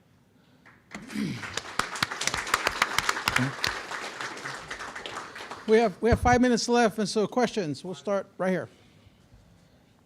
Go ahead. Got our mic. Thank you. My question's for you, Darren. My name's Ryan, and you said Clear Cloud offers cyber solutions, correct? Yep. Is one of those things penetration testing? Yeah, we're going to have a whole conversation about that this afternoon. Okay. Sorry, yeah, we're gonna talk about that this afternoon. I actually have an afternoon presentation over here in a couple hours, and we're gonna get into that in detail. Okay. My small business is a penetration testing firm, so okay. I don't want to take up too much of your time, but No, I want to see if I can connect with you after. We need to talk. After this. Yeah. Thank Okay. you. Perfect. Thank you. Mm-hmm. Thank you. Great. Question over here. Yeah. I just want to commend Darren. He's a classmate of mine. He may not recognize me. This is Lisa Foster. I graduated in hoop on 18 or 18 in Back in the 1900s. 85 back in the 1800s. And so since time memorial, we've known each other. But you played football. I played all other sports. But I know you. I just love what you're doing. I just wanted to edify you in front of everybody because it's great. Thank you very much. It's great. Thank you. She watched me getting pinned in wrestling too. I'm sure I was. Yeah. We have an online question. This question is for Ron. Is there a value to have an active board of directors as a sort of firewall? Oh, absolutely. You need, well, there's a couple of ways you can look at it. Having a board of directors allows you to kind of push the question from somebody down the path, right? And say, I blame my board. Absolutely, within a company, you need leadership within. I have 3 mentors in my life, key mentors in my life on the side. But within any organization, I would highly suggest that you have a board of directors to keep you aligned, keep you focused, and in the direction. For a guy like me, I'm like all over the place. So I got mentors that come in and say, hey, stay focused on what the mission is, to give and serve. And that will propel you forward. So. I have a question. You told us a little bit of story about financial institutions and who you met. Just a quick little snippet from last night. From last night? Mm-hmm. So the snowball effect. Oh, yeah. So Person. back in the day when I in my 20s, I had a small company and I sold that, grew that. And before I became part of the tribe, my tribe being recognized, I had the opportunity to work with and team up with Dave Ramsey. And if you don't know Dave Ramsey, he helps people get out of debt with biblical principles. And I was in my company driving a truck about 3 o'clock in the morning, and this guy gets on the public radio and he says, there's only one true way to financial peace. That's through the Prince of Peace, Christ Jesus. I'm like, who the heck says that on public radio? So I cold called him. I said, hey. And he's like, hey. He's like, he says, is this Dave? He's like, it is. And he says, who's this? And I said, oh, this is Ronnie. And I got to know him really well, and really the purpose of giving and serving, it really resonated with me and how to give back, right? He really challenged me in a lot of different ways. I was one of the first ones that brought his course to Wisconsin back in 20 years ago. And I've seen, it's a great course to check out. I've seen marriages come back together. The largest class I had was 70 people, but I've seen families sell everything but the kids, seriously, to get out of debt, and it changed their life. So manage your family, manage your business, manage your personal finances and your business finances as if it was the last day. So be careful how you grow your business. Now, ideas on how to grow your business, and when lending isn't there for you, think about different ideas on how to do it. Think outside the box. Maybe take on a private equity partner, right? To kind of help you grow and take it to that next level. And then define the relationships. Maybe it's only temporary. Those are things outside the box when you can't get traditional financing. You see what I'm saying?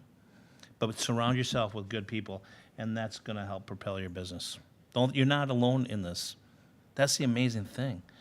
And as tribal leaders, we have so much opportunity out there, you guys. So much opportunity, and team up with Darren, myself, others in the room, and utilize this as good resources to help you. So We got one more right here. One more question. Go ahead. Right, this would be the last one. My name is Rahul. This question is for Ron.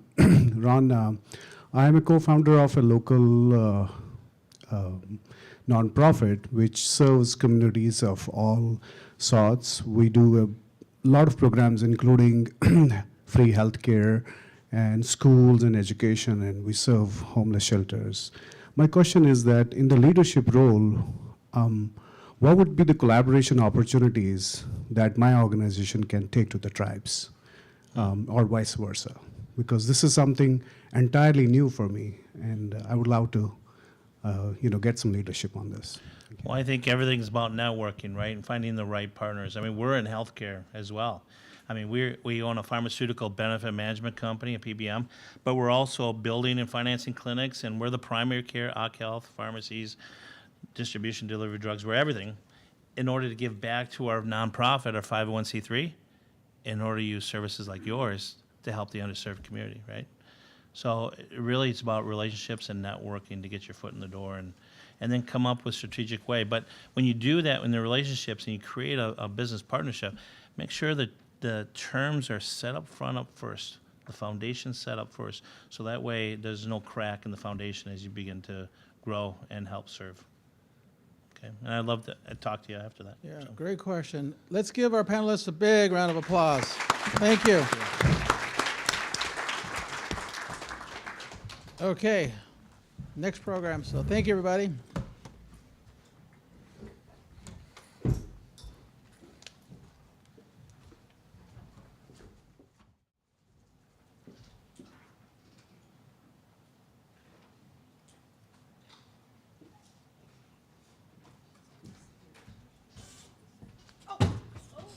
Sorry. No, it was up here. Who's Michelle and Tony? Okay, thank you.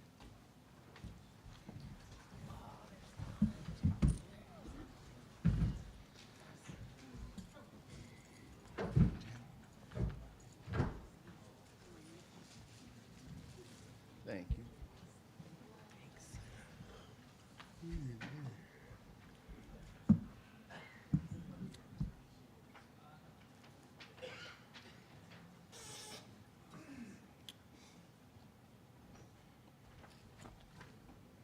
Oh, that's. Good afternoon, everybody. My name is Erin Abrahamson, and I'm the Chief of Staff with the National Center. And I get to introduce our next panel, Unlocking Government Procurement Opportunities for Native-Owned Businesses. And we have Michelle Ramey, Apex Manager with the Northwest Native Chamber. Read that backwards. And Tony Sierra, Procurement Counselor with the Northwest Native Apex Accelerator. So I'll turn it over to them. Thank you. The little clicker is right there. There you go. Oh, the clicker for the slides.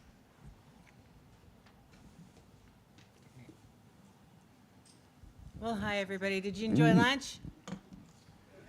Yeah? It's pretty good, huh? So nice to come to an event and you get fed. Refurbished. All right, well, I'm Michelle, like she said, and this is Tony. I'd like to just see a real quick wave of hands here. Who is a Native entrepreneur in the room? Yay. And who has heard of Apex Accelerators? No way. Really? Everybody, huh? Well, why am I here? No, no, that's great news. And just a real quick plug for our program. If anybody's interested in sending a letter to Congress on our behalf, come see me, please. Yeah, her job's on the line. So, okay, so.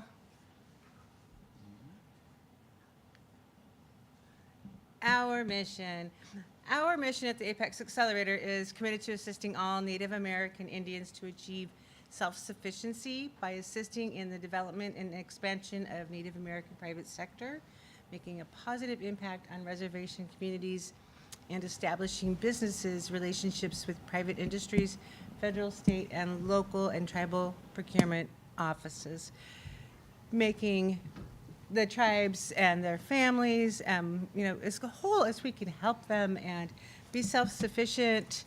I like to say recession-proof. Oh, I'm sorry, I'm going the wrong way, aren't I? Yeah, so a little history real quick. We'll go through this super fast. The Northwest Apex Accelerator is funded in part through a cooperative agreement through the Department of Defense. Our host organization, who supplements the rest of our budget, is the Northwest Native Chamber. Who's here from the chamber? Jen and James. Yeah, two. I'm gonna talk about actually Jen here in a minute. So get ready. You're gonna get put on the spot. Again, our mission is to promote economic growth and employment opportunities. And there are 96 accelerators in the country, and 6 are Native.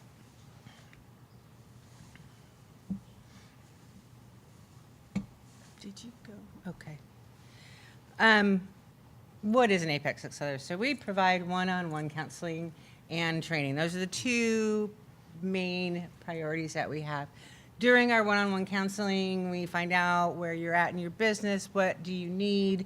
We kind of help build a roadmap, and we assign you homework. I mean, you got to have some skin in the game, right? You got to own it to be successful. And so, we'll go through and we'll tell you what you need to do and how to do that. But then you've got to go out and create the capability statement, bring it back. We review it. We take a peek at it and offer up like some kind words like, nobody wants to read a 4-page capability statement. So let's cut out some stuff.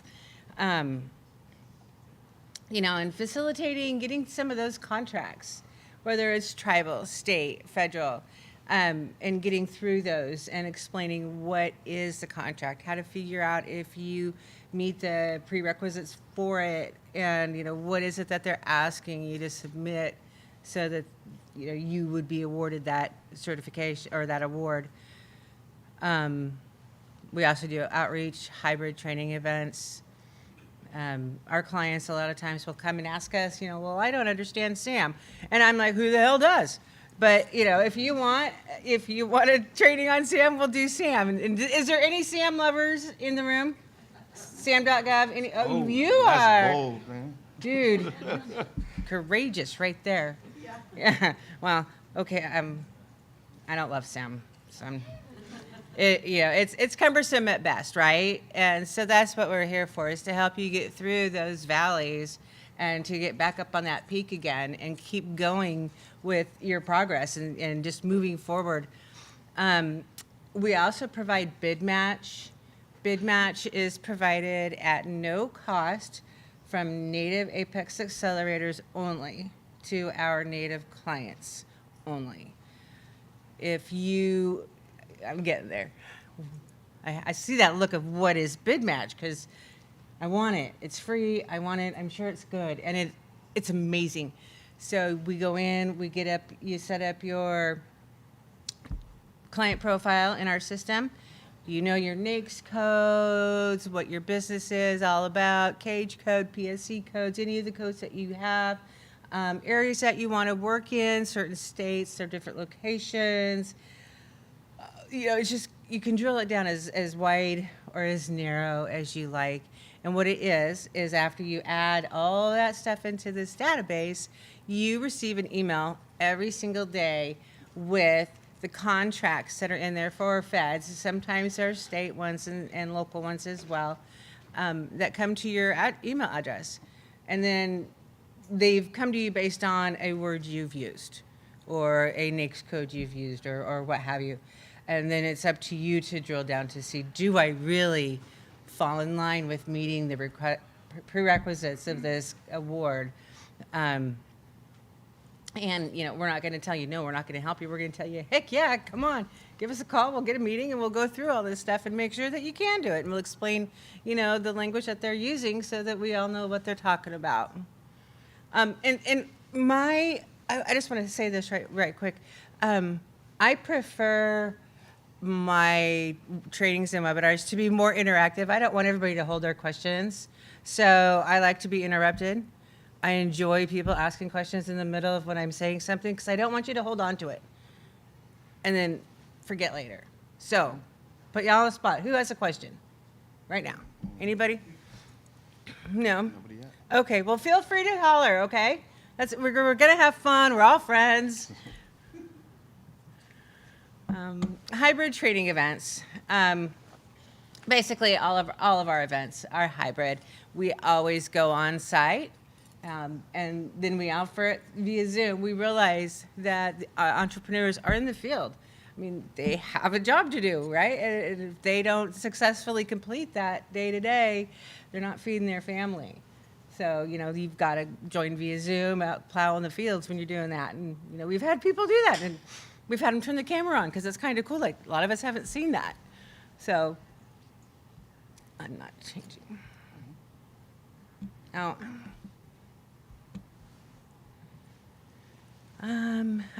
Topics. We go over really exciting things like intro to government contracting, meeting the agencies who buys what you sell, Who's registered to attend Alliance Northwest pretty soon here? You guys know You what don't Alliance count Northwest because you like Sam. Sorry. Does everybody know what Alliance Northwest is? You definitely should. Very valuable. Oh, good. You don't want to tell them what Alliance Northwest Oh, is? good thing. Yeah. Talk We're about it. arguing who gets to share this Go ahead. information. You're up. So I get to. So Alliance Northwest it's not our event, so I can't speak really well to it, but it is a great event. It's held in Tacoma in the spring every year in March, and it's a meet the agencies. So you go, you bring your capability statement, and you go meet all the different agencies, and they have 300-400 agencies there at a booth ready to talk to people one-on-one. So you name the agencies and they'll probably be there. There's also a lot of like insurance companies, CDFIs, banks. What am I missing? There'll be primes there too as well. Oh yeah, and there'll be primes as well. So before you go, make sure you're registered with your Apex Accelerator. If you don't have one, I'll be it. And make sure we get that capability statement ready to go. Yes, and I just want to say something here. Yeah. Yeah, and for me, these in-person events can be so powerful. I've seen people find work or find opportunities in person. I mean, bring your CAPE statement, be prepared. We've had little trainings where we brought prime contractors in, and people have gotten work from them in person with 5 people in the room. So yeah, these are super valuable. If you got the time and got the money and can travel, I know not everybody can, but make sure you try to get to some of these things. Can you describe a good capability statement? Oh, wow. Yes, I can. So there are certain things that every capability statement has on it. At the top, I'm just trying to see if I have one I could show you. Oh, mine's not connected. But on the capability statement, you're going to want to put in there a little bit about your business at the top. You're going to have one page. I'm pretty strict on that. So the About Us part describes your business overall. Gives a real high level, succinct. Because it's only one page, you do want to keep it to basically keywords, shorter, smaller sentences, phrases. Because right now, a lot of these agencies are using AI. And I'm going to make up a part, can we be friends again and I'll ask you a question? Okay. All right. Do you guys use AI when you look at the capability statements? When you put them into the system? No, I personally don't use AI when evaluating capability statements. I've written capability statements, but I sparingly use AI for that purpose. Yeah, well, we're not supposed to, but yeah. But there are some agencies, though, that are out there that do use AI, a lot of the federal ones. So, one of the things we've learned recently is don't be so verbose. Cut your sentences down, make them really bulleted points. Then you have your company overview, and that will add in, you'll have past performance on your capability statement. You want to make sure that your past performance is married to your company overview, so that if you talk about working with, certain agencies or tribes in your company overview, you want to make darn sure that those are the ones listed in your past performance. And NAICS code? I'm getting there. Yes, Okay, there's perfect. a lot more on there. Yes. So you do want to add certifications on them, whatever you have, if you don't have, and what you're working towards, and then also your NAICS codes. Now, does everybody got a pen? I'm going to give you a little helpful hint here. It's going to be very useful moving forward for you. You ready? And this is free, by the way. Free advice. So you take it down, you go to Google, and whatever your primary NAICS code is, and then type in capability statement. That's going to give you your competitor's capability statement to see what you're up against and what are they doing and how are they, working forward, and what have they got? What work have they done? What does it look like? And that's oftentimes also very helpful for our small businesses because you're like, oh gosh, yeah, I forgot that. Or that, you find a NAICS code, another NAICS code that might be useful for you to put on your CAPE statement. So, I like that little trick. I'm not a cheater. I just like to get through things really quick. Procurement terms and acronyms. We all talk in acronyms. I try to stay away from it as much as possible, except for a few. But these are the things that you're going to hear about when you're going out and trying to get a contract and applying for a contract and looking at them and, pre-solicitation, source aside. You talk to the CO and which is the contracting officer, and they're going to be throwing a lot of this stuff out you. So it's all just jargon, and we just did that. Yeah. Yeah. I skipped it. Yep. All right. Okay. Ownership, control, and management. I know this is too much for a slide, but I really wanted to share some information. It's really important when you're going out after a specific certification that the business owner, has the ownership, control, and management of the business. We've had clients come in where they've put their wife on, and she's 51% owner. She's Native. She's a woman. And so they come in thinking, we're going to get these great certifications. But she has a job working in payroll at the casino. She doesn't know how to go out and do whatever this job is. So that she doesn't have control. She doesn't have the management. She's not able to go out and show how this work is done. So you want to be sure that, whoever is listed as the owner really, truly has the ownership at 51%, knows how to do the work, can show somebody, if the state came out and asked, questions about it before you get a certification, that you can show them how all of that is done. And then management is just actively managing the business and having the technical expertise and the administrative knowledge as well. Questions? I'm not used to this. You guys, I'm used to a lot of questions when I have these, but nobody. It's after lunch. Well, I had that cookie and it gave me a I have a little question sip. about registering in SAM and what happens with the DSBS. What is that? Oh, that's a good question. So DSBS is the Dynamic Search Business something, and do you know what it is?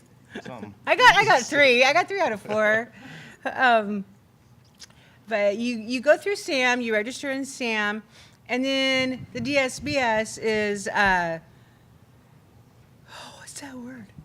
It houses. So I have all these thoughts that I want to say, and they're not coming out at a time here. You put in a little ditty about what your business does and what you do. And if you don't do that, it's going to be blank because SAM information, DSBS pulls that into its database. So you can look and see. And the did you want to know how to use the DSBS? I know you know, but you're helping me out by asking questions. So sometimes procurement officers will go and use DSBS to find you. So it's really important for you to update that at least once a month, change your word, add a word, and then that puts you at the top of the list because there are thousands of people that have your NAICS code. And when you do that, when you update it at least once a month, I say once a month, but then it'll put you at the top because if they decide that they're just going to look for 6 businesses with the same NAICS code, they may just go to the first ones that they see at the top of the list. And if you're updating that, then you'll always be at the top of the list and not down at the bottom with the thousands of others. Right, because it's never in alphabetical order, by the way. It's random. And that's real quick. That's how I found you guys. So if you guys are wondering how did she randomly find my email and reach out to me about this Native Edge Institute, that's how I utilize DSBS. But we have a real quick question right here. Okay. Hey, again, I'm Deo, Rising Suns Media. So I've heard about Apex Accelerators, and we are members of the Northwest Chamber, but I don't know exactly what kind of things are being bought by government agencies, or what kind of services we provide that might be Can you hang on a purchased couple by minutes because we're going to get there. Yeah, that's what I was going to ask is what are typical things that would be purchased by government agencies through this type of contracting. This is why I've never really gone into. I've never really took a deep dive on how to get involved in this stuff because I don't know what we do that we could offer to the government. Well, what are things that the government does not buy? Anybody know what that might be? There's only one thing the government does not buy. It's nothing. The answer is nothing. That is the only thing they don't buy. So yeah, they buy everything. So if I had a contract with the Oregon State University, I live in Southern Oregon, and we had to get them a tiger for one of their class projects. So that was like the craziest thing I've ever helped somebody on a contract. So I like to use that. Like at the dams, I don't want to bring the party down, but this is really cool. At the dams, do you know how they keep all the seagulls and birds from nesting on the dams? Not a trick question. Hawks. Yeah, just use your imagination. It's really sad. But yeah, but we got to meet the hawks one day, so that was pretty cool, and hold them and see them. So it's whatever you can think of. You know, even, you know, we have a lot of consultants, and a lot of construction and plumbers and electricians. So I figured there's a lot of like goods and like products and things like that. We do digital media. Yeah. Yeah. Yeah, there's. Oh, yeah, and digital media, I mean, like the Navy just put out one I was looking at for social media. I mean, they need everything you can think of, the government's going to be buying. No, I was just giving an example of, like, you know what I mean? Someone was like, is this something we do? Like, yeah, absolutely. You can find stuff to do social media, digital media. I guess my question is there a place that I can just kind of see what are some eligible things that the government is interested in purchasing? Because Yeah. I mean, you can go on SAM. I mean, obviously the federal one, but they're all over the place, and that's what that bid match was also for. You know, as far as like getting your NICS codes and getting you the proper stuff sent to you, and then also if you meet with your Apex counselors, you know, we can kind of talk about that, getting to the proper place. I'm gonna die. Get a coffee? Drink some water.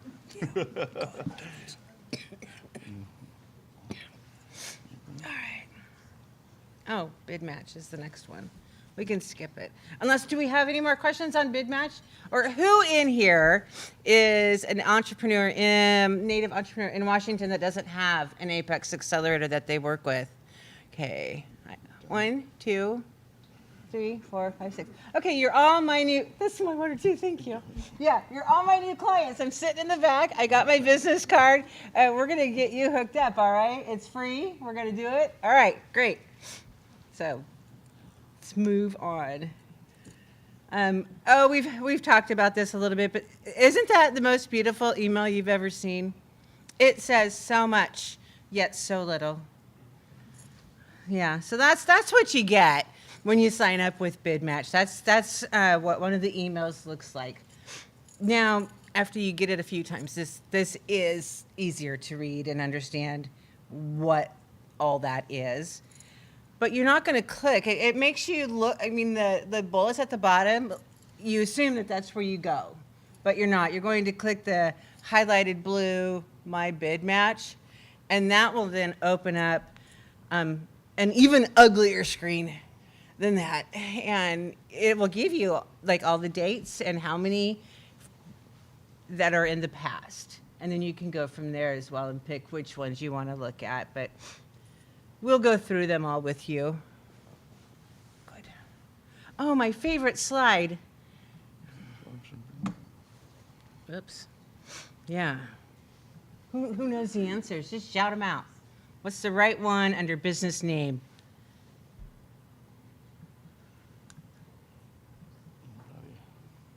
It's up to you, Michelle. Yeah, I guess I'll give you a hint that first one, yes, yes. As much as I love number 3, number 1 is right. Yeah, right.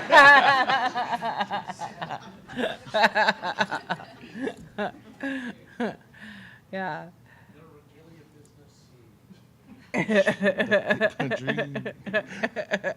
Yeah, you know, we're just for fun, and because I try to keep everybody engaged. I know these things can kind of drag on, but you want to make sure that you're professional with what you're out there, you know, in front of people with, and you know, so just for fun. There are federal certifications. The SBA, as you all know, probably is the certifying body for them.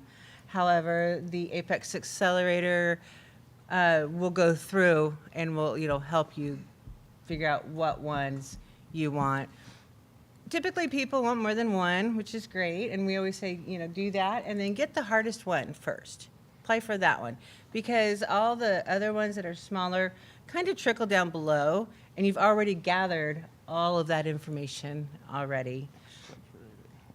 Huh? Except for 8A. Oh, yes, except for 8A. I forget that one. So an 8A is once in a lifetime per person. You get 8A on a construction company, you run the 9 years, you decide you're going to go open some other business now, some flooring business, and you go to apply for 8A and you can't get it. You wonder why. Well, it's per person, not per business that you own. It is 8A is once in a lifetime per individual. Yeah. Hub zone. Does anybody? Yeah. A question. Can you explain a little bit more on the hub zone? Yes, I love the hub zones. So the hub zones are. Do you know if you are a hub zone or not? Yes. You do. Okay. So you go to hub zone. Google it, it'll come up. You put in your address, it'll tell you whether you're a hub zone or not. If you have 35% of your employees also living in a hub zone area, you're eligible to apply for the hub zone certification. Hub zone is a historically underutilized business zone. And so tribal lands are always hub zones. Who wants to know if they're in a hub zone? I'll look you up. Nobody? Y'all are hardcore. Wow. All right. Well, I'm almost done. Lucky for you. I got a few more to go, though. So this is really, you know, what we like to have our clients ready to go, have some things before they get out there and start running around and collecting all those contracts. Because once you start getting those contracts, you're going to have a world of amount of work to track that, make sure you're spending it appropriately and not buying things that are not approved on the contract, and just making sure that you're getting through all those financial steps and all the steps. And, you know, then there's reporting. Who doesn't love reporting? So, next one, please.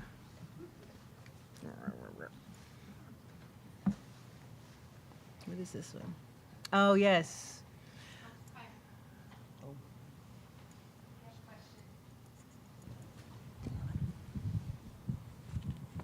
Got another question. I wish I had my candy. Usually when people ask a question, I throw a little piece of candy at them because I'm happy that they ask me a question. I'm Joshua Malcolm. I'm the CEO of Tulalip Tribal Federal Corporation. Started a couple of days ago. So if we could get you to tell us, I assume you have a general idea of how the procurement officials here in Washington State are utilizing the authority they currently have. So in particular, do you have an idea whether they're actually utilizing the Hub Zone direct award authority they have to make direct awards to companies that go through the process of achieving the Hub Zone certification? Well, the direct awards are only 10,000, so I don't think that the tribe would be applying for something with that low of a threshold. And I also don't know 100%.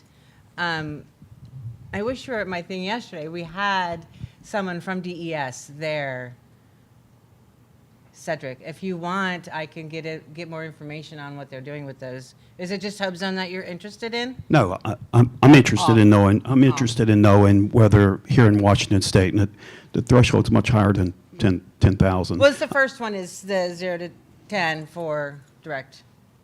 Well, they can award a direct HubZone up to $4.5 million.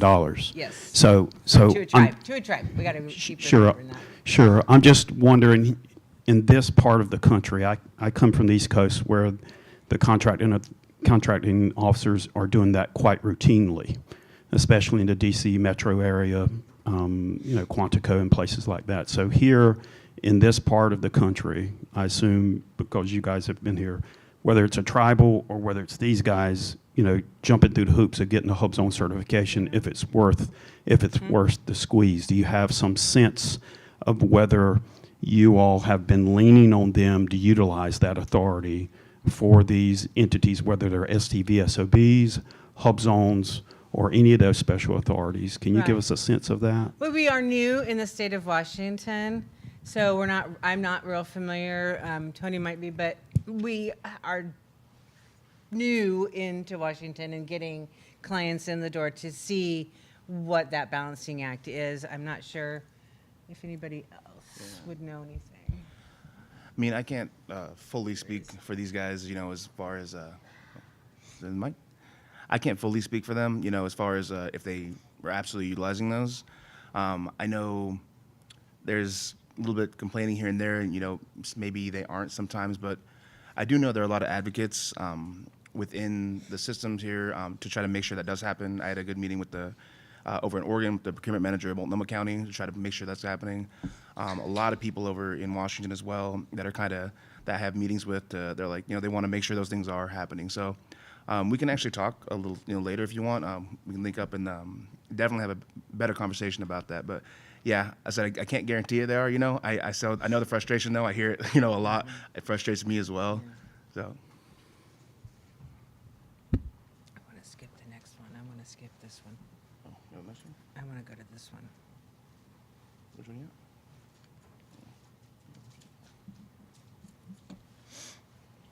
Okay.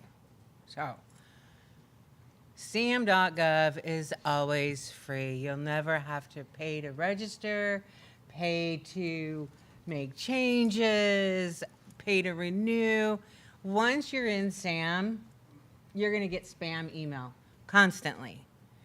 And then you're going to get spam email. Like we got one from a client got one today, and it looks real. It says sam.gov, but when you click the little hyperlink, because sam.gov is the right web address, but when you click their little hyperlink, it took you to some spammy site that looked just like SAM, but if you didn't read the URL right. So when in doubt, call us, get a hold of Sam or log into your account yourself and see if there really is something in need there. But you'll never, ever, ever pay for SAM. So, how much is SAM altogether? Free. Thank you. All right. Where's selling to the state? I'm going to skip Oregon and Idaho unless there's people in here that want to know this information. But in Washington State, if you are going to be selling your goods or services, you will need to be registered in the first one, at least. And then the second one is always good to do. And the third one is for construction and public works. So you want to get there. Yeah.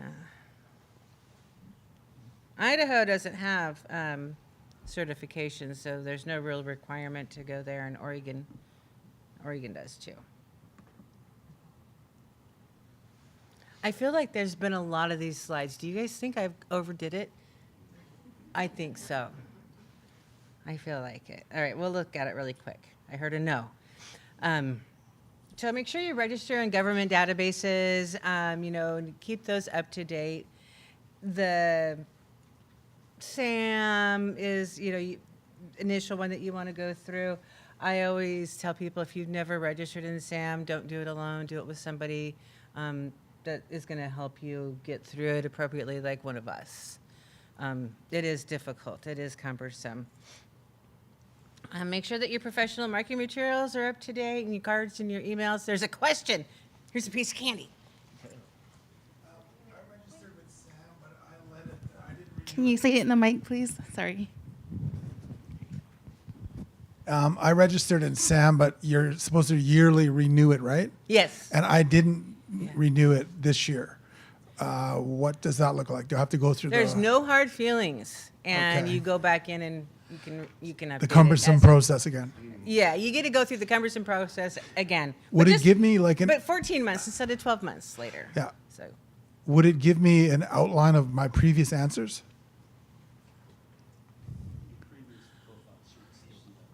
So can I Did they just change submit that? They It should, but they have made a lot of changes to the website recently. they've made a lot of changes to the website recently. I think that was one of them that was left in though. Yeah. For the online audience, because they can't hear, then they start, pulling that down. Oh. Yeah. If Kai doesn't get over there, I'll just run this. Does that make sense? Yeah, so the previous profile is still up, but it's just not activated. Right. And yeah. now I can use that as to get through the cumbersome process. Correct. Yeah, just log back in. And I do want to say, someone like you are the what you were talking about earlier with the scam stuff. You are like the perfect person for them to try to get a hold of. You're like, hey, we want to help getting back in. That's going to be hard I've and got so arduous. many of those. Yes, please, please, please don't ever pay anyone. We had multiple clients contact us. So that's why we bring it up on that slide and say, hey, is this real? Is this you guys? Do I got to pay the $800 or whatever it is? Please Yeah. don't. We had a client pay $5,000. Yeah. I was just gonna say, if your profile, if you go in and restore your registration within 12 months, I believe your profile will still be up. So usually they send out a reminder saying it's time to renew. Yeah. And if you do it within that assigned time frame, essentially you're just going through and checking off the boxes again just to confirm that nothing has changed. But I always take that opportunity to update the profile to make sure it's current to the descriptions of the services that we're doing, and also put in any new codes that may have changed, because that definitely helps with your profile. Mm-hmm. Thank you. That's exactly right. Was there another question somewhere? No? Okay. I thought I was going to hit 3. All right. Anyway, we'll go back. So, make sure all your resources and everything are current, up to date, engaging, that has a professional email, that you have an online presence. So if someone goes to your website, they can also find your capability statement on your website. It's always really good. People are like, well, I don't want to put it there. I'm like, well, whose did you read before you made yours? Because I gave you that little trick, So just put yours out there, because you never know when those COs are going to go search for somebody specific and run across your page. So make sure that's all there. Yeah. One of the things that's going to point out to people who may or may not know, when you go into DSBS in the capabilities box, Yep. you can mark whether you're an expert, whether yes, you want to be, or either, and you can also add an export profile in there as well. So again, the companies here might want to avail themselves to that and update their DSBS if they are exporting or want to export, because again, we do look at it, and banks look at it as well. So. Okay, all right, thank you. So, on DSBS, I don't have the internet here to connect to for you, but when you go into DSBS, there's a little part that says capabilities narrative, I think is what it says. Most people leave that blank. That information is pulled over from SAM, from your business description, so make sure that that's there. It's really not easy to go back and add that. So you want to go through step by step and make sure. And when Sam does ask you, do you want to make your profile public? Please say yes. Always yes. How are the COs, the direct sellers, and everybody going to get a hold of you and see you if you don't have a public facing SAM registration? So does that make sense? Like, just, we don't want to give away everything, and they're not going to give away your phone and address and all that good stuff. I had a question. Are some of the CEOs and the government procurement people, the numbers that they call from or when they try to contact you and stuff, do they come up as government services and stuff, or will they just be random Well, numbers? those that are in Washington, D.C. will always come up with the 202 area code. And like when I get calls from the DOD, before I save their phone numbers, it just sometimes said spam call, but it wasn't. I have 3 minutes. Holy moly, where'd the time go? Who else has got a question? We'll skip these. Right up here. How you doing? I have a quick it on question. the Because last we're slide. talking about spam and us being conscious of spamming and through email, when I got those emails for RFP from, it looks like it's already a spam from the beginning, right? The way it's Yeah. laid out, it looks like I almost deleted quite a few of them. Now, the question is, will that be changing?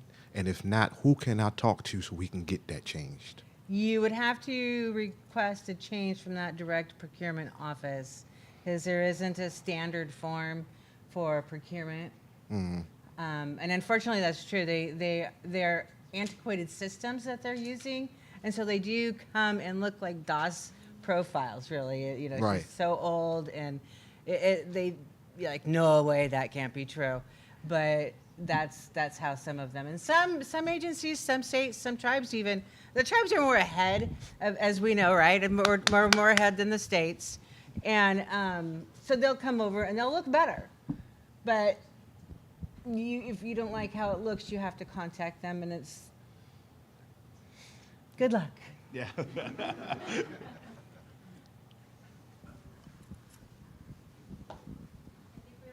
What time is it? Is there another question up front? Did you have one? No? Right there. Here. Back to the 8A thing, you get one ever. What makes that so much more advantageous than those other ones? Well, in 8A, so you're going to spend quite a bit of time before you go get the 8A. Then you're going to get the 8A. It's 9 years. The first 4 are basically teaching you how to do all that, because you're going to have mentors. They're going to work with you. You're going to be getting contracts because you are 8A. And so you're not having to hunt them. I mean, contracts, I don't know if any of you have ever had this happen, but contracts don't fall out of the air. They don't, fall in your lap. We have to research. In 8A, it's easier to find those and get those, especially when you have this mentor. And then the last 5 years is weaning you off the program. So you're going to be, going out and having to do a lot more of the work and the research yourself. So when that 9th year comes, you are no longer dependent on the program. But it's more lucrative, and it helps businesses grow a little faster. And that's why you want to have a great deal of past performance before you dive into that.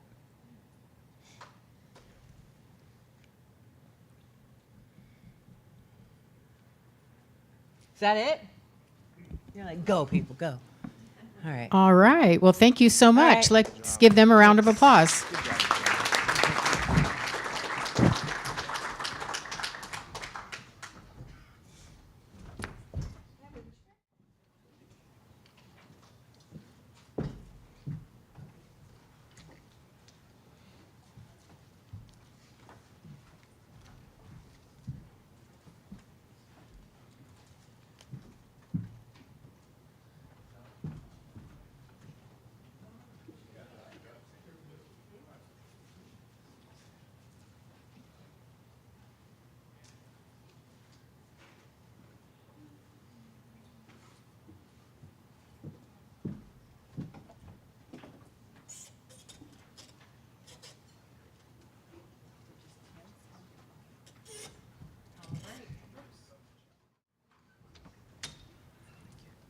All right, thank you so much. Whoops, what is the deal here?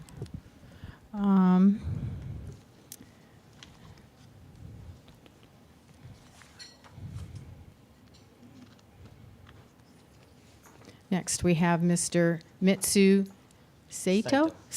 Okay, I was a little close. Regional Director, Export-Import Bank of the United States, and he is going to be going over financial strategies for international business success.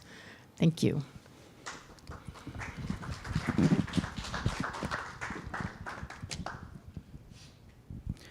Thank you for the introduction. My name is Mitsu Saito. I'm with the Export-Import Bank of the United States. We like to call ourselves XM or XM Bank.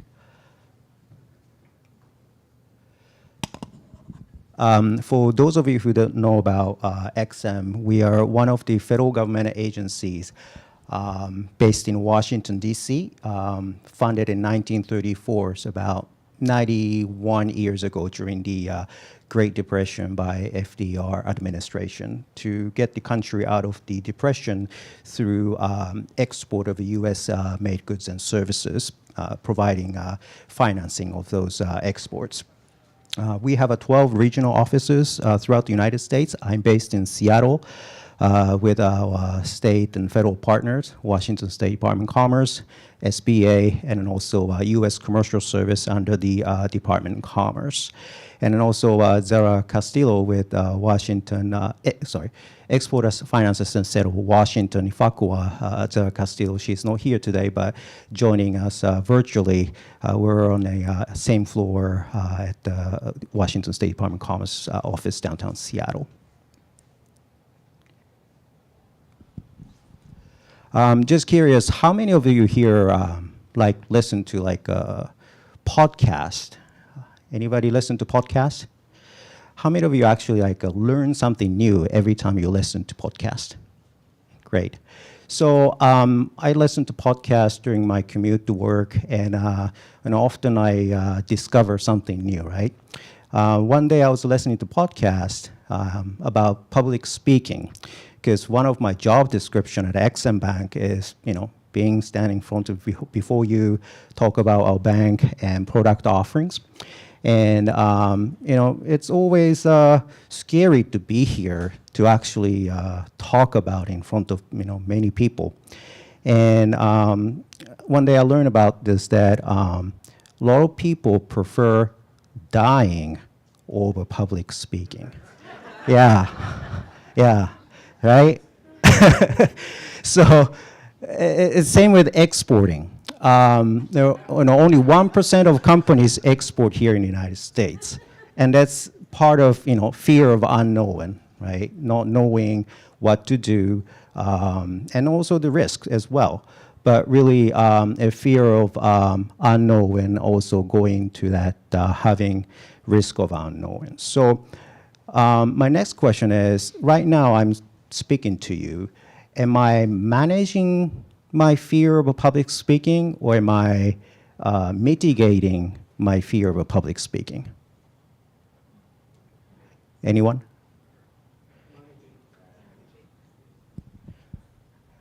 Oh, do I have a problem? Sorry, no, you keep going. Is it okay? Oh, all right. Yes, managing, right? Yeah, managing my fear of public speaking.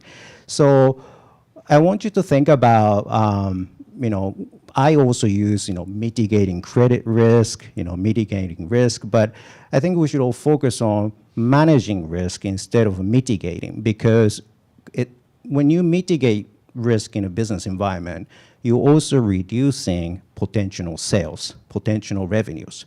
But when you manage your risk, you can still continue to gain additional sales and additional revenues. So going into export, I want you to start also thinking about that as well. So these are some of the challenges a lot of exporters share with us. You need money to start exporting. Will I ever get paid by foreign buyers? My foreign customers need financing. But these are also, similar day-to-day business challenges that, we all face. But, in an international environment, it's slightly different. But there are resources available through XM or partners at SBA, Washington State Department of Commerce, regional resources out there to help you manage these challenges and risks. So at XM, our name is Export-Import Bank of the United States. We have the word import and bank. We're actually not a commercial bank. As mentioned earlier, we're one of the US government agencies. And our focus is really on exporting of US goods and services. So we don't have programs for import. And so these are our finance programs that we have at XM. It's divided into like two major categories: short-term financing and medium and long-term financing. And through offering insurance, we call it export credit insurance, but think of like more of a invoice insurance to protect you from buyer non-payment. We also provide loan guarantees, either working capital or medium to long-term financing to finance your customers overseas. So very similar to SBA in that regards, but slightly different missions that we serve. So here you see short-term and medium-term and long-term. So anything less than 1 year, we call it short-term. And somewhere between 1 and 7 years, we call it medium-term. And in anything 7 years and longer, up to 22 years, we call it long-term. I'm with Office of Small Business, so my focus is really short-term and medium-term financing, but more primarily on a short-term side. And my colleagues in Washington, D.C., they more focus on medium to long-term financing. So purchase of an aircraft, we have a Boeing here in Washington State, and then also large project financing deals for renewable energies and so on. So today, I'm going to touch base on really short-term and a little bit of a medium-term financing to go over how our solution can be beneficial to U.S. exporters here in Washington State. As mentioned earlier, these are the 4 main solutions that we provide to U.S. exporters. Our most heavily utilized program is export credit insurance. As mentioned earlier, this is more like sleep insurance on your invoice, right? If you offer open credit terms, net 30, 60, 90 days to your customers overseas, you probably feel a little bit concerned if they're able to pay you on time. You can put the insurance on that, government-backed insurance on that, to mitigate, manage your risk of potential non-payment. We also have a working capital loan guarantee program. This program is very similar to SBA's export working capital loan program. We act as a guarantor to commercial lenders so they feel comfortable lending money to you. And we also have another loan guarantee program to help your customer overseas finance your U.S.-made capital equipment. And very occasionally we make direct loans, but that's really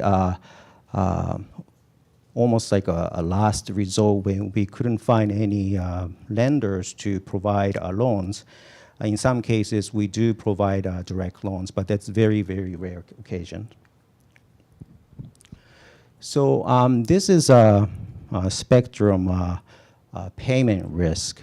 We look at this from a seller point of view, exporter, and then buyer perspective from importer overseas. And typically, when you sell something, you will probably secure your payment right away, right? But when you're on a buyer's side, you probably want to extend that payment as long as you can, right? So there's an inverse relationship between buyer and seller. And in between, there's a bank product, letters of credit, and documentary collection. These are kind of like a escrow, right? Not quite the same, but something similar to that regards.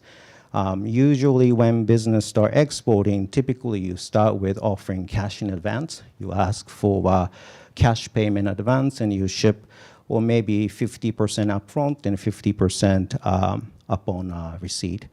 But eventually, in order for you to increase your sales, export sales, you probably want to consider offering open credit terms.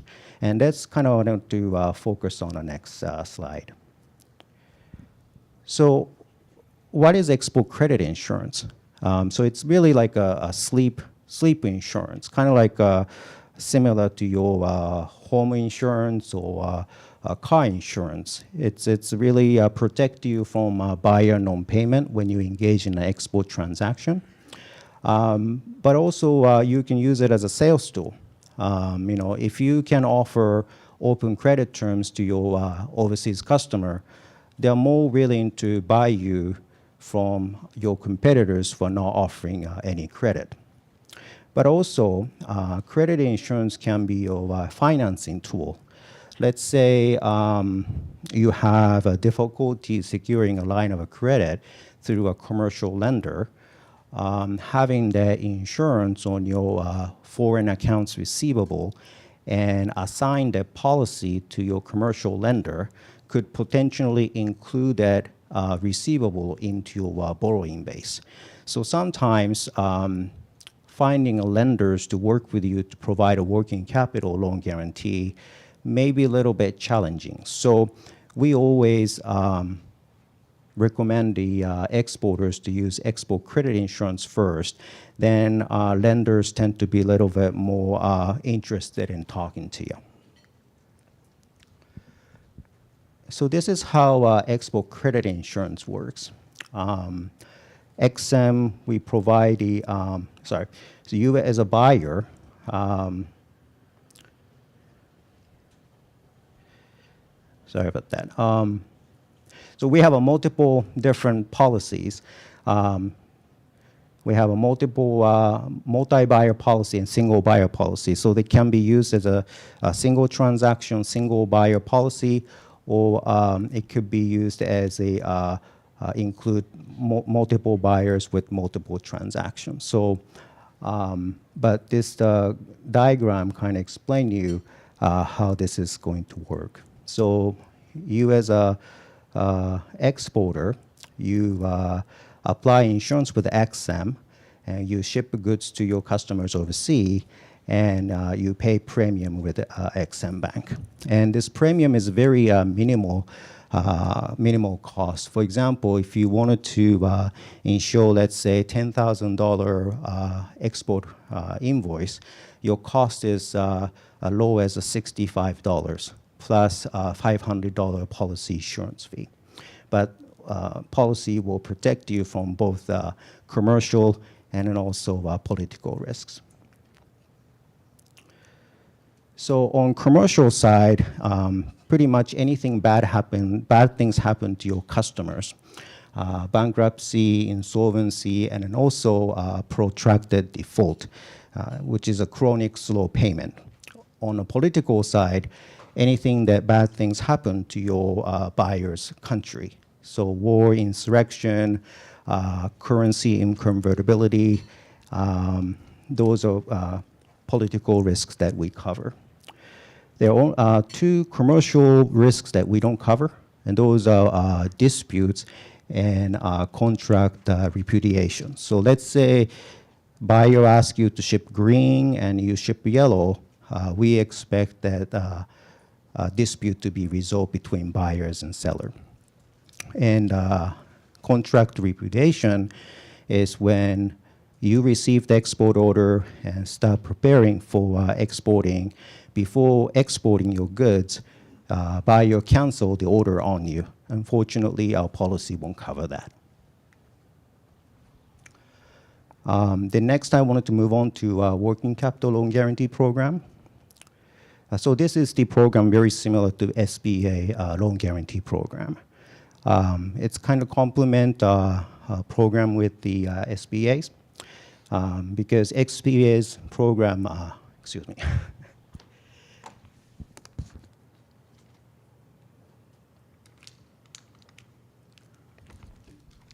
Phase out at the $5 million. We don't have minimum or maximum that we can finance through the lenders. Another difference is that we have a content requirement, U.S. content requirement, which I'm going to go over in a minute. But SBAs can cover both export, import, and no content requirement. This chart kind of shows you a benefit of having a government guarantee through SBA or XM. Chart shows $2 million of export-related collaterals, including raw materials, work in process, finished goods, open accounts receivable, and letters of credit. If you don't have a government backed guarantee, you can only advance up to $760, so less than even $1 million. But having either SBA or XM government guarantee, it could potentially advance up to close to $1.7 million. So that's kind of give you an idea of a benefit of having a government loan guarantee. We also have a medium-term financing to help you help finance your customers directly. Let's say if you have a U.S.-made capital equipment, we can finance your customers in event your customer couldn't find favorable credit terms through a local financing institution. So in this case, your customer will work directly with financial institution, apply a loan with them. XM will provide a loan guarantee to your buyer's financial institution. And when you ship your goods to your customers overseas, their bank will pay an XM or guarantee if your customer failed to pay their financial institution. These are the eligibility criteria. The takeaway is we look for a reasonable assurance of repayment, meaning that we don't want our loans and insurance product to go default. So we look for business to be at least 1 year revenue operating phase with a net profit. So startup, we might be able to support if the management team have a combined experience in the same line of business. Earlier in the panel discussion, there's SAM.gov mentioned. That's another requirement with XM Bank. For us, we really need that number. So in event you file a claim with the XM with the insurance policy, we can make a claim payment to you. So the takeaway is really this 4 C's of XM. Must be open in a country. We're open in about 180 countries, legally closed in about 34 countries. And sometimes we might be able to support through a third country if we are not open in a business. So you can still ship your goods to, let's say, Venezuela, but your customer in Venezuela have entity in a different country that XM is open for business. You can still invoice to that third country while shipping goods to a country that we're not fully open for business. Briefly mentioned on our content requirement earlier, because of our mission is to support American jobs through exporting of USA-made goods and services, we look for goods and services that has 51% of more of US content.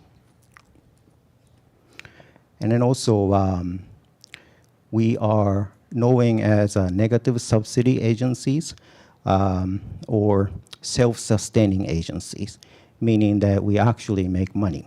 So we look for credit worthiness. On the insurance side, typically underwriting burden lies on your customer side, providing credit reference, financial statement, those documents. And then loan guarantee, that burden lies on the exporter side. So we look at the, make sure that reasonable assurance repayment will be met.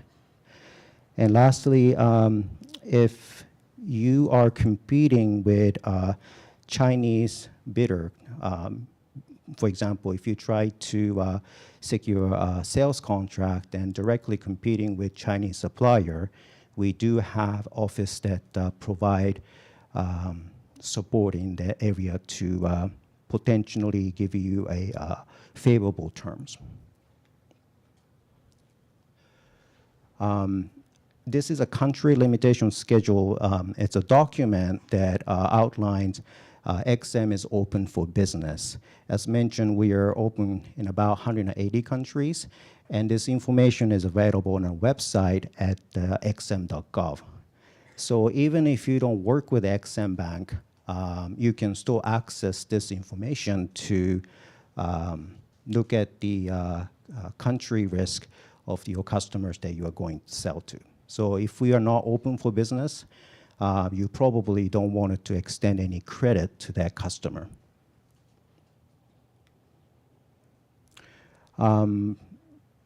We work very close with our federal partners, SBA and also U.S. Commercial Service. I think earlier, U.S. Commercial Service mentioned a couple of times along with SBA. So if we have a no wrong door policy. So if you need help with the getting to the right contact, I'm happy to help you with that as well.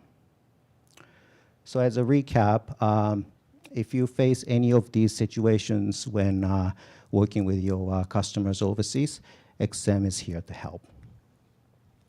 Here's my contact, and I appreciate your attention. And I'll take if you have any questions. Thank you. Do we have questions?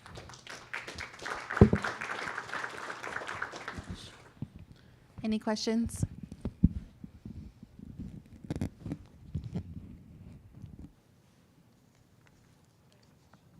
Okay, hold on.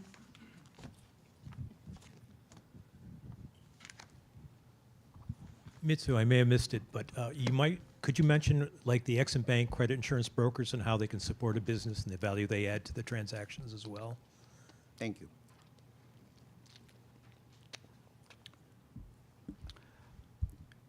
Can you hear me? Yep. So we work with a variety of credit insurance brokers, just like different insurance policies. You have a broker to help you with the application process. Same with XM Bank. Brokers will help you with how to properly submit the application with the XM and throughout the policy management, and also help you with quotation process. So it's not a requirement, but we highly recommend exporters work with brokers that we work with. And no cost to you. XM will pay brokers a fee, so there's no cost to you, and really knowledgeable with both the government-backed credit insurance and then also private sector insurance as well. And private sectors typically also support domestic transactions, so that could be very beneficial.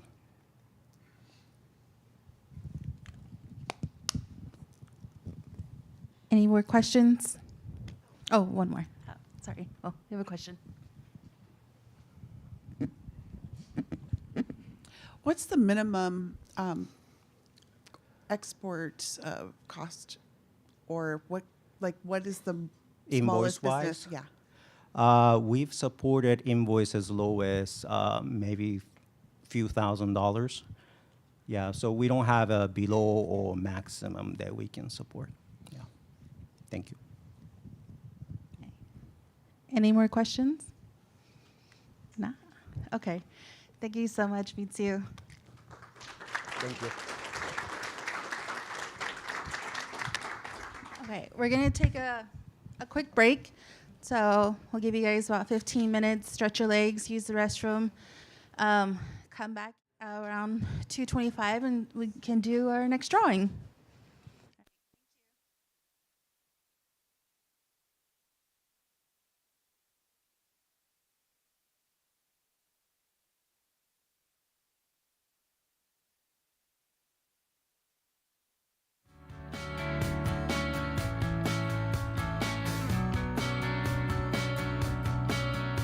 Hey everybody, welcome to the Native Edge podcast. I'm Chris James. I'm here with my coworker and talented coworker, I should say, Yvette Fielder. Yvette Fielder. Hi, everybody. So welcome to the Native Edge podcast. Native Edge podcast. Series number 1. Episode 1. That's pretty amazing. Yeah. What are we doing here? Let's talk about this podcast. What are some of your expectations on the podcast? Well, I think people, they really like to engage with, what's happening, what's in the now, what's happening, what's going on, especially in our line of work across Indian country and even into Canada now. A lot of importing, exporting, ideas coming in and out both ways.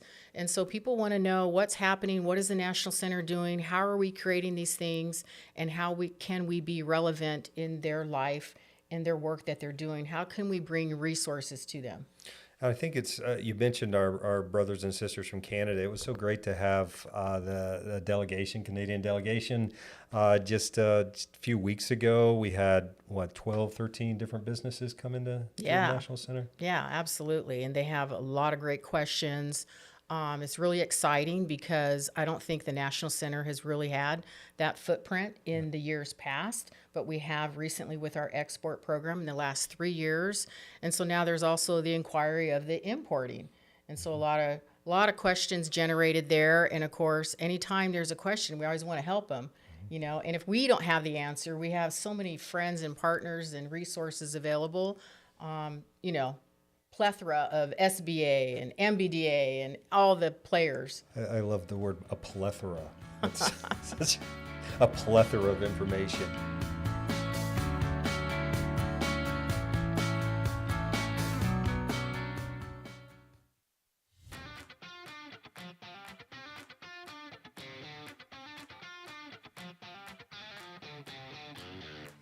Our mission is to serve the people by honoring Native cultures. It was awesome. It's a great networking place to find contracts and work if that's what you're looking for and to offer services. I'm happy to be part of this today and learn from everybody that's speaking. I honestly believe networking is such a key part of succeeding in government contracting, working with people, getting your name out there. Sometimes the information on a government website, it's complicated. It shouldn't be complicated. You should be like, click, click, click, click, click, or like you find the right person. So to know that we have resources to help us with that, that's huge for us.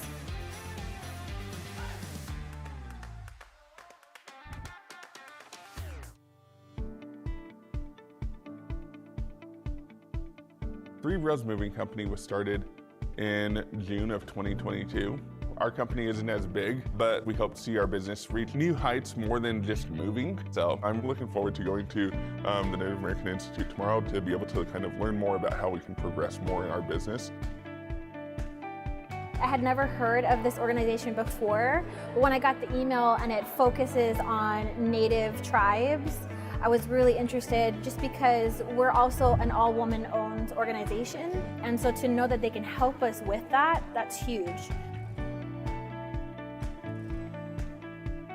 If you're a startup company, first thing you got to do is come to conferences like this. You have to have a goal for yourself. I'm going to make 10 contacts today. I'm going to make one contact that's going to be a potential partner. I think events like this today were excellent in terms of providing a level of speakers and providing a level of opportunities for people to learn different ways that they can start and grow their businesses. The goal of all of this is to ignite that employee spark. There's just what I would consider immense opportunity to assist with business development with all those tribal members and all those tribal nations that says, I love working here but I love this and I think I can do this for our people. I think I can do this for our nation. It's time for me to go.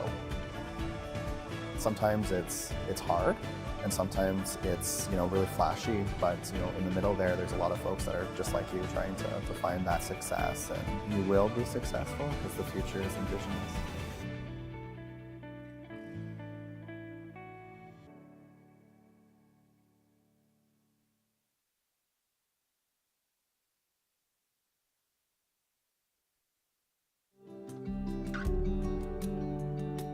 All these leaders have different experiences, but they all share the same values when it comes to community. I'm here today to learn about the different industries that made successful at it.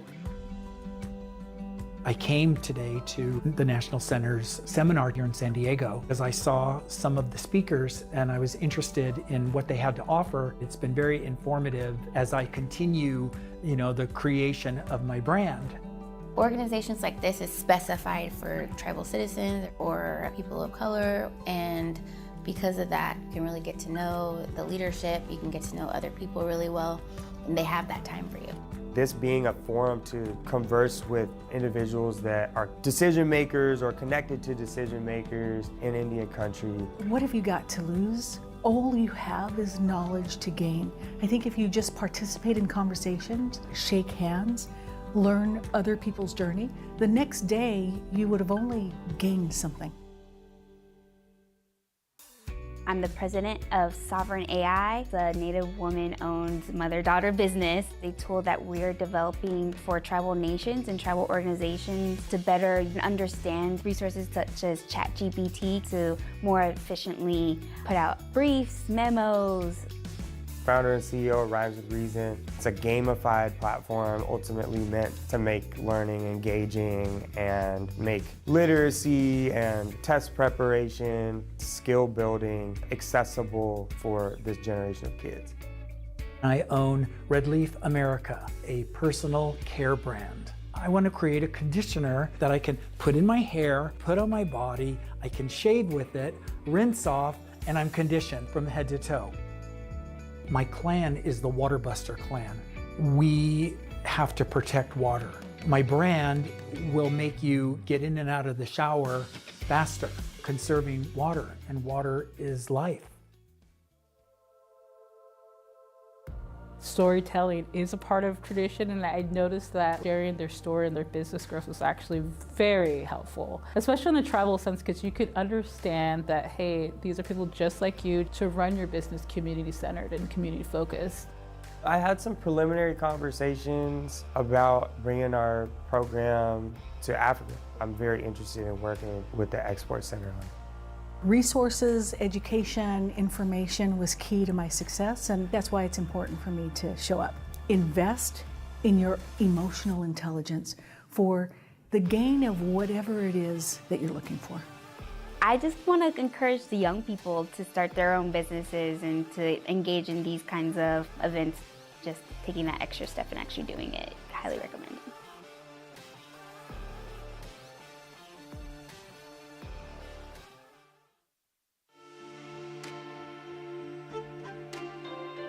You've got to have that absolute confidence in yourself to say, got to make it happen. Sharpen those tools. If I've learned anything, it's the power of building your network. These relationships can create opportunities that you could have never imagined. Our people have been disadvantaged over the years, but if you look at the opportunities that present themselves today, they are tremendous for the Native community. Coming from a Mexican-American immigrant background, having access to these kinds of things can be difficult, and so we tell our community and we tell others that this is important and they should pay attention. With all of the activities that the National Center works to progress, having that kind of resource brings some opportunity. Something that we've done over the last year and a half was we started a national beer collaboration. And the whole intent around that was to create awareness around the history of Native people, but to also acknowledge the contributions that we're currently making today and taking proceeds from those sales and investing them in Native nonprofits. As Native people, we're very vision-oriented naturally, And I think that's an extreme strength for us. And I would just encourage, more folks to look in that direction. OnTech Incorporated, though we have done extremely well, many of our family members, our ancestors, the native people have been entrepreneurs long before I have. They're the forefront of being a business owner and negotiating and contracting and building a business. I follow in their footprints. Take those risks. Any fear that you may have, some doubts, that is just in that moment. Just meeting other individuals, definitely learn that integrity is a lot more important in your business than anything. The NCAIED, their team, and the Native Edge program does a great job in guiding anybody that would be interested in whether you're starting a company, whether you're up and running, or whether you're just trying to survive out there. In helping not just tribal-owned businesses, but Native American Indians that are entrepreneurs.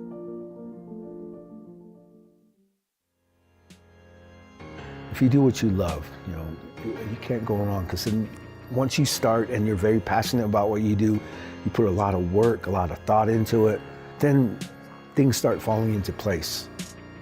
The ability to utilize your time and take a risk and ask someone. And I think there's really a great opportunity for us Native people to pioneer and go into new spaces. There's always important ways of learning things better and learning. I didn't walk in knowing federal government contracting. You've mastered something, and if you haven't quite mastered it yet, then go off and learn it well from someone who has mastered it. That's what develops leadership. That's what develops character. I think it's extremely important if you have a small business to pursue those opportunities. Take advantage of those advantages. I'm a recipient of my ancestors thinking about the next generations. The lineage that comes after you. Protect that they have more than what you had. It's a Native entrepreneur-owned business or a tribally owned business. It's really impactful. Those dollars circulate back within the community, and I think that's the real value in supporting Native businesses. As Natives, acknowledging our relationship and how we can relate to each other in our day-to-day challenges, but also sharing those opportunities help sustain the culture, the traditions, the language, no matter what we do.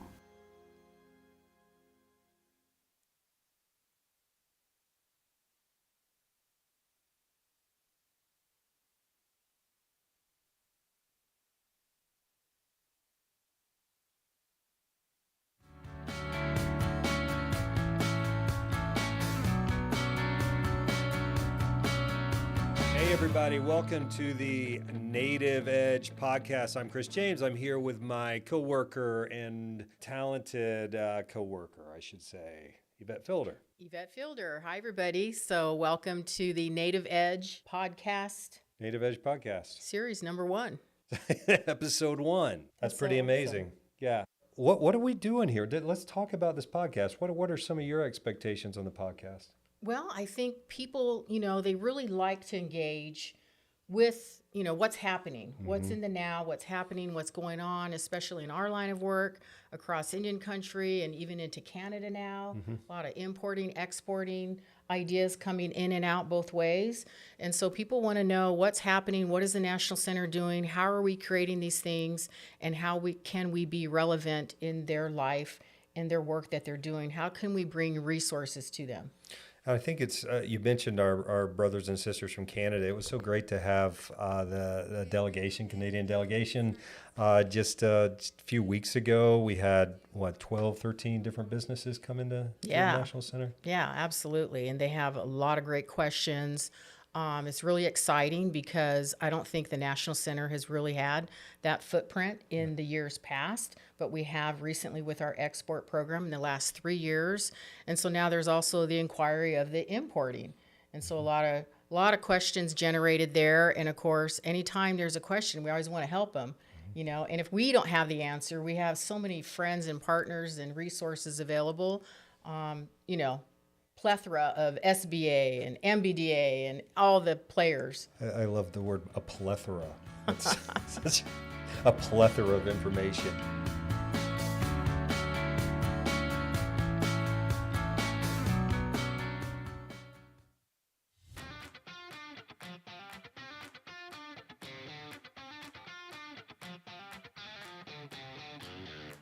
Our mission is to serve the people by honoring Native cultures.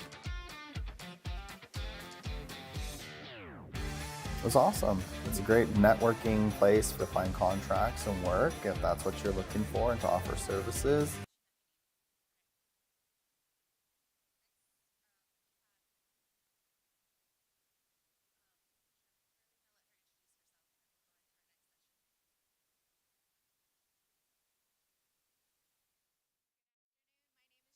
Charlie, I'm the administrative specialist at the National Center. So thank you for joining us today. We appreciate your time.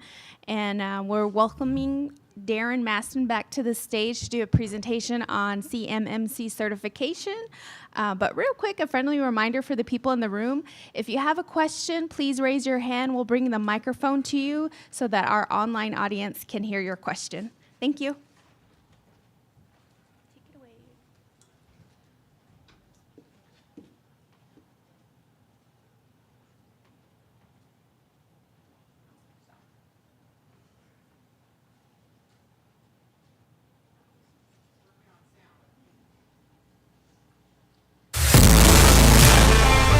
Cloud Solutions is a security systems integration company. We protect critical assets in the critical infrastructure, utility, federal government, and tribal spaces. We are a licensed contractor. We do installations of security systems and equipment, but we really consider ourselves a technology company. ClearCloud operates at this intersection of physical and cybersecurity. We're working with agencies on the how, because critical infrastructure needs to be as secure as possible. We don't have any geographical boundaries. We do work all over the country. We have a secondary office in Arizona, a third office up in Hoover, California. The success of ClearCloud is in its people. Taking care of our people is vitally important, and I think it shows in our work. I think it shows in the customer relationship. I think it shows in what we do and how we do what we do. We don't see our employees as a number. They're family to us. They're the ones out in the field. It's humility, it's taking ownership, taking responsibility, and always doing the right thing. It's something that's critically important to us. It feels like I'm the owner of it. The quality of work that we do, people see Darren has to do a lot with it. He's always out there networking, bringing people in, and they give us a chance and we just make it happen. We like knowing our customers can go home at night and sleep soundly because all their buildings are protected, all their sites are secure, and all their projects are running smooth.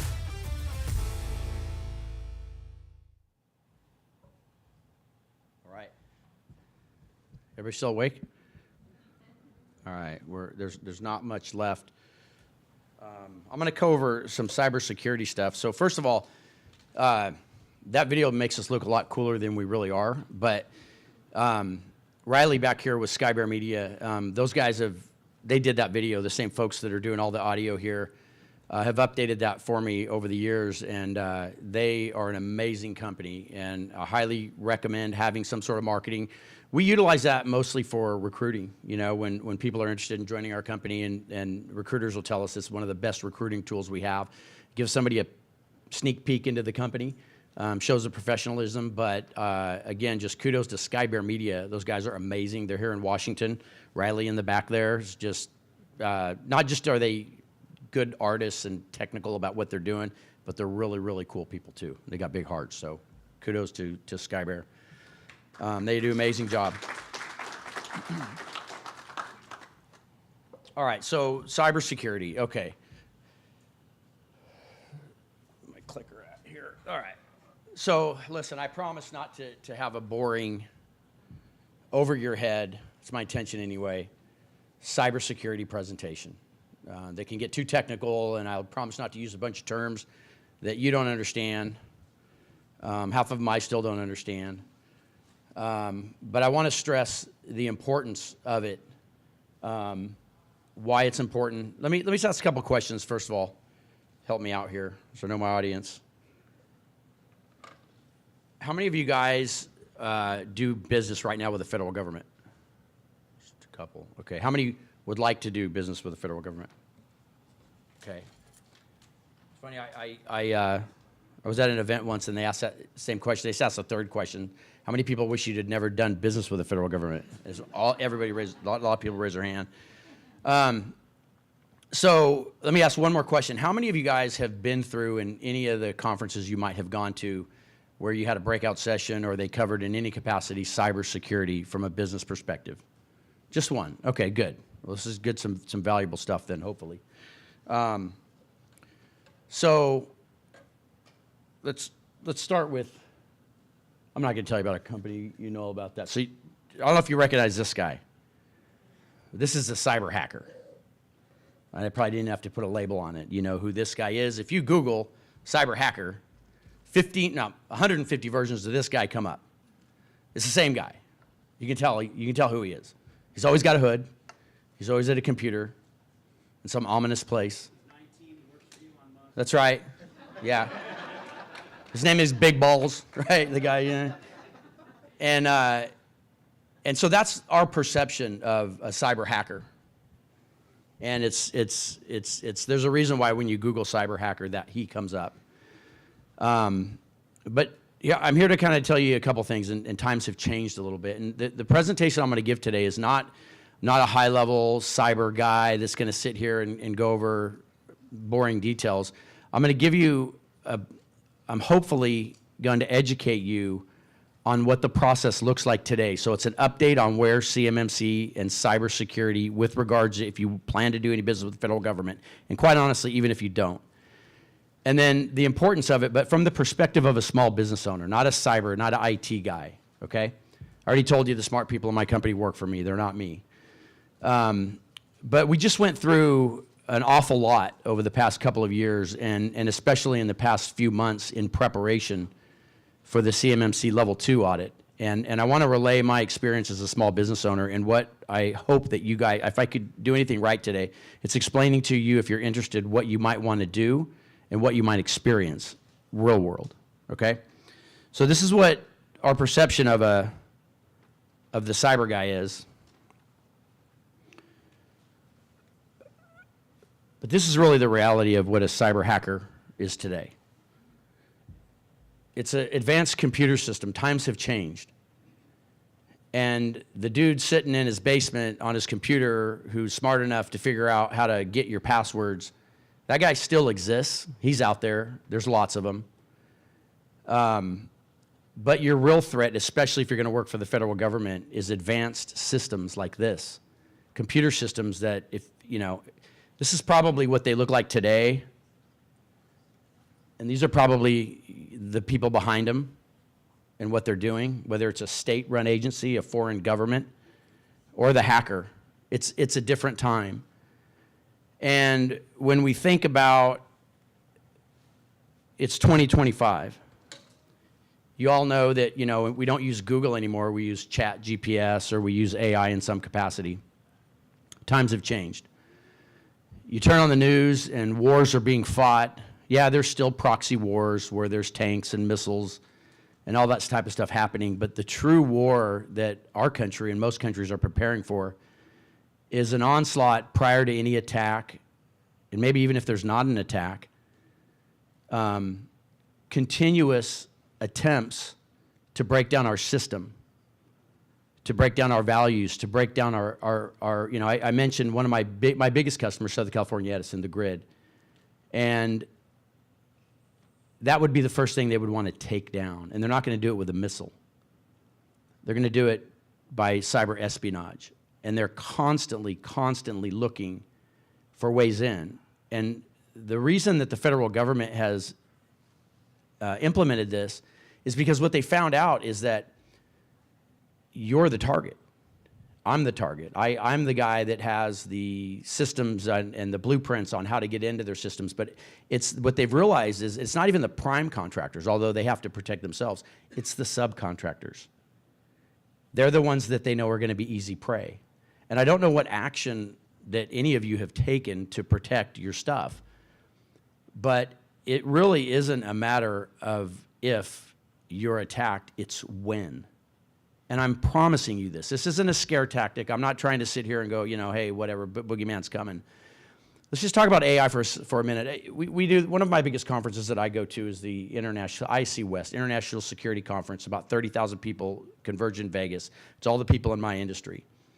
And I deal with a lot of AI because, as I mentioned earlier, cameras, they understand behaviors and everything. And a very good friend of mine, he's a business owner, he's a multi-millionaire. I don't even know why he works anymore, but he really loves what he does.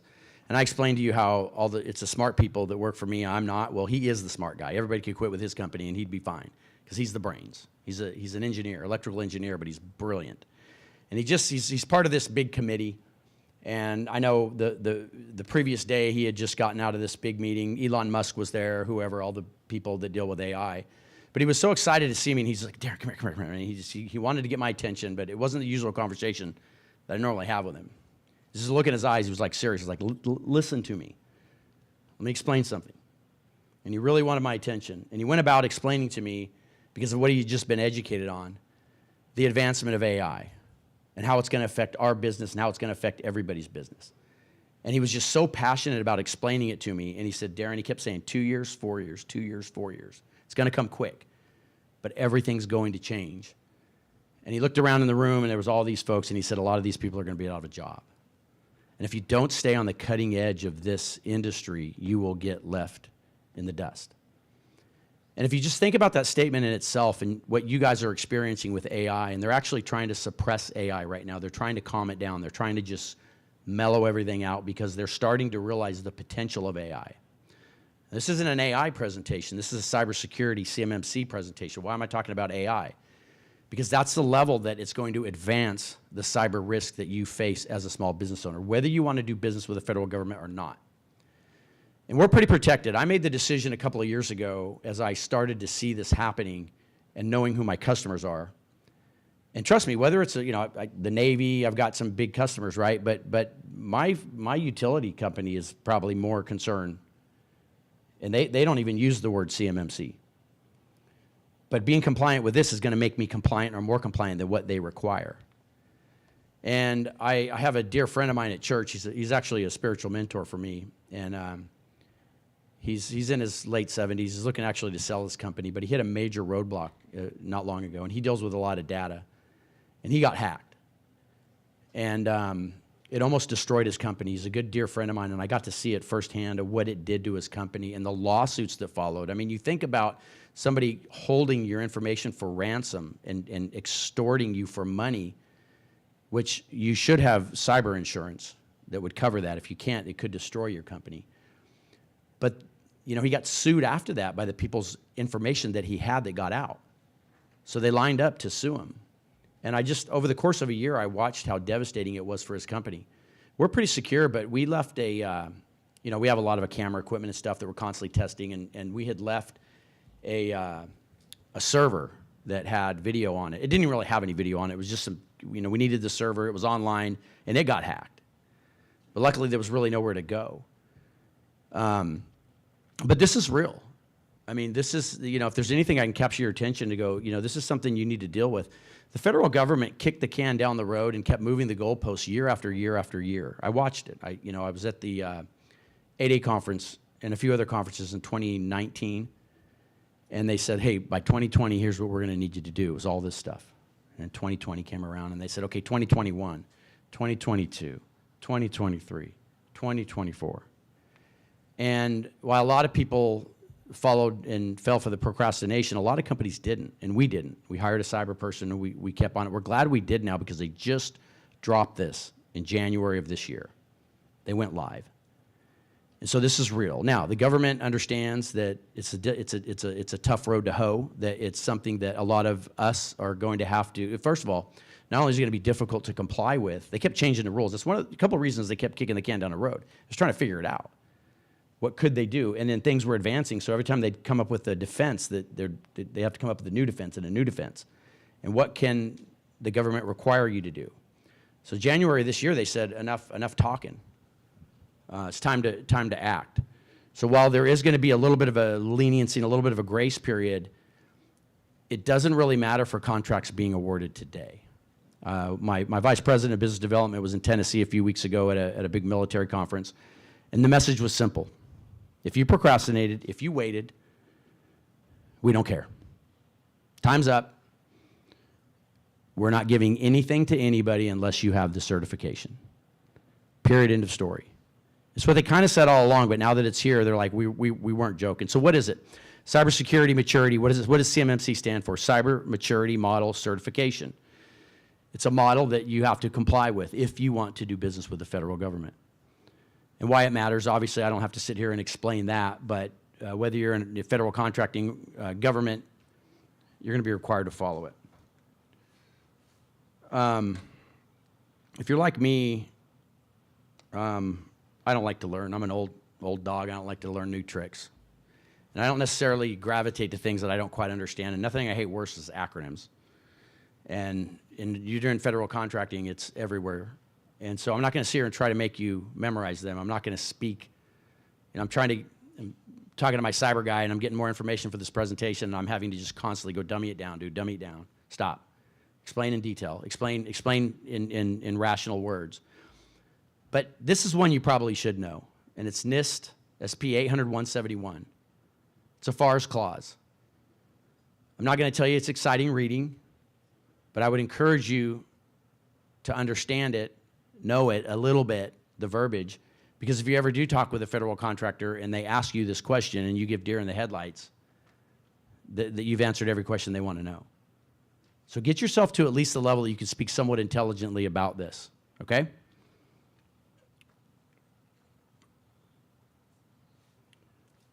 I'm not going to go over these in detail, but this is just a simple example of, so a big part of CMMC is email, control and managing your emails of you and your team. Now the perspective I'm going to give you is probably a much bigger perspective than maybe you guys have. I have 70 employees and I have 66 email addresses. Not everybody has an email, and actually more than, quite a few people don't. We have additional emails for purposes. But one of the things, just to give you one example of the things we're having to do is train people on how to label their emails and how to understand the labeling and how it's not an option. So this is part of the training that all of our team has had to endure. What is a personal, what is a public, a general? I'm not going to go through these in detail, but the one at the bottom, CUI, is something you're going to hear a lot of because that's the main thing. Controlled, unclassified information. You'd think we'd be talking about classified information, right? I mean, we're all, they're going to get us, right? It's not even classified. This is unclassified information. That's what they're talking about. And they want you to protect it. They require you to protect it. They're going to audit you to see that it's protected. They're certainly not messing around. So what is CUI? Information that must be protected or controlled under applicable laws. Examples, your personally identifiable information, your PII, proprietary business information, unclassified, uncontrolled technical information. Now, how are you going to know whether you handle CUI? How are you going to know what is CUI? They're going to tell you. It's going to be marked. You'll need to be trained on what it is. Some of you may go, like, I have no interest in this. And, I don't mean to scare anybody out of federal contracting, but there is a roadmap here to follow.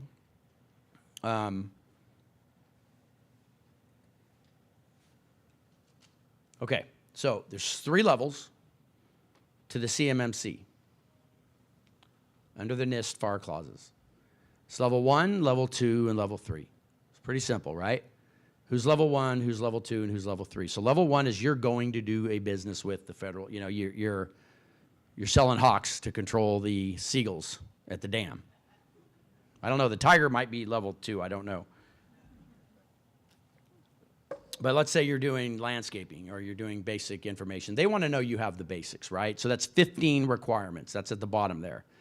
What does that mean? It's just computer passwords. It's simple security settings. It's configurations. A lot of the things, these 15 requirements are things a lot of you are probably doing today. I hope you're doing at least that. But I would suggest you be that at minimum. Level 2 is 110. It's a big jump from level 1 to level 2. Level 2 is 110 requirements. Aligned with 171. It's more active monitoring of the network, monitoring and managing the vulnerable threats that you face. It's a much bigger lift. And in level 3 is everything in level 1, it's everything in level 2, but it's for larger companies that are probably doing more detailed military, Department of Defense stuff with probably weapons. And it actually requires you to have a SOC, a Security Operations Center. So you'd have to employ all these people, okay? So now, where do you need to be? Where do you need to play? And I can just tell you, I just attended the 8A conference in New Orleans last week, and they're estimating that 70% of small businesses that do business with the federal government are going to need to be level 2. So that's what everybody's shooting for. I don't know. I've never met a single person that's shooting for a level 1. Because as your business grows, you're going to want to have that potential to do the business that you want to do.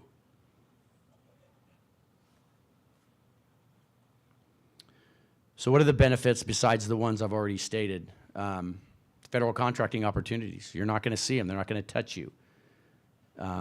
You can't dance around it. You can't say, oh, I'm going to get it. When you meet that federal contracting officer and they ask you, they're going to ask you a few simple questions, and you're either going to lie and they're going to know, or you're going to tell them you either have it or you don't. Obviously, it's going to give you a stronger cyber posture, whether you do business in the federal government or not, because a lot of these things that are going to protect you, if these things that are required by the federal government are also going to protect you in any capacity. Tribal assets. You know, one of the things I've noticed, and I tribal business is one of the 3 major verticals as a company that we protect. And I'm just shocked at how many tribes are laxed in basic cybersecurity. And we're talking about corporations that do millions and sometimes billions of dollars with the federal government. Now, those guys have usually gotten over the hump.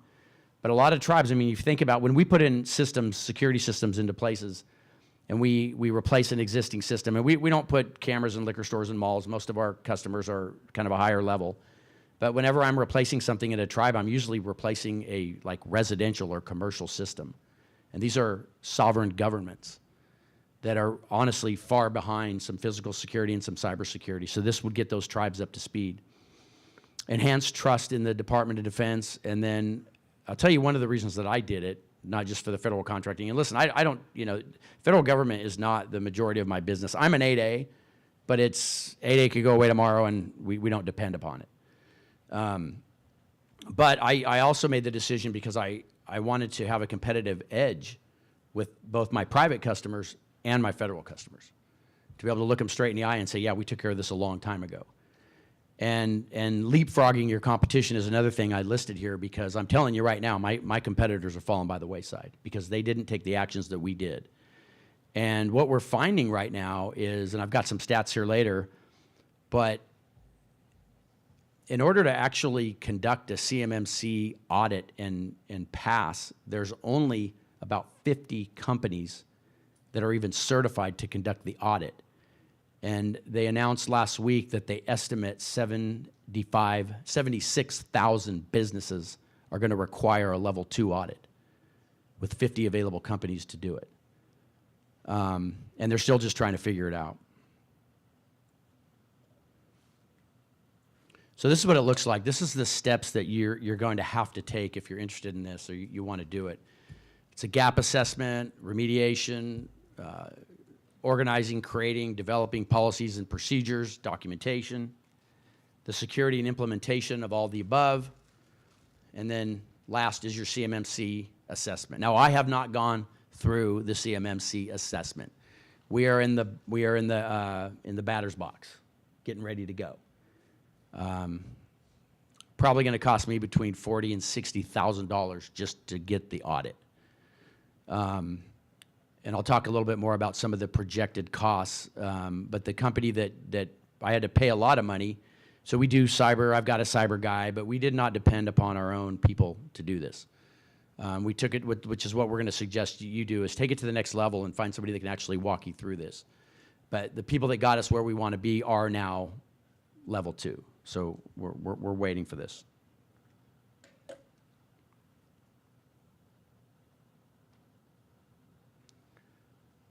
Okay, so this is what it's going to look like in these 5 steps, right? I'm going to try to make it simple for you. So step 1, conduct a gap assessment.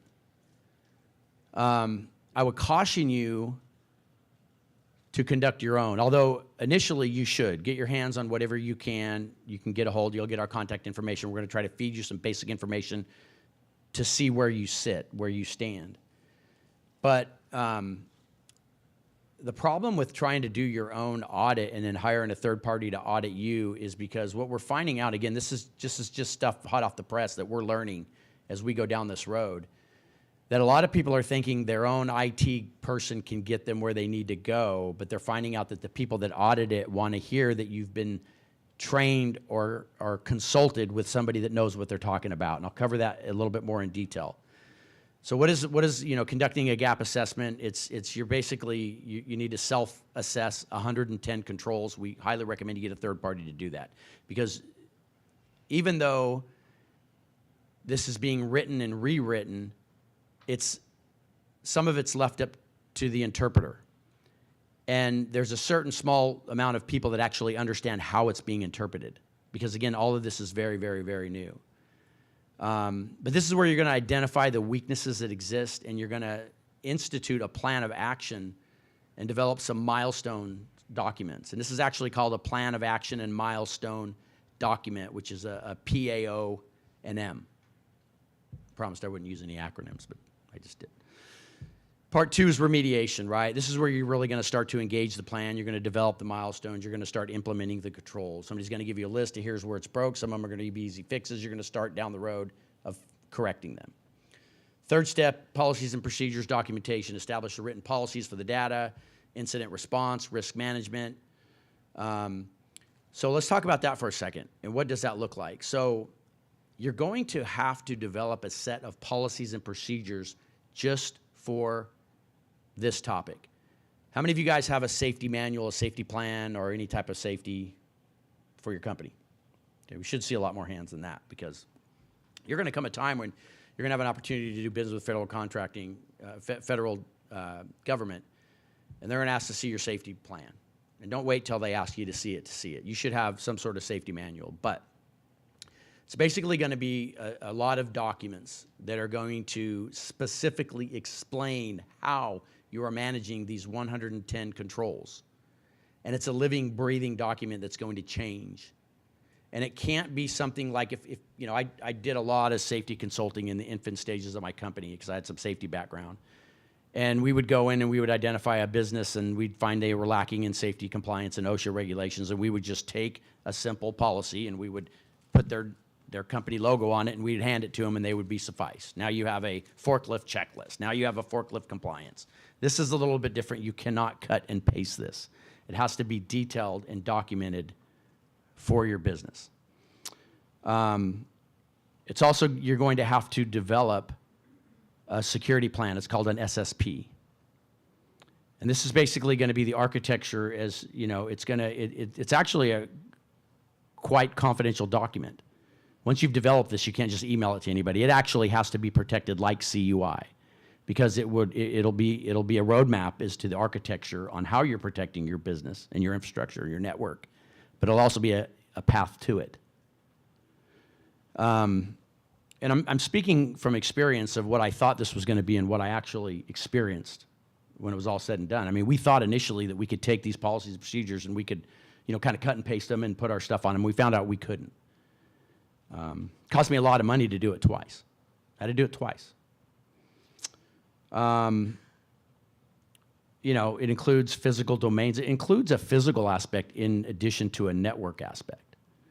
So while you're going to have a security plan on how you're going to protect all these things, you're also going to have physical security in place as well. For instance, I don't know if you have people check in and out when they come into your business. And again, please don't misinterpret. This is going to be a heck of a lot easier if you got 4 employees and 4 computers, maybe 4 computers and a server. Trust me, it's going to be a lot easier. But again, regardless if you have 4 employees or 400, you're going to have controls at the front of your building, the back of your building. You can't just walk into anywhere. You're going to have to log people in, log people out. So, and not only will you have to log people in and log people out, but you're going to have to keep documentation of it. So what most people are doing is they're just using access control systems or a simple badging system. We just converted to a badging system. When you walk into our front door, our administrative assistant sits right there. She takes your picture. She gets all your information. She logs it. She gives you a badge. She collects that badge. Those are the type of controls that don't hurt anyway. You want to go into your server room, it has to be secured. You have to have an act. Again, you can maintain a log if you want. But trying to maintain a written log on who entered your server room is a pretty big hassle, and it leaves a trail of non-compliance. Having an access control device, a card that just bleep, unlocks your door, locks your door, is everything that you would need. And having a camera on it too would back that up. And again, these are the type of things that are going to lead to a successful certification. So one of the things I learned when I used to do safety consulting and trying to get a business, whether it was a small business or a 250,000 square foot Staples distribution center, is that, you know, we would always try to prepare the companies for OSHA when they came in. What would bring OSHA into your business? It would be an accident, especially an accident having to do with a lift, piece of equipment, ladder. An accident that had a certain level of injury would automatically prompt an OSHA inspection. Or a disgruntled employee or a disgruntled customer, a few other things. But one of the things we would train people is that when OSHA stepped into your front door is we would train you how to handle them. And the minute they walked in, if they say, hey, can I see all your safety procedures, your OSHA this, your that, can I see your forklift, and you're sitting there like deer in a headlight, they're gonna roll up their sleeves, they're gonna sit down, and they're gonna spend a long time because they got one. It's what they like to find. But if you say, you're finally here, I'm so glad you're here, we've always been waiting for you guys to review these documents, have a seat, and you line up 15 binders in front of them, and you're so excited, and they're bored, and they're like, okay, I gotta get out of here. You're like, no, you gotta look at this, I put a lot of work into it. That's what you want. This is the same type of thing with a CMMC audit, right? When these guys come to audit your building, they're gonna know if you piece this together, stitch it together because you're trying to save money, or you hired the right company to get it done for you. And this is kind of the unfortunate part about it right now, because I think, quite honestly, there's a lot of companies that are I don't want to, you know, I don't know really how big the effort is in some capacities for large buildings, but it's pretty darn expensive right now. And I don't want to use the word gouging, but there are some pretty hefty prices out there. I think Microsoft is charging a lot of money right now to do a lot of little things. Okay, so that's just a little bit about what your policies and procedures, they constantly have to be, it's kind of like a live document. Step 4 is going to be the implementation of this security strategy. What does this mean? This is where you're more than likely going to have to buy a third-party software program that's going to manage your network. You've heard of CrowdStrike? It's one of them. We were on CrowdStrike's. We switched to Microsoft Defender.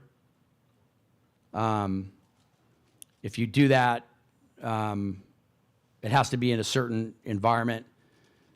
What does this thing do? This is called an SIEM, Security Information and Event Management Tool, and that thing's going to be plugged into your network, and it's going to monitor everything that's going on.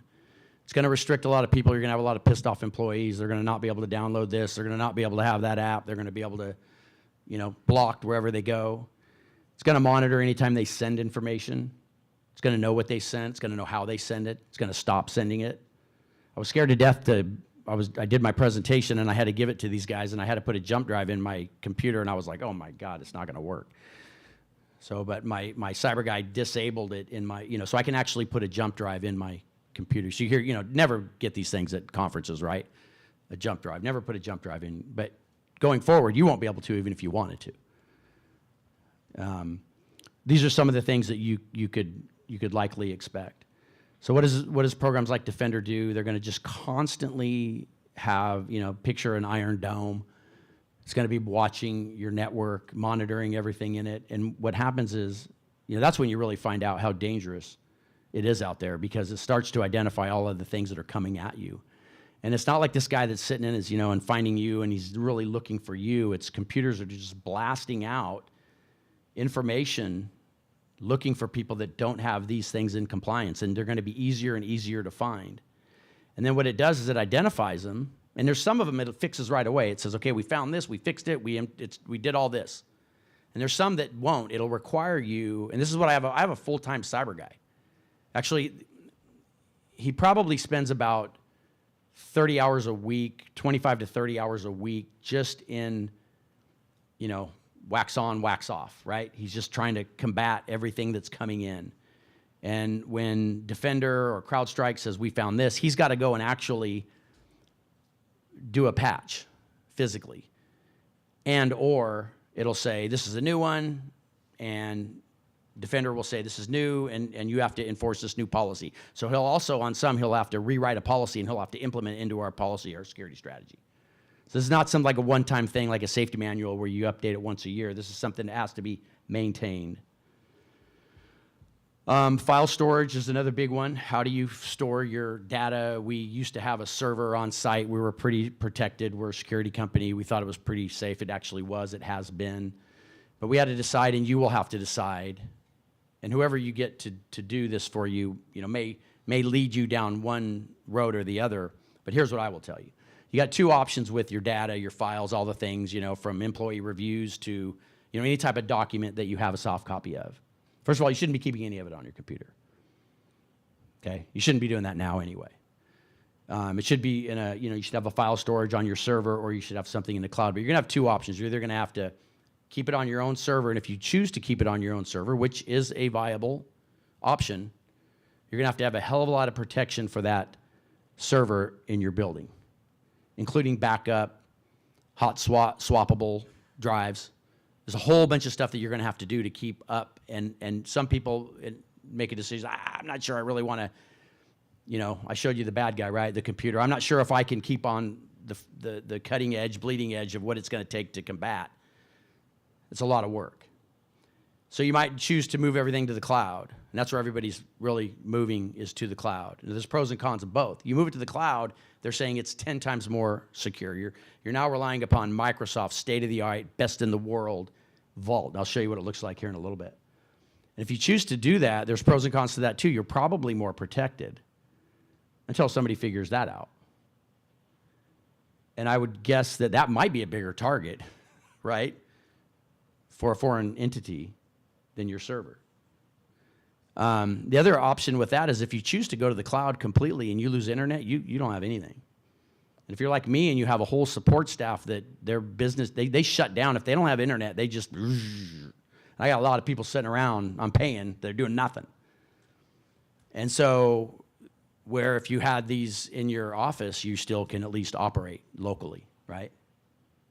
So these are things that, we had to figure out. These are things that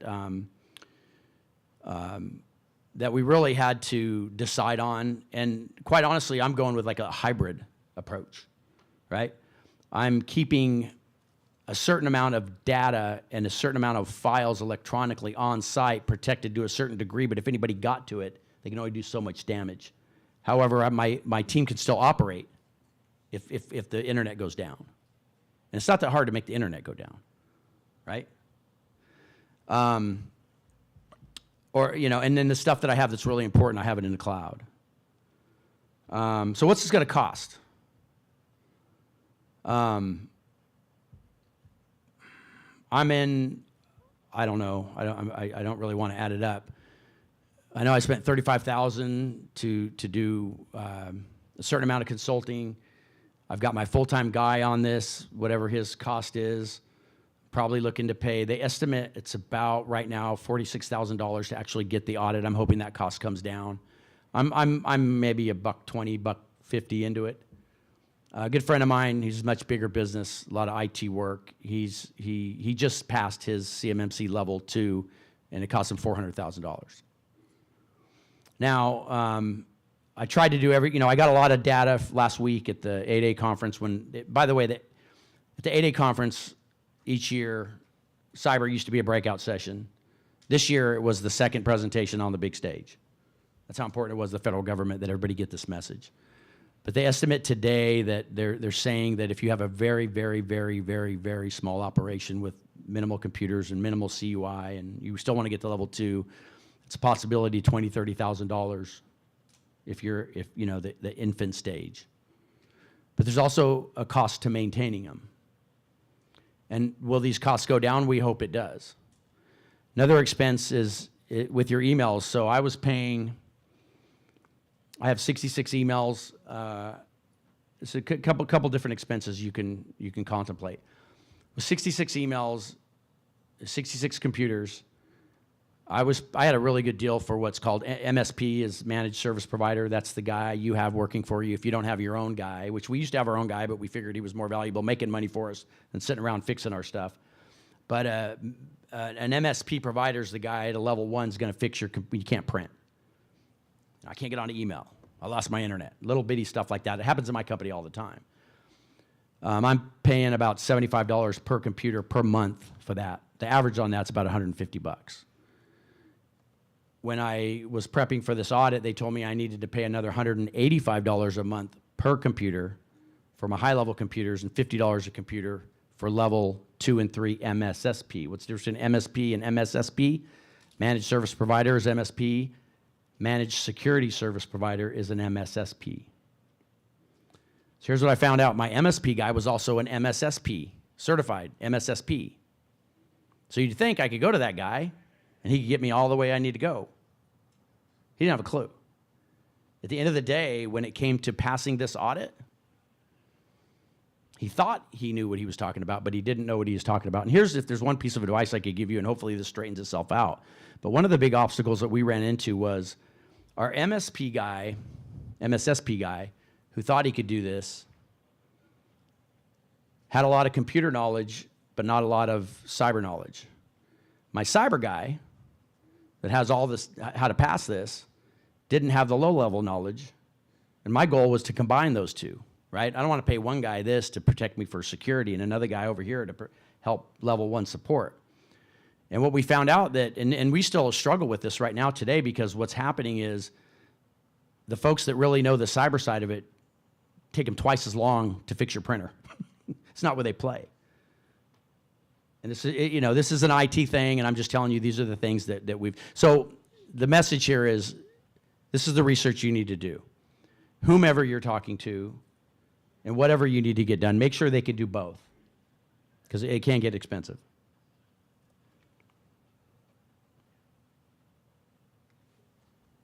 Okay, so we talked about the costs.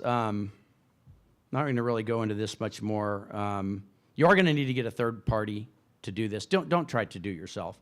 And really, quiz your current IT provider. Most of them will say they can do it. Most of them also, what I got from my guy was, oh, we can do this. Here's what I learned. You can do this, and if you do this, you do this, and you can save costs by doing this.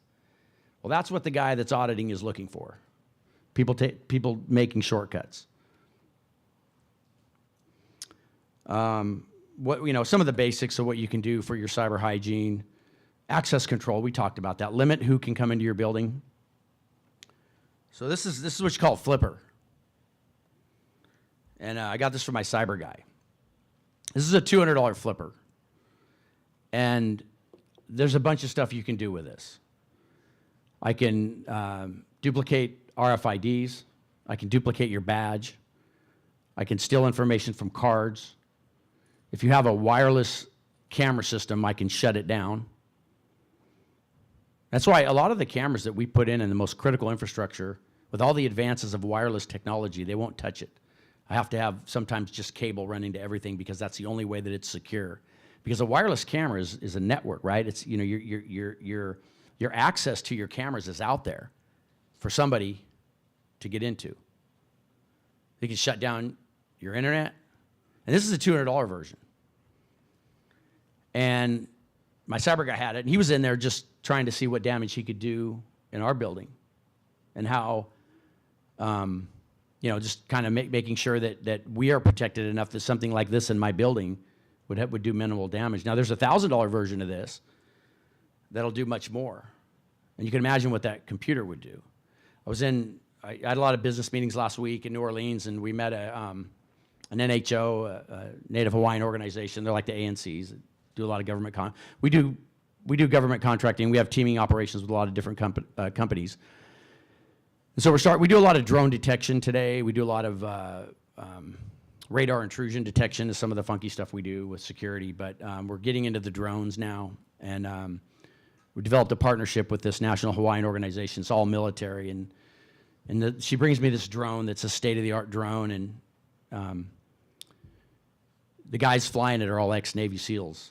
And it's just a high level of drone support. And I'm like, yeah, okay, well, I think everybody kind of has that. And she's like, no, they don't have one of these. She brought out this little bitty square. She goes, these are on our drones. I'm like, what's that? And she's like, okay, here's what it does. And I mean, it was amazing what this thing can do. And that can't get in anybody's hands. That's just for defense contractors only. But the only reason I tell you that story is just if you're just scary of the technology. And that's why I started this talking about AI. And if you think it's happening fast now, you don't have a clue. I saw this graph one time. It showed the development of technology for man. And from as far back as they say you can go, BC, to the invention of the wheel. This is like this long. It would take up half the screen, make 3/4 of the screen. And then the wheel and the car, and then by the time the automobile, that curve of advancement in technology does this. And just in 80, it starts to do this. And just into 2000s, and now it's now every quarter, it's just straight up. And it's advancing at warp speed. And the only reason I even bring this up, you guys, is just this is what you're dealing with. So this is what we have to be prepared for. I'm not here to just scare you. All I'm here, if there's one thing, you listen to anything I have to say at all, it's just take the next step if you plan to do this. Number one, you need to know what it can take. But there is going to be a cost to it. But get on it now. Don't wait, because if you wait too long, there won't be anybody to get you where you need to be. And I'm out of time, so I'm just going to go right to, again, how do you protect yourself from this? With this. This is Microsoft's, this is where I put my stuff. I don't know if it's in that one. They're all over the place. They're like fortresses. And so this is Microsoft's environment that a lot of people are moving to. So again, I appreciate what you guys are doing. This is my information if you want to take a picture. If we can help you, we'll help you. If we can't, we'll find somebody that can. We'll assess kind of how big your company is, and we can hand you off to somebody that we think might best help you.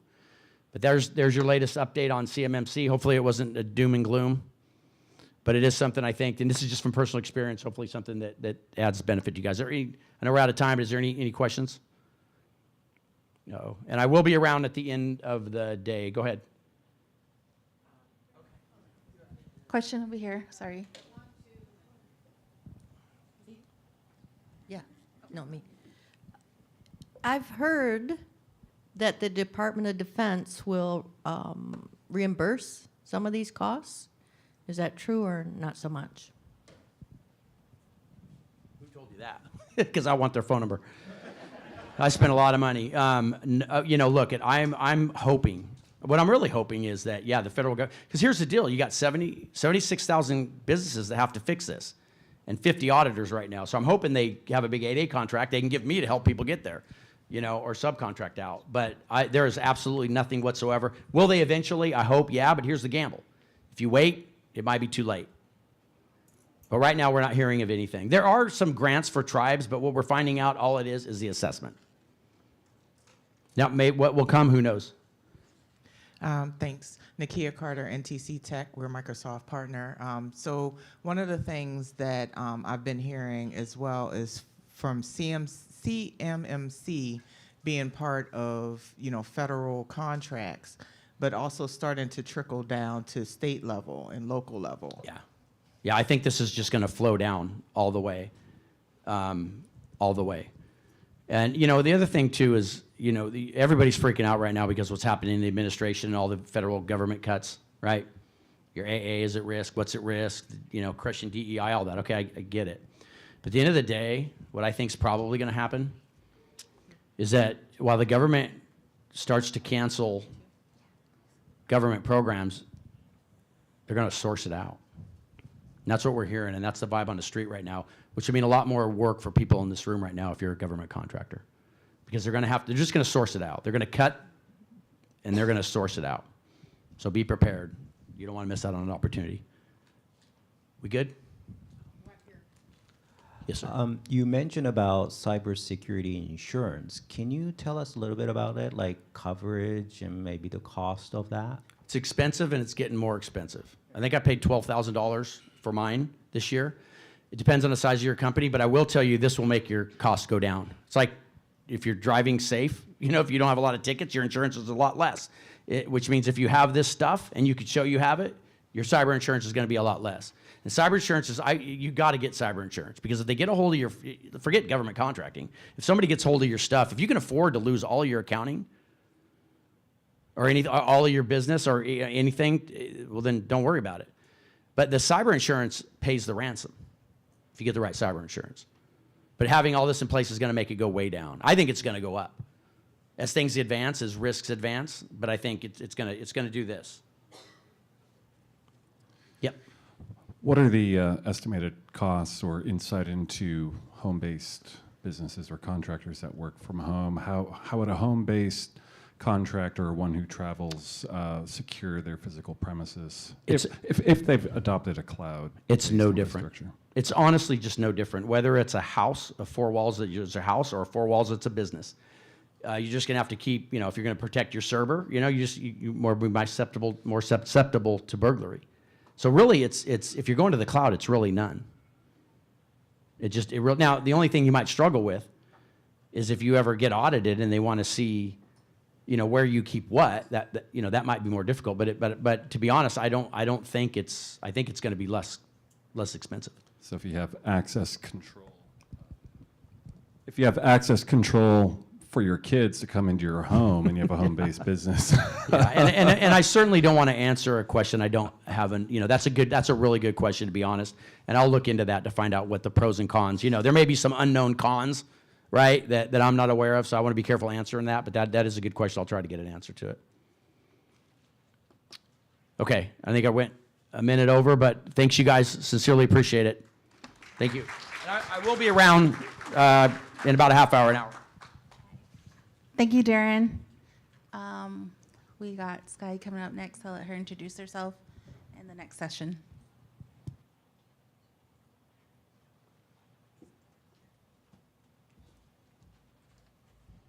Okay, I'm not as tall as him. So, good afternoon. My name is Sky Gillum. I'm the Technical Assistant Specialist for Tourism in the Northwest region. If you haven't visited with me yet, be sure and find me when we're done, because I'd love to talk to whoever works in tourism or supports it. The next session is going to be on marketing fundamentals, and the speakers are going to be Rick Bushman, who's a certified business advisor for the SBDC here in Everett, and Charlie Gillette, who's an entrepreneur and certified SCORE mentor, and Jacqueline Holmes, who's a marketing director and digital marketing consultant for Knowledge Anywhere. So come on up.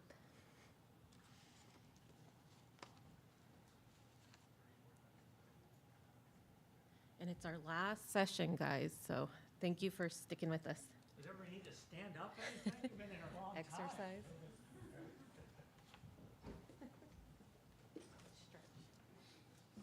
Stand up and stretch or anything you want. I know how it is late in the afternoon.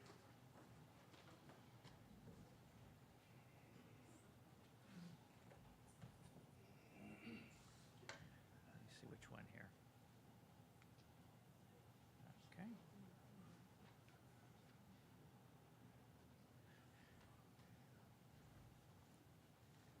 Well, we have, everybody hear me okay? We have 3 sections here. And first, my colleague Jacqueline is going to talk about some aspects of digital marketing. I'll talk about some aspects of traditional marketing. And my colleague's going to wrap it up with sort of blending the two together. So that's what we have going on. So, Jacqueline? Yes, thank you so much. Okay, I'm Jacqueline, as you said. I am a lead marketer for Knowledge Anywhere. I'm going to go over a few quick definitions before we get started, just so nobody gets confused. So you'll hear me talk about SEO a lot. This means search engine optimization. It basically means how people find you when you're online. So second one is organic search, or organic traffic. So this is any time that your company comes up without you having to pay for it. So this does not include paid ads. Okay. Earlier this year, I went through a major website launch. You can see that in September, I launched the new website, and since then, there's been about 78% of organic traffic. So this is the power of organic traffic and SEO once you have it on your side. First thing I want to say, if you cannot track it, it doesn't exist. So I'd like to say this again because it's one of the most important things. If you don't have Google Ads, if you don't have Google Analytics, if you don't have Google Search Console. Those are the 3 main sites that are going to tell you if your website is being tracked. So these are 2 potential screenshots of when you look up a company or a business. What you see below, this pricing, careers, the small links below the big company link, those are called site links and site mapping. And what you want to do is you want to internally link to the pages that you want to be shown. You can control these in 2 ways. One is if you pay for it. So Google Ads, you can show what you would like exactly to be under women's dresses, sales, women's shoes. If you do not pay for it, you don't have any control over this except for internal linking and organic search. So how do you control for it if you can't pay for it? So this is my company Knowledge Anywhere site, and you'll see the top menu bar and the footer right here, and you'll see how it's laid out. So if you didn't know anything about the company or the page, you can still easily find the pages that you want to go. Now, I know that my main product on my site is a learning management system. So that's the page that I want to internally link to the most in order for Google to be able to crawl it and say, this person really wants their site link to be a learning management system. So even though we have all these other great landing pages, I know that I want my learning management system to rank #1. And because I link it the most frequently within the website and within blogs, within videos, within transcripts, it is the first result underneath my homepage, even though I didn't pay for it. So if you are a business owner or an entrepreneur, your algorithm, your Google algorithm, kind of knows where you are. Your computer knows what you search. They probably know that you own that business, and therefore your computer is somewhat unreliable. It's an unreliable narrator when you look up your own business. So one thing I would always tell entrepreneurs, business people to do is to have a friend search for you, because they most likely, their digital footprint isn't linked with your business. So search the keywords that you want them to search, and if your company doesn't come up, something is wrong. Make sure that you're on Google Search Console. As I said, that is basically you raising your hand digitally and saying, I would like my site to be searched. Okay, website metadata. This is a very scary term, but I promise it's really not. It will look different depending on what website you're using. This is an example of WordPress, but I've also been a marketer for Wix, for Squarespace, for many other websites. So it might look different, but it will always be the same. So even though, let's say you post a great blog, once a month, even though you physically have posted the blog, Google doesn't know that that blog exists until you put in metadata.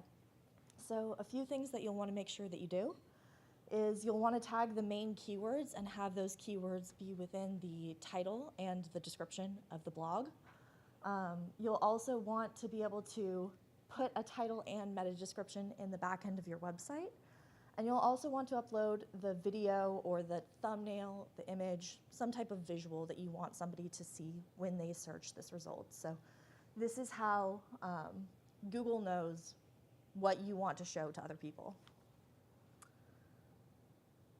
Very quickly, a few lead magnets. So I'm sure some of you are retail, some of you are tech. There's a high variety of people here.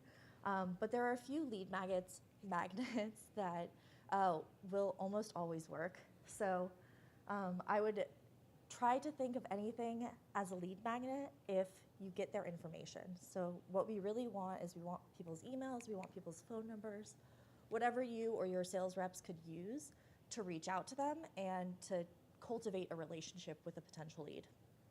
So the main thing that you should know about that lead magnets offer is that they should offer real value to your end customer. So we don't want to just put up a how-to blog that AI could now write. We want these to be quizzes with personalized results, downloadable guides that answer a very, very specific question that your target audience is worried about. Discount coupons. I'm sure all of you have been to an online store and seen, 50% off if you put in your email. That's a lead magnet. I won't read the whole sheet, but you can see the point that there's many, many ways for you to get a valuable email within your website. And this is a bit of data for my own company. So these change really often. If they change, it is not always your fault. You can see that in 2020, 2021, my ebook downloads were doing very well. I felt like I was on top of the world. I felt like I could do no wrong. I felt like I was a very good writer. They've decreased heavily since then. And I think it's mostly because of the rise of AI. You know, if people have a question, they can answer it themselves. They don't need my downloadable ebook anymore. So this is just to say that, you know, keep an eye on trends, keep an eye on what's happening in your marketplace, and shift. So my ebooks weren't working anymore. Our free trials are going up and up and up, and that means that I want to invest in that lead magnet and make the process a lot smoother for anybody who might want to try our product. Same with content forms are stable, so I'm not going to touch those. Those look great. And I just did my hand at a quiz, a personalized quiz. So it's too early to tell because it's new, but I'm A/B testing it to make sure that that it tracks. Thank you so much, and I'm going to go over and give this to Charlie Gillette. Thank you. Here you go, Charlie. Thank you. Thanks, Jacqueline.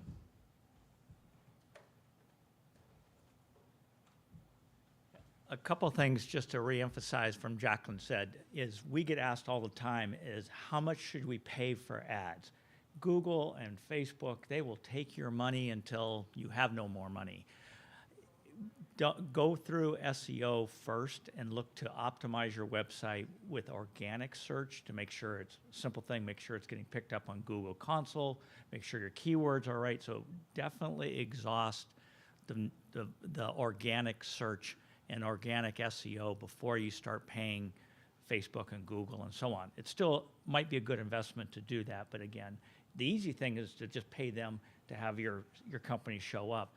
You know, the more effective thing is to get organic search, you know, out there. And the other thing is to test it all the time. As a SCORE mentor, I had a client, and he had a great business. It was an air conditioning business in Marysville. And he goes, Charlie, my website isn't performing. I did a search, it didn't come up. It's like, you know, Joe, all I can tell you, there's something wrong with your website. He went to the Google Console. His website wasn't set up to be crawled. I mean, just simple things like that. Nobody's going to tell you that you need to make sure your website's crawled, make sure it's getting picked up, and so on. So a couple things is exhaust organic search, and then make sure your website's getting going from there. So then blending, you know, new with old school marketing. I don't know why I got the old school, Jacqueline. First of all, word of mouth is so powerful. You think about the last time you purchased a product, a service, or whatever. If a friend told you about, hey, I use this service for my house, most likely you trusted that more than any Google search, any AI description, so on. So word of mouth is really important, and you need to find a way of leveraging it. And it's truly just an informal communication out there. It's been around forever of having people tell you about things. People forget about how important word of mouth is. The problem is you don't know when it's going to happen. That's why you need to blend the marketing of, you make sure your site can be found, your email marketing, other kind of marketing. You just don't know when word of mouth is going to happen. You don't know when a friend's going to say, hey, they have a great company, you should go talk to them. It could happen tomorrow, it could happen a month from now. You definitely need to blend those two together. And it's so strange. Sometimes it just happens like in 3 in a row, you'll get 4 leads from people and there's no rhyme or reason. It just happened to be the day when people start talking about your business.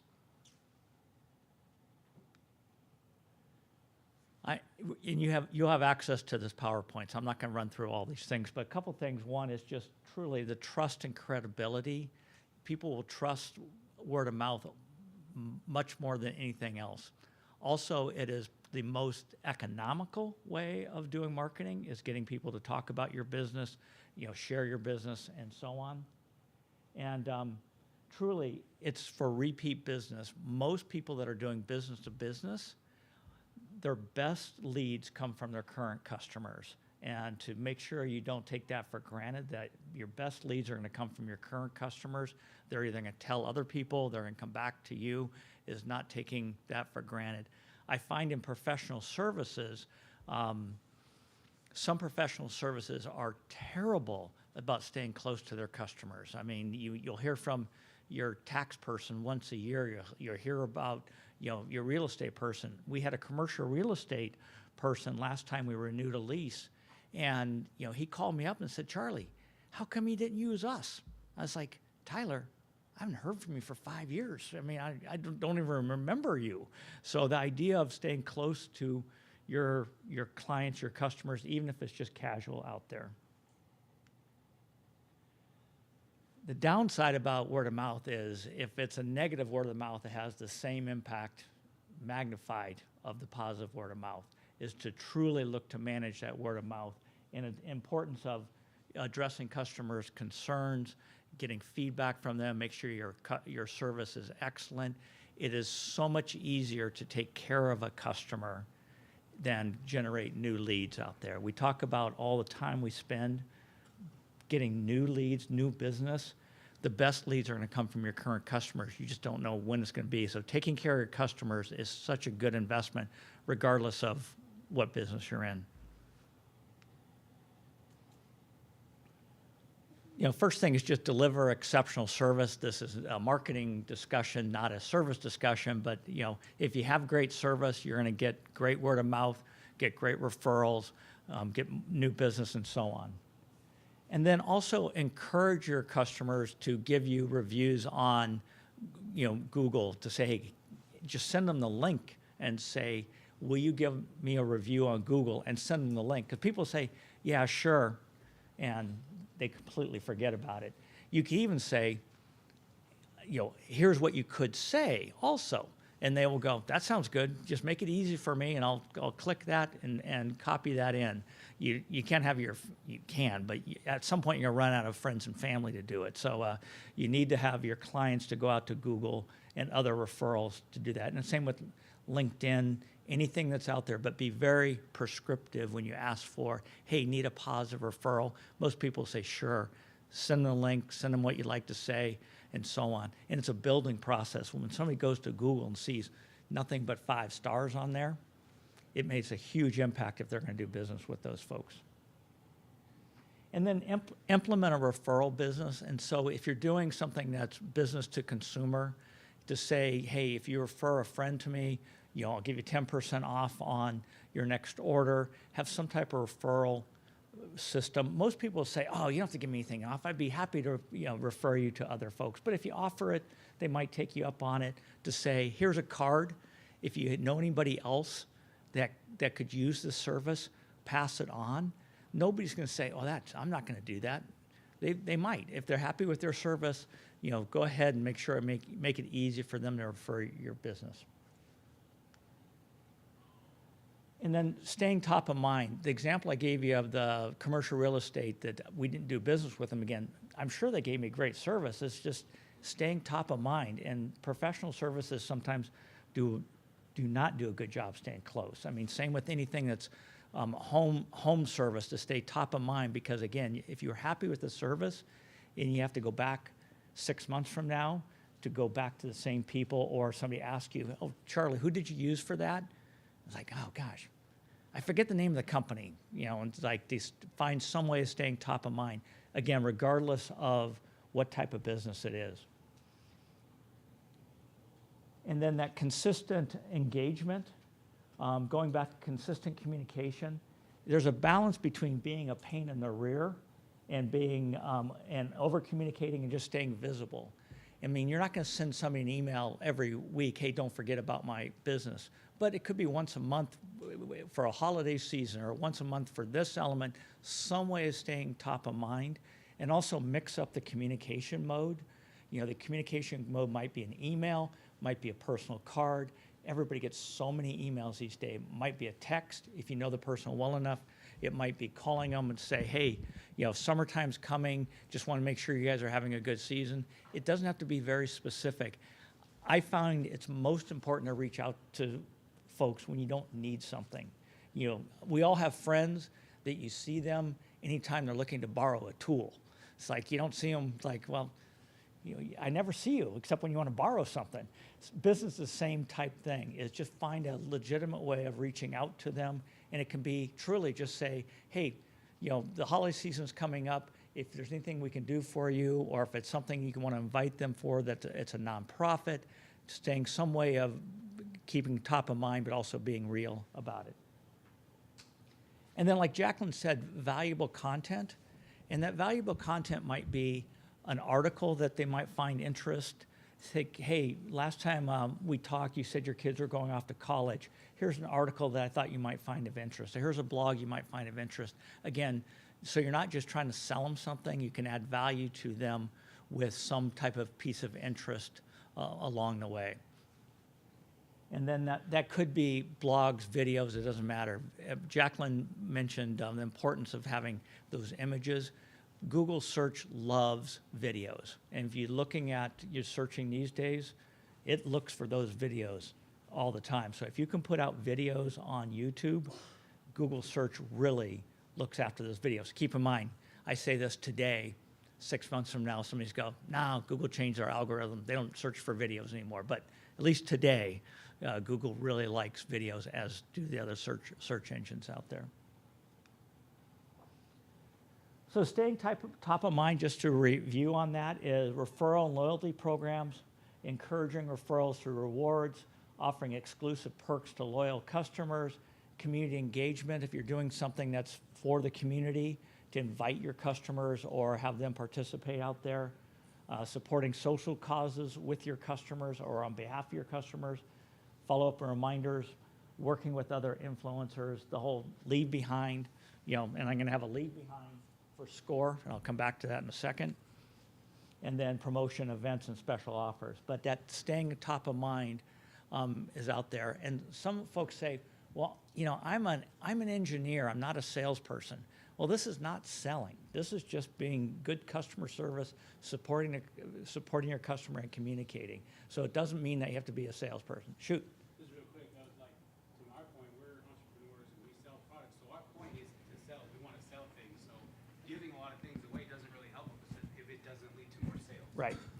And well, giving things away could be in the form of just an article, a blog, a video of interest. It doesn't have to be, you know, monetary elements. Yeah. Yep. And as an entrepreneur, it's probably the biggest skill you need to have is to be able to sell. Yeah, that's not usually a problem. What I'm talking about is marketing in this way, offering giveaways and even trying to work with other influencers and connect with them, but that doesn't help us either. I've sent product to somebody who never posted anything about it. Oh, really? Yeah. Yeah. So. Yeah. But much like marketing, it's trying things. You know, I wish there was a silver bullet as it relates to marketing. It is one to making sure, like Jacqueline said, you know, there's some things that work and all of a sudden they don't work anymore. You have to move on to the next thing out there. But one thing that always works is finding a way of fostering word of mouth. So thanks for your feedback on that. And so SCORE, and I'm a volunteer with SCORE, and SCORE does nothing but help small businesses at various stages out there, whether they're starting out businesses, whether they're in transition, and so on. And SCORE has their free seminars, great business templates. They have consulting and mentoring. There's thousands of volunteers like me all over the country with various expertise. If somebody doesn't have expertise in manufacturing, they can go to the database and say, I don't have expertise in manufacturing, but I have a colleague that does. And it really is a wonderful organization. And then resources to help the success out there. And so there's brochures I'm going to hand out, and there's ones out on the table, and we'll be around for questions and stuff like that. But again, score.org. If you haven't used it, at least check it out from helping small businesses get going, or actually even medium-sized businesses. And then I will turn it over to my colleague, and then we will open it up for questions at the end.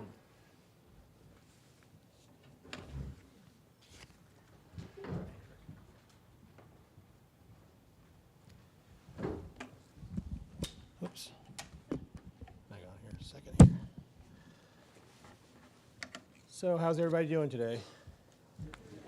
Good deal.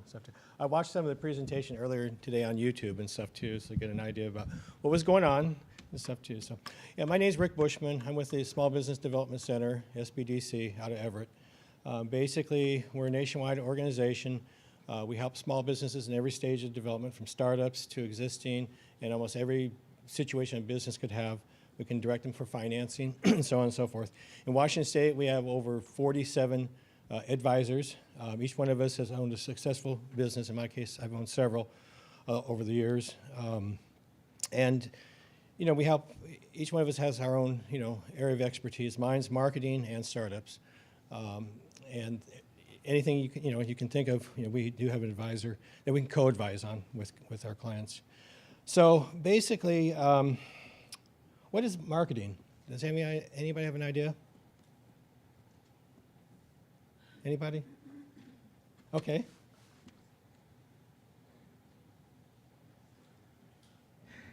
Thanks. Activities that you do towards selling. That's a good one. Anybody else?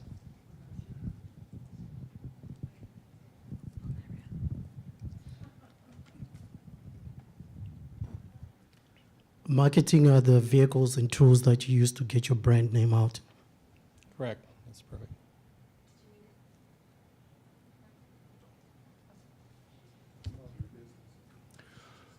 Simply, marketing is communication, specifically with your audience. Exactly. So basically, marketing is a process of understanding customer needs and positioning your business to provide value, build trust, and drive growth for your business. We're going to cover some core issues here. Some of the things I'm going to be talking about is I'm old-fashioned, okay, obviously because of my age, but these are some of the things I've done over the years with the business I had. Everything now is going towards digital, as we just saw. But these are some ideas I have used in the past, and I still recommend them because a lot of them still work and stuff too. So businesses need to identify their target audience. You know, who's your ideal customer? That's what you got to look at. You got to look at their age, their income, location, interests, and buying behavior. You got to understand what their problems are and what needs you are solving for them.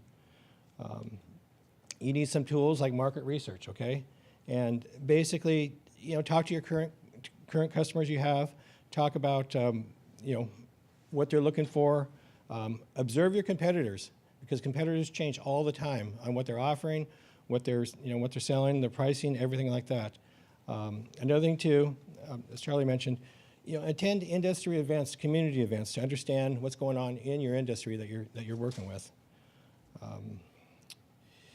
You know, you need to craft a compelling brand message. Basically, what makes you unique? What's different about your business than your competitor? What makes you stand out? You know, maybe it's something very small, but believe it or not, people will be looking for things like that. Just define your, you know, unique selling proposition. And you need clear, consistent messages, who you are, what you do, and why customers choose you. You know, some of the things can be done with branding. You know, your logo, your signage, packaging, business cards are important still. Some people don't use those anymore, but I still do. And, you know, your uniforms and stuff too. You know, have your employees stand out so they remember who they are, who they talk to. Let's see. There's some traditional marketing channels and strategies that still work. Excuse my voice. You know, networking. You know, join local business organizations, chamber of commerce, trade associations. Believe it or not, through networking, you can meet a lot of other business owners, people like doing the same thing you are doing. Build relationships with other small businesses for referrals. Referrals are huge, as Charlie mentioned too. You'd be surprised. If you can, and you can afford to do it, try to sponsor some local events like sports teams, because everybody loves sports. Charity events and trade fairs. You know, if you're in a trade fair, people are going to see what you're doing. You know, you're going to be able to hand out some stuff there as well. if you can, host a free workshop or a business event. Get your name out there, so people remember who you are. Oh, I saw you at that, that luncheon or at that event. Believe it or not, print media still works. Print and direct mail marketing, flyers, brochures, postcards, distributed to targeted areas. Basically, if you have a customer list that you're developing, where you're capturing the customer's name and address, send them a postcard every once in a while. Remind them about what you do. This is when still it's somewhat good. It's ads in local newspapers, magazines, and community newsletters. Believe it or not, even online, people do read what's going on and stuff too. And it's not that expensive. In some cases, it's free. You can do some in-person advertising, basically, talking to people in public. You can do storefront displays, banners, and vehicle wraps. Vehicle wraps are huge if you can afford to have that, because people say, "Oh, there they are. I want to see what they have to offer." Storefront displays. A lot of places do seasonal type things. Make sure it's up to date and it changes, because people get blinded to it if they see the same thing over and over again. But another thing too is offer small discounts or gifts for referrals. Okay. I know it's like a lost leader. Oftentimes, years ago, you used to go to a grocery store, they buy a loaf of bread for a dime. The reason they did that, to get you in the store to buy more. So think about those type ideas. Customer loyalty card, buy 5, get 1 free. That's real popular. A lot of people use that, because then you're gonna have the customer coming back to you, "Oh, I got this card, I'm gonna go back there." And basically, create a simple marketing plan. And I'll get a couple things in this in a minute here, but define your goals. That's gonna help you increase your sales, build awareness, and attract new customers. And basically just start with 2 or 3 marketing tactics. Focus on what aligns with your audience and budget. Measure, excuse me, and adjust, track customer responses and refine your approach. Now, one thing I encourage all my clients to do, this is very, very, very important, okay?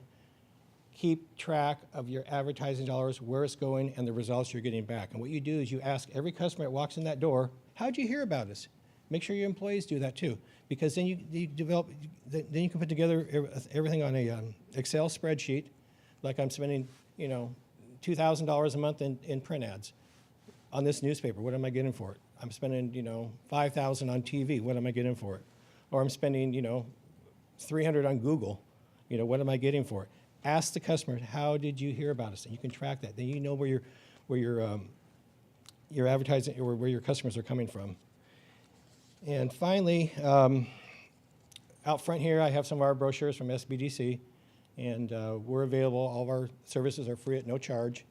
We help businesses in every area. Excuse my voice, by the way, too. I'm just getting over whatever's been going around up here, too. So, but yeah, that's about it. So, any questions? Go ahead.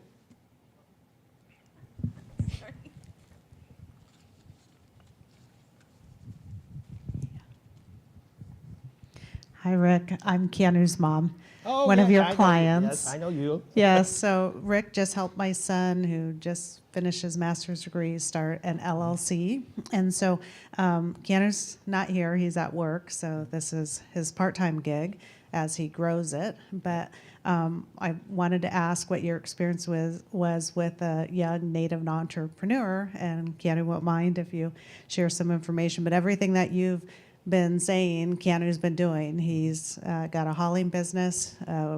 Family all pitched in and got him a used pickup truck when he got his master's degree last year. Decided he was going to do some hauls in the back of the truck, and then got a trailer, and then got a bigger trailer. His sister got a Cricut for her birthday and did all the wrap. So I became an expert on helping him align it. And so anyways, I just wanted to thank you. And if you don't mind, can I share a little bit of information about it? So basically, I had this young gentleman come in, knew nothing about starting a business, but he had an idea for a business. He'd been doing some stuff on the side, work on the side, which was in the hauling business and stuff too. So we walked him through the whole process, and he took all the advice I gave him and stuff too, put it to work and stuff too, and he's going to be successful, And I mentioned the vehicle wraps for him. Obviously, that worked out. Helped him get it organized. I think he he did an LLC here in Washington State. And yeah, so I think he has a really good future. Talked about some marketing ideas for him as well, just traditional stuff. He didn't have a lot of budget to work with, but we talked to him, here's what you need to do to get out there and make yourself known in the public and stuff too. So it worked out really good, so great. Anybody else? Right here again, Nakia Carter, Yep. again, NTC Tech. So a lot of people talk about creating one of those statements that says how you're different, how it makes you stand out. But it's hard to create that kind of statement because a lot of people go to, well, the first things you think of are, you know, we do the best work. We offer the less costs. We, you know, but that's what everybody else is saying. So do you have like tips on crafting something like that? Basically, ask people that are around you, okay? People who've used your service or people who know what you're doing. Ask them what stands out about my business. What do you, and ask other people, because I can sit there all day myself and say, well, yeah, I'm doing the same thing everybody else is doing, but ask other people what makes you unique, what stands out to them for you. Charlie and Jacqueline, can you add some to that too as well? Oh, it's on the switch there. There we go. There you go. Yeah, I would just say to ask your customers, because we had situations where we had this brilliant marketing position statement. We went out and asked our customers, and they just told us something different. It's like, well, we love your technology, but the reason we do business with you is you're always responsive to our needs. That wasn't even on our list anyway, and that truly differentiates. So to Rick's point is go ask your customer, why are you doing business with us? And they'll tell you things that you might not come up with, of coming up with a whiteboard that's just a generic that we provide great quality and we care about our people. I mean, that's, everybody's can come up with that. So I would go ask your customers and use exactly what they come up with in your marketing position. Yeah, and keep track of it all. You know, you could even do surveys and stuff too. You know, what do you feel, what's unique about my business as an example and stuff too, and just compile it, see what the responses are. And when you get the most responses, you'll know, you know, where you're at and what you need to do and stuff too. But yeah, ask your customers, ask people around you, what makes me stand out from everybody else? What is something different, you know, and stuff too. And another thing too, think outside the box, okay? Don't just think about what you're doing. Think outside the box about what people perceive you as well, you know? I'll add one more thing to that. So I have a friend, she started a side business, a side hustle, and she packaged smoothies that people put in their freezers to freeze. And her number one fear was that she was going to share this online and they were gonna say, well, I can do that for free, right?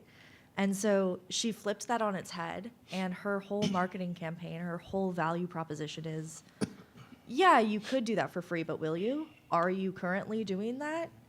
No. If you're trying to eat healthy, if your goal is to eat healthy, her value proposition was not, this is the cheapest solution, this is the fastest solution, this is the easiest solution, because those are things that people can copy. Her value proposition was, are you doing this? No. If you buy this, I guarantee you will. I guarantee it will be done. That the convenience for her outweighed the cost, it outweighed the practicality, it outweighed the logic. So I think when he says something like, think outside the box, that's a really good example of something beyond just, I'm the cheapest product, I'm the easiest product. Yep, exactly, and stuff too. So, anybody else? We can hear you too. Okay. I just want to echo what you guys have been saying. I've been in business for 15 years. I've been consulting for 12 of those 15 and have helped dozens of startups, existing businesses as well. So you're definitely spot on with everything you're saying. I wanted to talk about what the young lady asked about, the capability statement, right, and putting your 15-second elevator speech, right? So one thing I found to be useful is a lot of times your business is an extension of yourself, right? Think of a business as a person. It's a living, breathing thing. that grows. You start off as an infant, you become a toddler. The first couple of years, you learn to walk, you learn to crawl. You go through the adolescence phase where you are just a rebel and all those things, right? So one of the things that I found to be helpful is just ask yourself, who am I?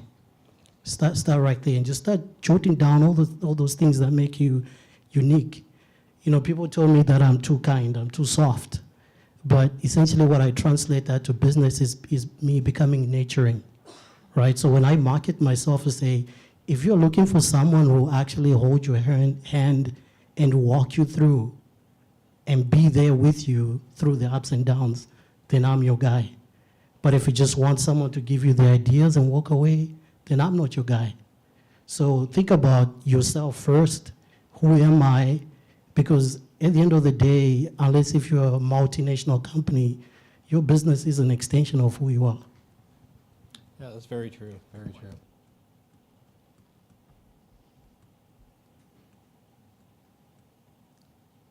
Any more questions? All right. Well, let's give it I'll give a hand for our marketing panel.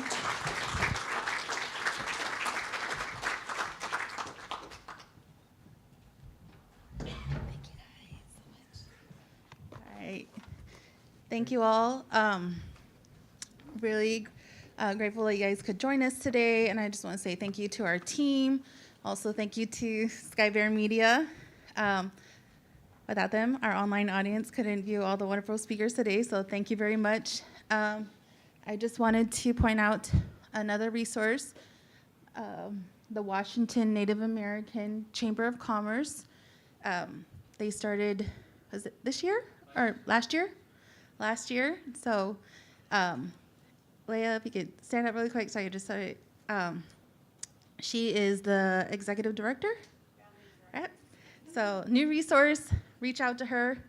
Also, I want to say thank you to the Pacific Northwest Native Chamber that collaborated with us to bring on this wonderful NEI. Just thank you to everyone. I want to say goodbye to the online audience. We're heading out. And then for in-person, you guys see those round tables in the back. We have little table cards on them that state the different topics of the speakers that spoke. If you want to speak with them more, now's the opportunity to do so. Continue to network. We like to rotate every 10 to 15 minutes, but utilize this time to speak with people. And again, thank you guys so much for joining us today.